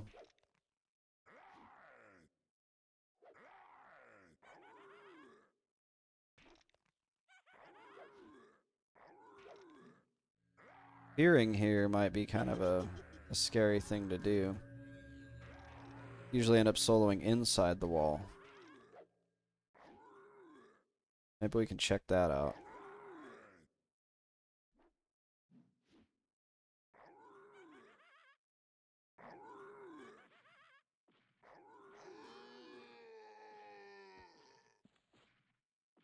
Hill giant toes. That's money. There is like a small... We want to maybe go into here. While they're kind of grouped up here. Wonder if that back corner might be safe.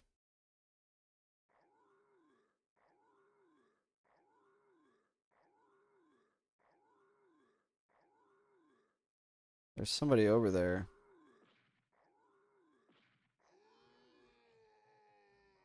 It's a shaman over there. Let's see what this tump does. Fighting my instinct to just pull, but what I don't want to do is... Oh wow, I've never really gone in here. I've never gone in that tunnel. I want to see... Oh, that brute passed through the wall.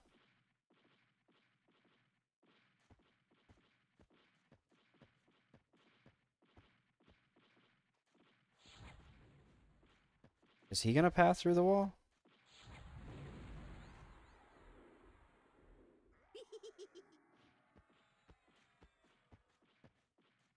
We need to get some sort of life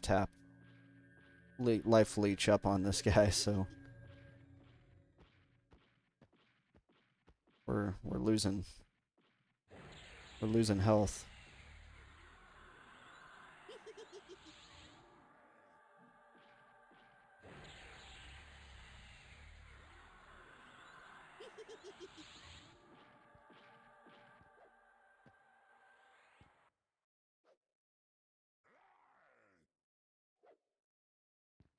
We need to heal our pet as well.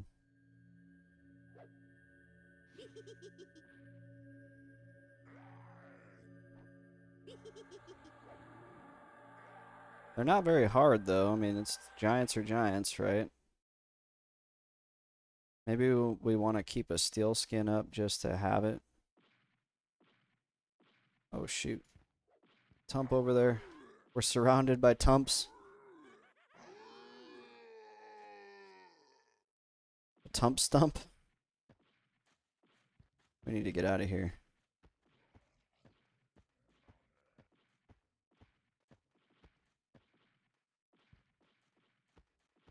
I mean, on the one hand, there's plenty of stuff to kill. On the other, where do you do it at?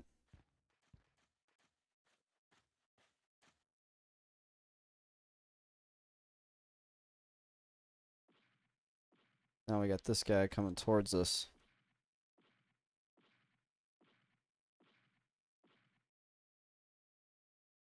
At least you can hear him coming. You're not likely to be surprised. Now, if something passed through the wall, that's going to be kind of a bummer.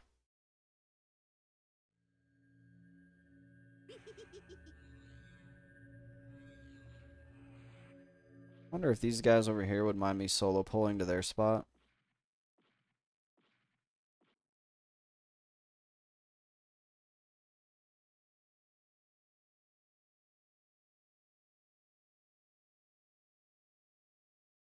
Maybe that's like a safe-ish spot. I definitely saw that brute just jellify through the wall and attack that group. I think there's two of them over there.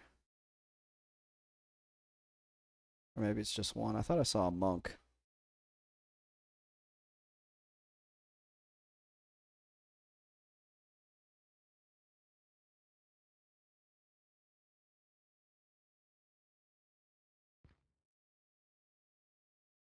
This is always a really popular spot. It's actually a really fun spot to group too, because it's so chill. You just got somebody that pulls these things out and everybody just hangs out at the front. You do get some pathers once in a while, but because the pulls are so predictable, you can generally work around the pathers.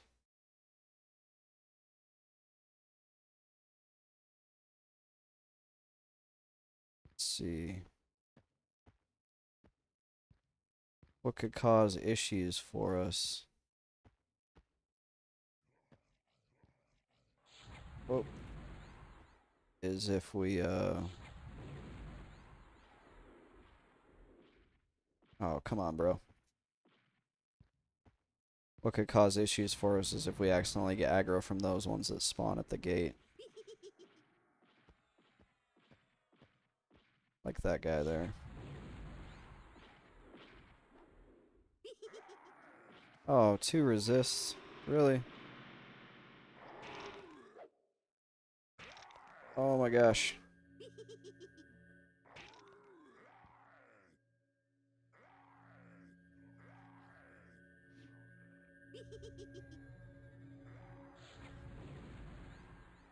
We're way down on mana.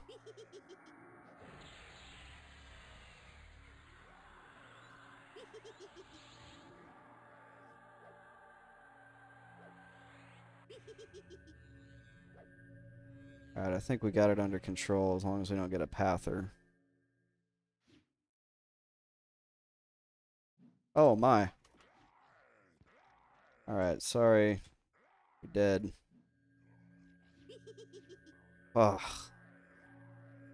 That's one thing that's really unfortunate whenever you have other players grouping in or soloing in an area is you don't know where things are going to spawn, because this seemed like a perfectly safe spot to hang out at until something like that happens.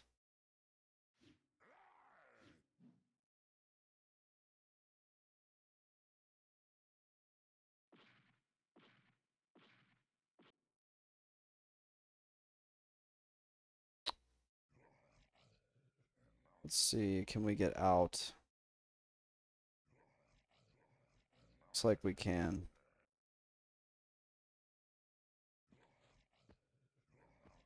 Oh shoot. Oh no, I forgot. He still had dots. Oof.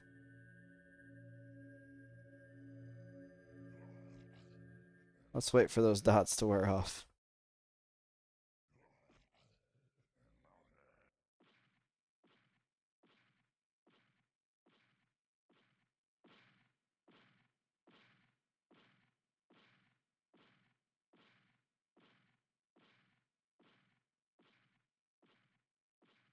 I think there's one more. I think there's a boil blood. I'm waiting. I haven't seen it drop yet. There it goes. Whoa.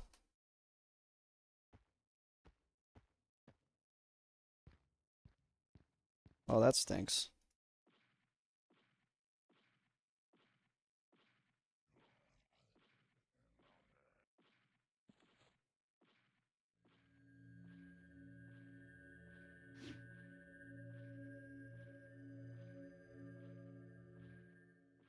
We're gonna have to suffer through a lure of death med time here versus a call of bones.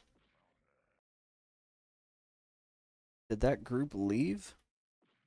Is that kind of what happened? Yeah, they're gone.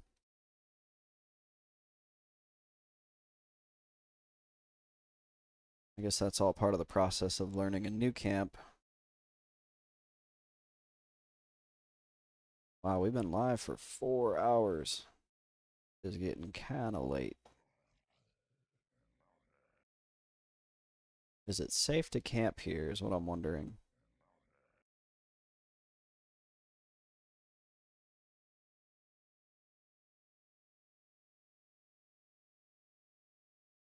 Part of me wants to get off, and part of me is like, just keep going.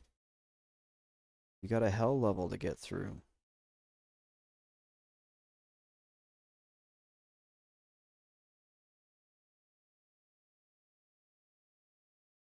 Might want to just head up to the zone line. Yeah, I think it's probably not safe to camp here. And plus, I need to bind.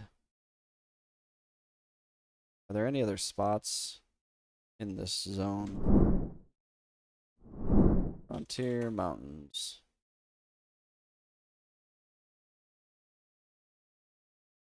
A is Bury 9 Mines, B is Bury 9 Mines, C is the Mountain Giant Mines.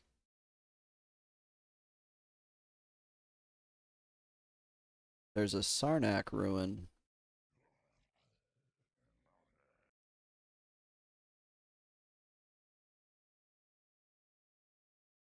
That might be something to check out. It's not far from here. There's a tower with goblins.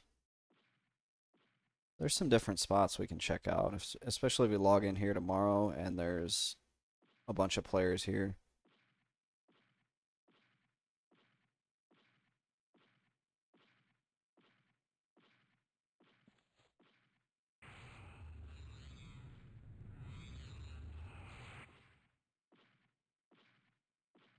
Hopefully the giants can't pass through the wall. That would be not ideal.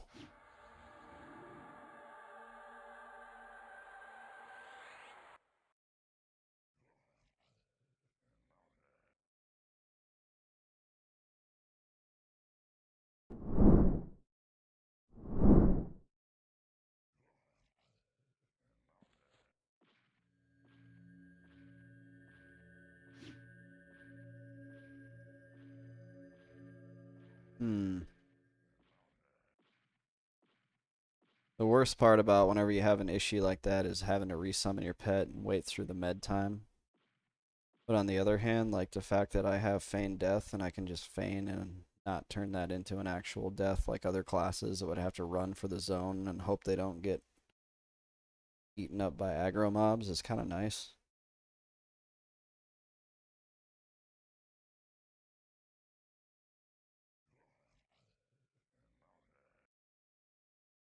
These hillocks are still blue, so that's kind of good too. They do seem to have a higher resist. They're resisting a lot more than some of the other mobs I've been fighting tonight.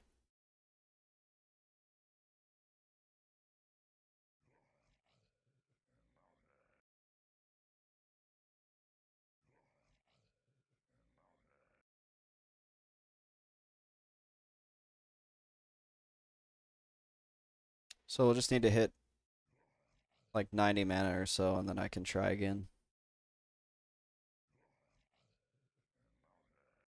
Pretty sure these guys are single pulls, so that shouldn't be an issue.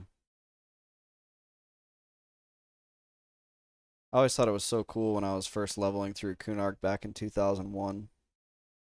And the progression from like Field of Bone to Lake of Ill Omen to Frontier Mountains. And when you finally got to FM, you were like, yeah, like I'm in FM. You know, I'm in the next zone. You felt so accomplished when you finally moved out of LOIO. LOIO used to be popping. I don't know how it was Empire for you on Mythmar, but like for me on Prexus and Brel Surlis, there was always like 100 players in that zone, at least. And the whole lakeside was camped. The windmill was camped. Like every spot, if there was a place to camp, there was people camped there.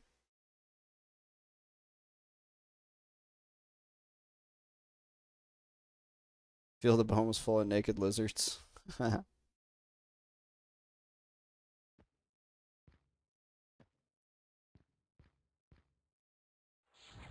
right, let's try this again.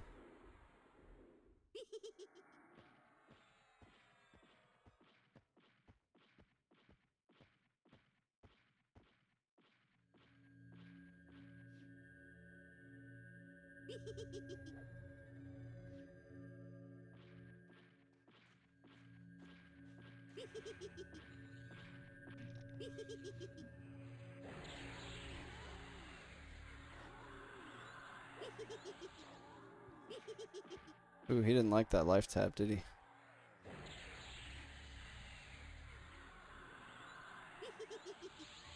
Yeah, it really is cool when you're on one of these servers when they first come out. It's cool, but it's a pain. It's cool because there's just so many people. TLPs, have you done any TLPs?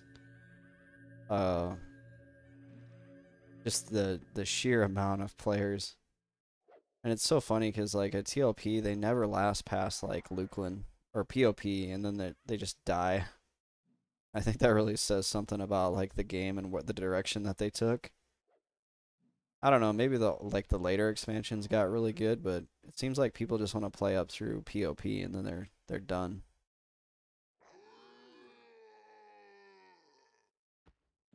All right, I got a full percent.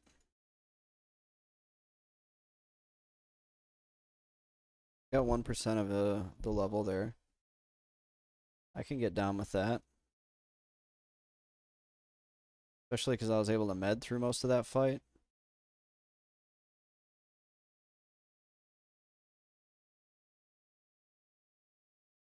So I'm not sitting on like 10% mana like I was.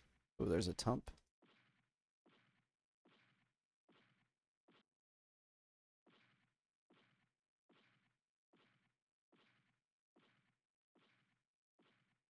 Looks like they're all pretty much blue, so that's good too.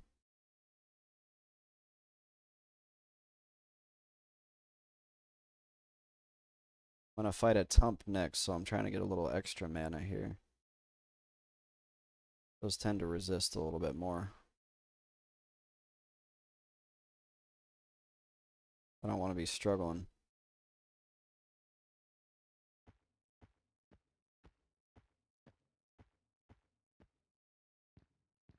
Peek around the corner here, make sure that guy's not coming.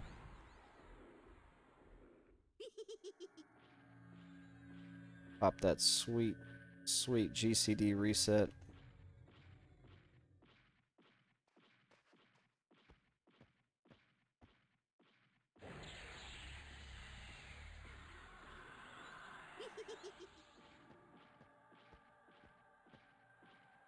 All right, let's feign.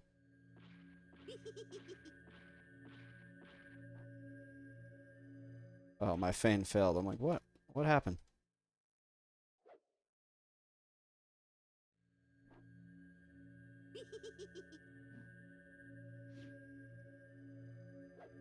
Okay, I like this. I don't feel inches from death non-stop like I do in Dalnir. That was fun though. Dalnir was fun. I'm glad I went. Every time I go there, I learn something new.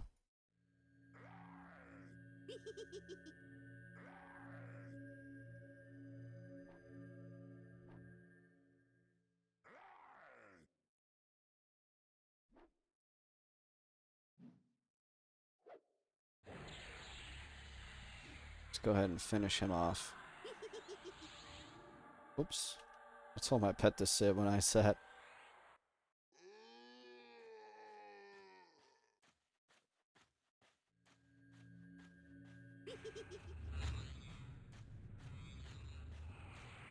If I remember right, the Tump Stump is not anything to write home about. Let's see, what is the Tump Stump for? Weighs 5 pounds. It's for a handy shillelagh. For a druid, it lets you beguile plants.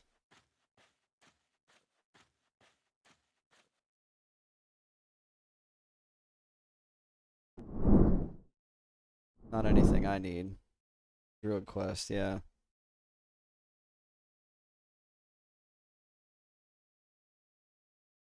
They really did a bang up job with Kunark. All the different class quests that are in here for goods and for Ixars and evils. I think Kunark really sets a good precedent for what an MMO expansion should be. I love that it has low and high level zones. Like they really, really did a good job of like making it a full expansion versus, most MMOs these days, you get an expansion, it's like 5 new zones, 10 more levels.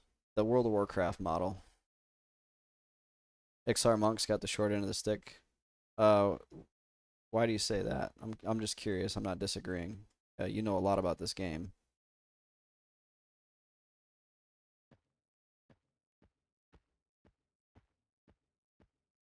Let's see.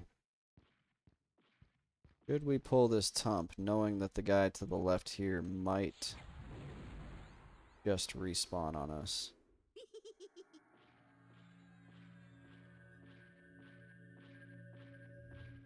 Just the shackle and a lot of restricted gear, not a lot of class gear. Ah, I got it. Yeah, the shackles aren't very good, are they? I think I asked that already once. You said they're kind of good for a beginner.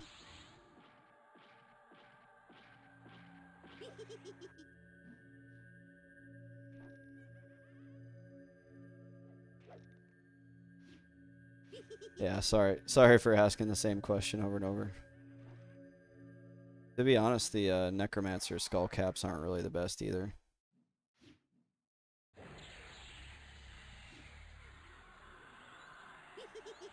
I think the really good one comes later. I have a friend who played later, and he was like, "Oh, you got to get this skull cap," and I was like, "It's not in the game, man.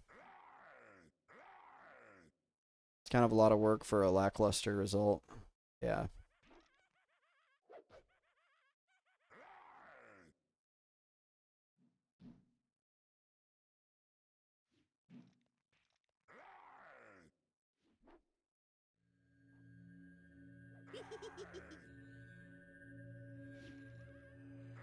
I like that my pet can actually tank and spank this with a little bit of help. And I don't feel immediately obligated to fear. Most of them had a few more steps added in Luklin and POP, yeah. Finish him, Vayrab. He's getting away.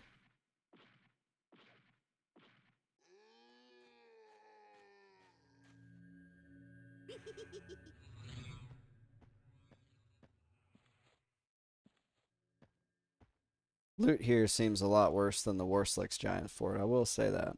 I'm glad I made a bunch of money on the Warslick's one.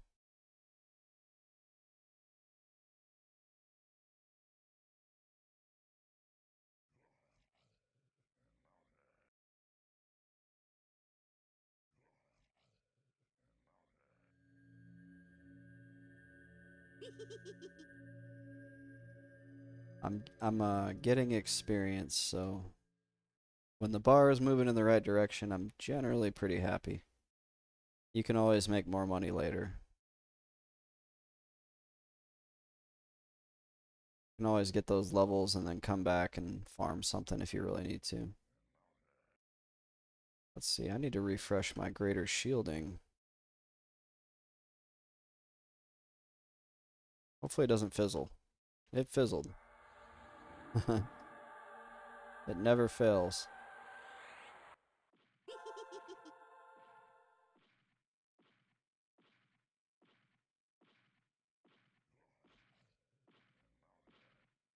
Yeah, I can always go get to a high enough level and then go wreck like all those. I mean, shoot, if I was level 44, I could probably go to Dalnir and just wreck my way through that upper zone and get a bunch of plat. Because my pet would be able to just smash things.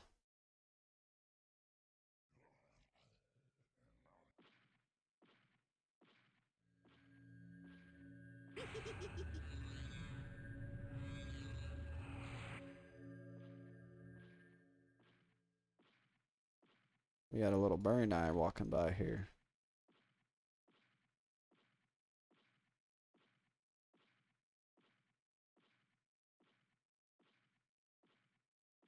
That's the thing. Somebody in your group, if you're grouped up here, is always KOS to Berry Nye. So you got to save them. And then if you're in the group and you're trying to save them, you can't keep that Berry Nye rep like you can, like I can. That is another nice thing about being SSF. I don't have to worry about anybody tanking my Berry Nye rep.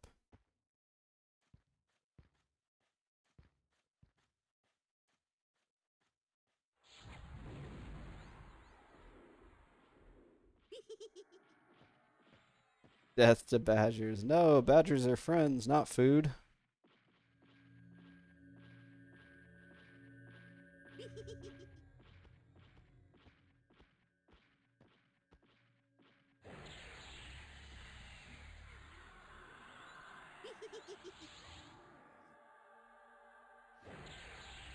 Let's get some life taps on them.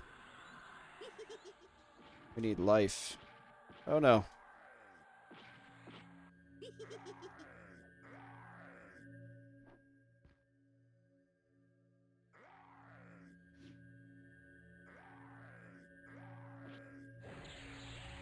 He really wants to fight me. Let's see if I can sit. They're all necromancers. There's some shamans and some different. They have a diverse class makeup.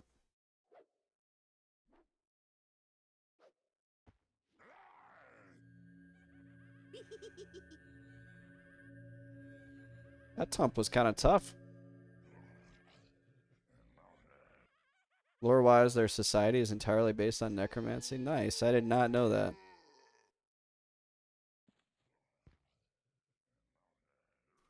I got a whole platinum off that guy, so that's good. And we're 10% into 35. We're making progress. Nothing around. Okay. It's slow progress, but it's progress.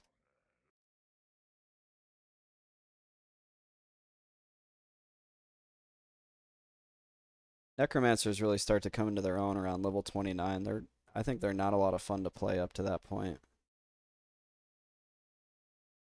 They start getting a lot more diversity in their abilities after 29.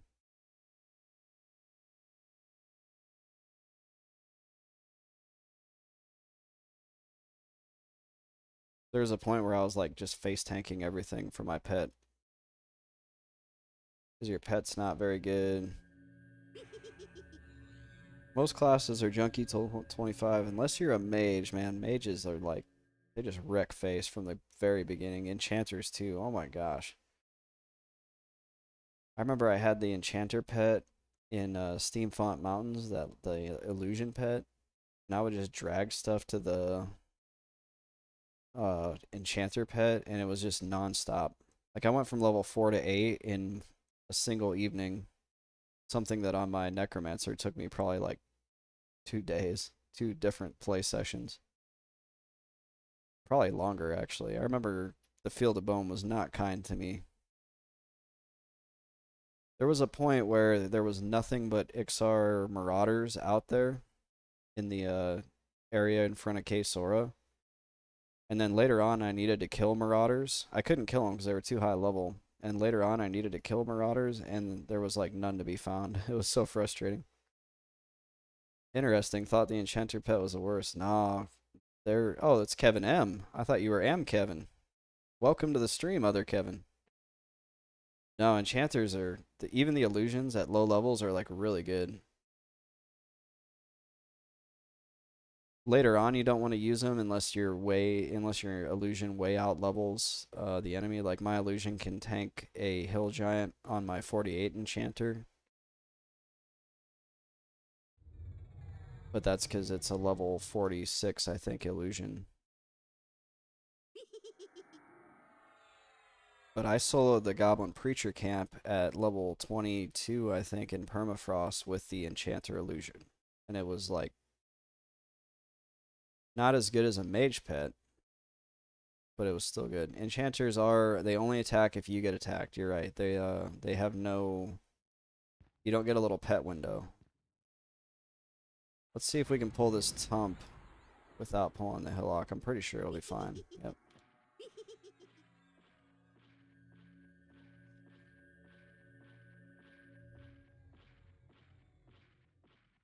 Get back to the pet.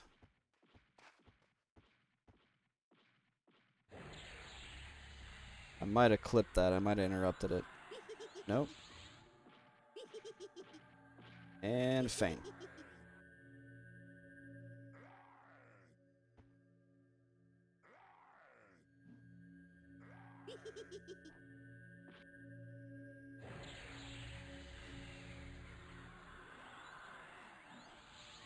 You kind of learn how to do it, though. You just learn how to control them the best you can.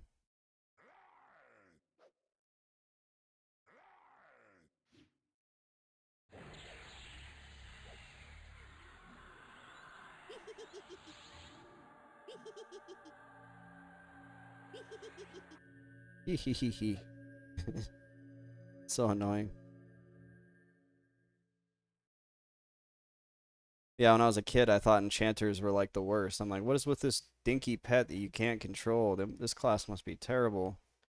Oh, they mesmerize things? That doesn't sound cool at all. And then it turns out they're like so broken and OP because of all this stuff they can do.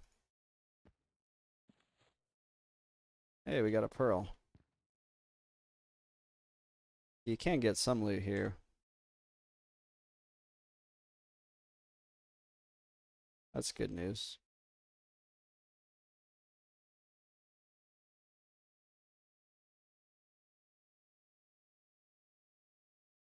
Kevin M, you missed the Dalnir portion of the stream. I was down in Dalnir getting near-death experiences every other mob.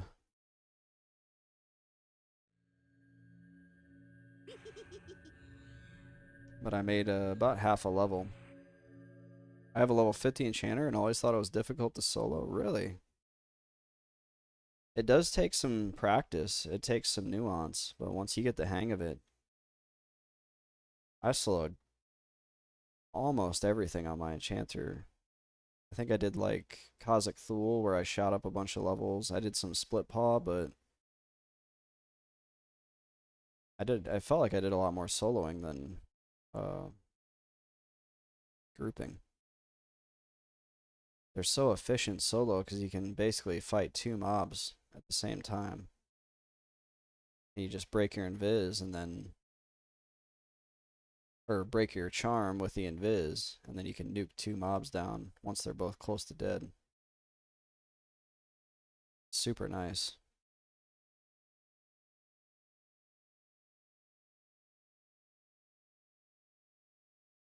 You have to really know what you're doing though, and you have to know the area as well.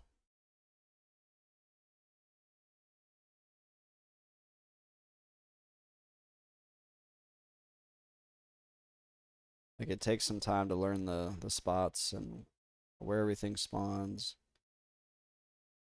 I use spawn timers on the enchanter almost exclusively because if you don't know when something's spawning, you can get surprised. It's like a lot of micromanaging, like your buff timers, your pet's health, or not really. It depends if you're using the illusion pet, then you gotta micromanage your pet's health, your buffs, your mana. It can be pretty stressful.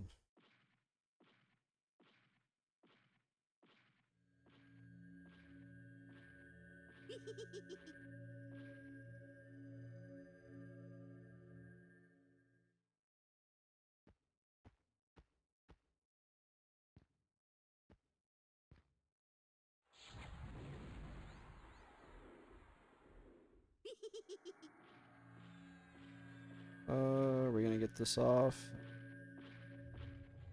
Oof, that was close.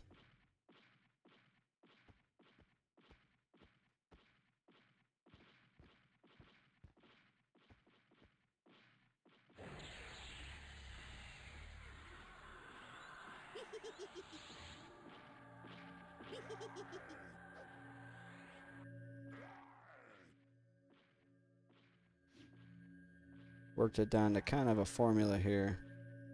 Oh, wait, we need a life tap.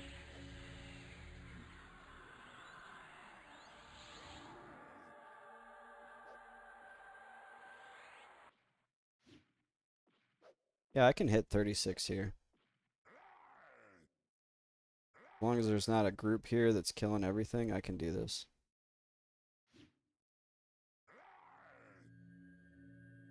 Ideally, I could fear kite versus having to keep healing this pet, but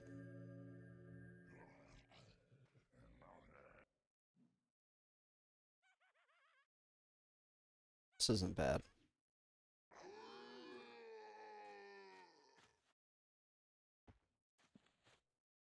Ooh, that golden pendant's worth some money.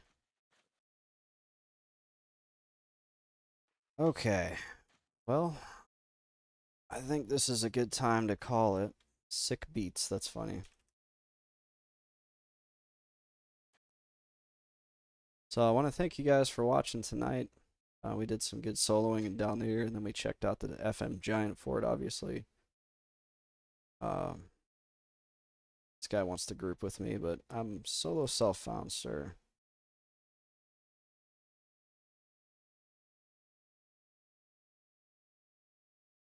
And yeah, check out what I got going on YouTube if you guys want. Drop me a subscribe there. Anybody watching, if you want to continue to follow my progress, just follow me here on Twitch. And I want to thank everybody for watching and have a great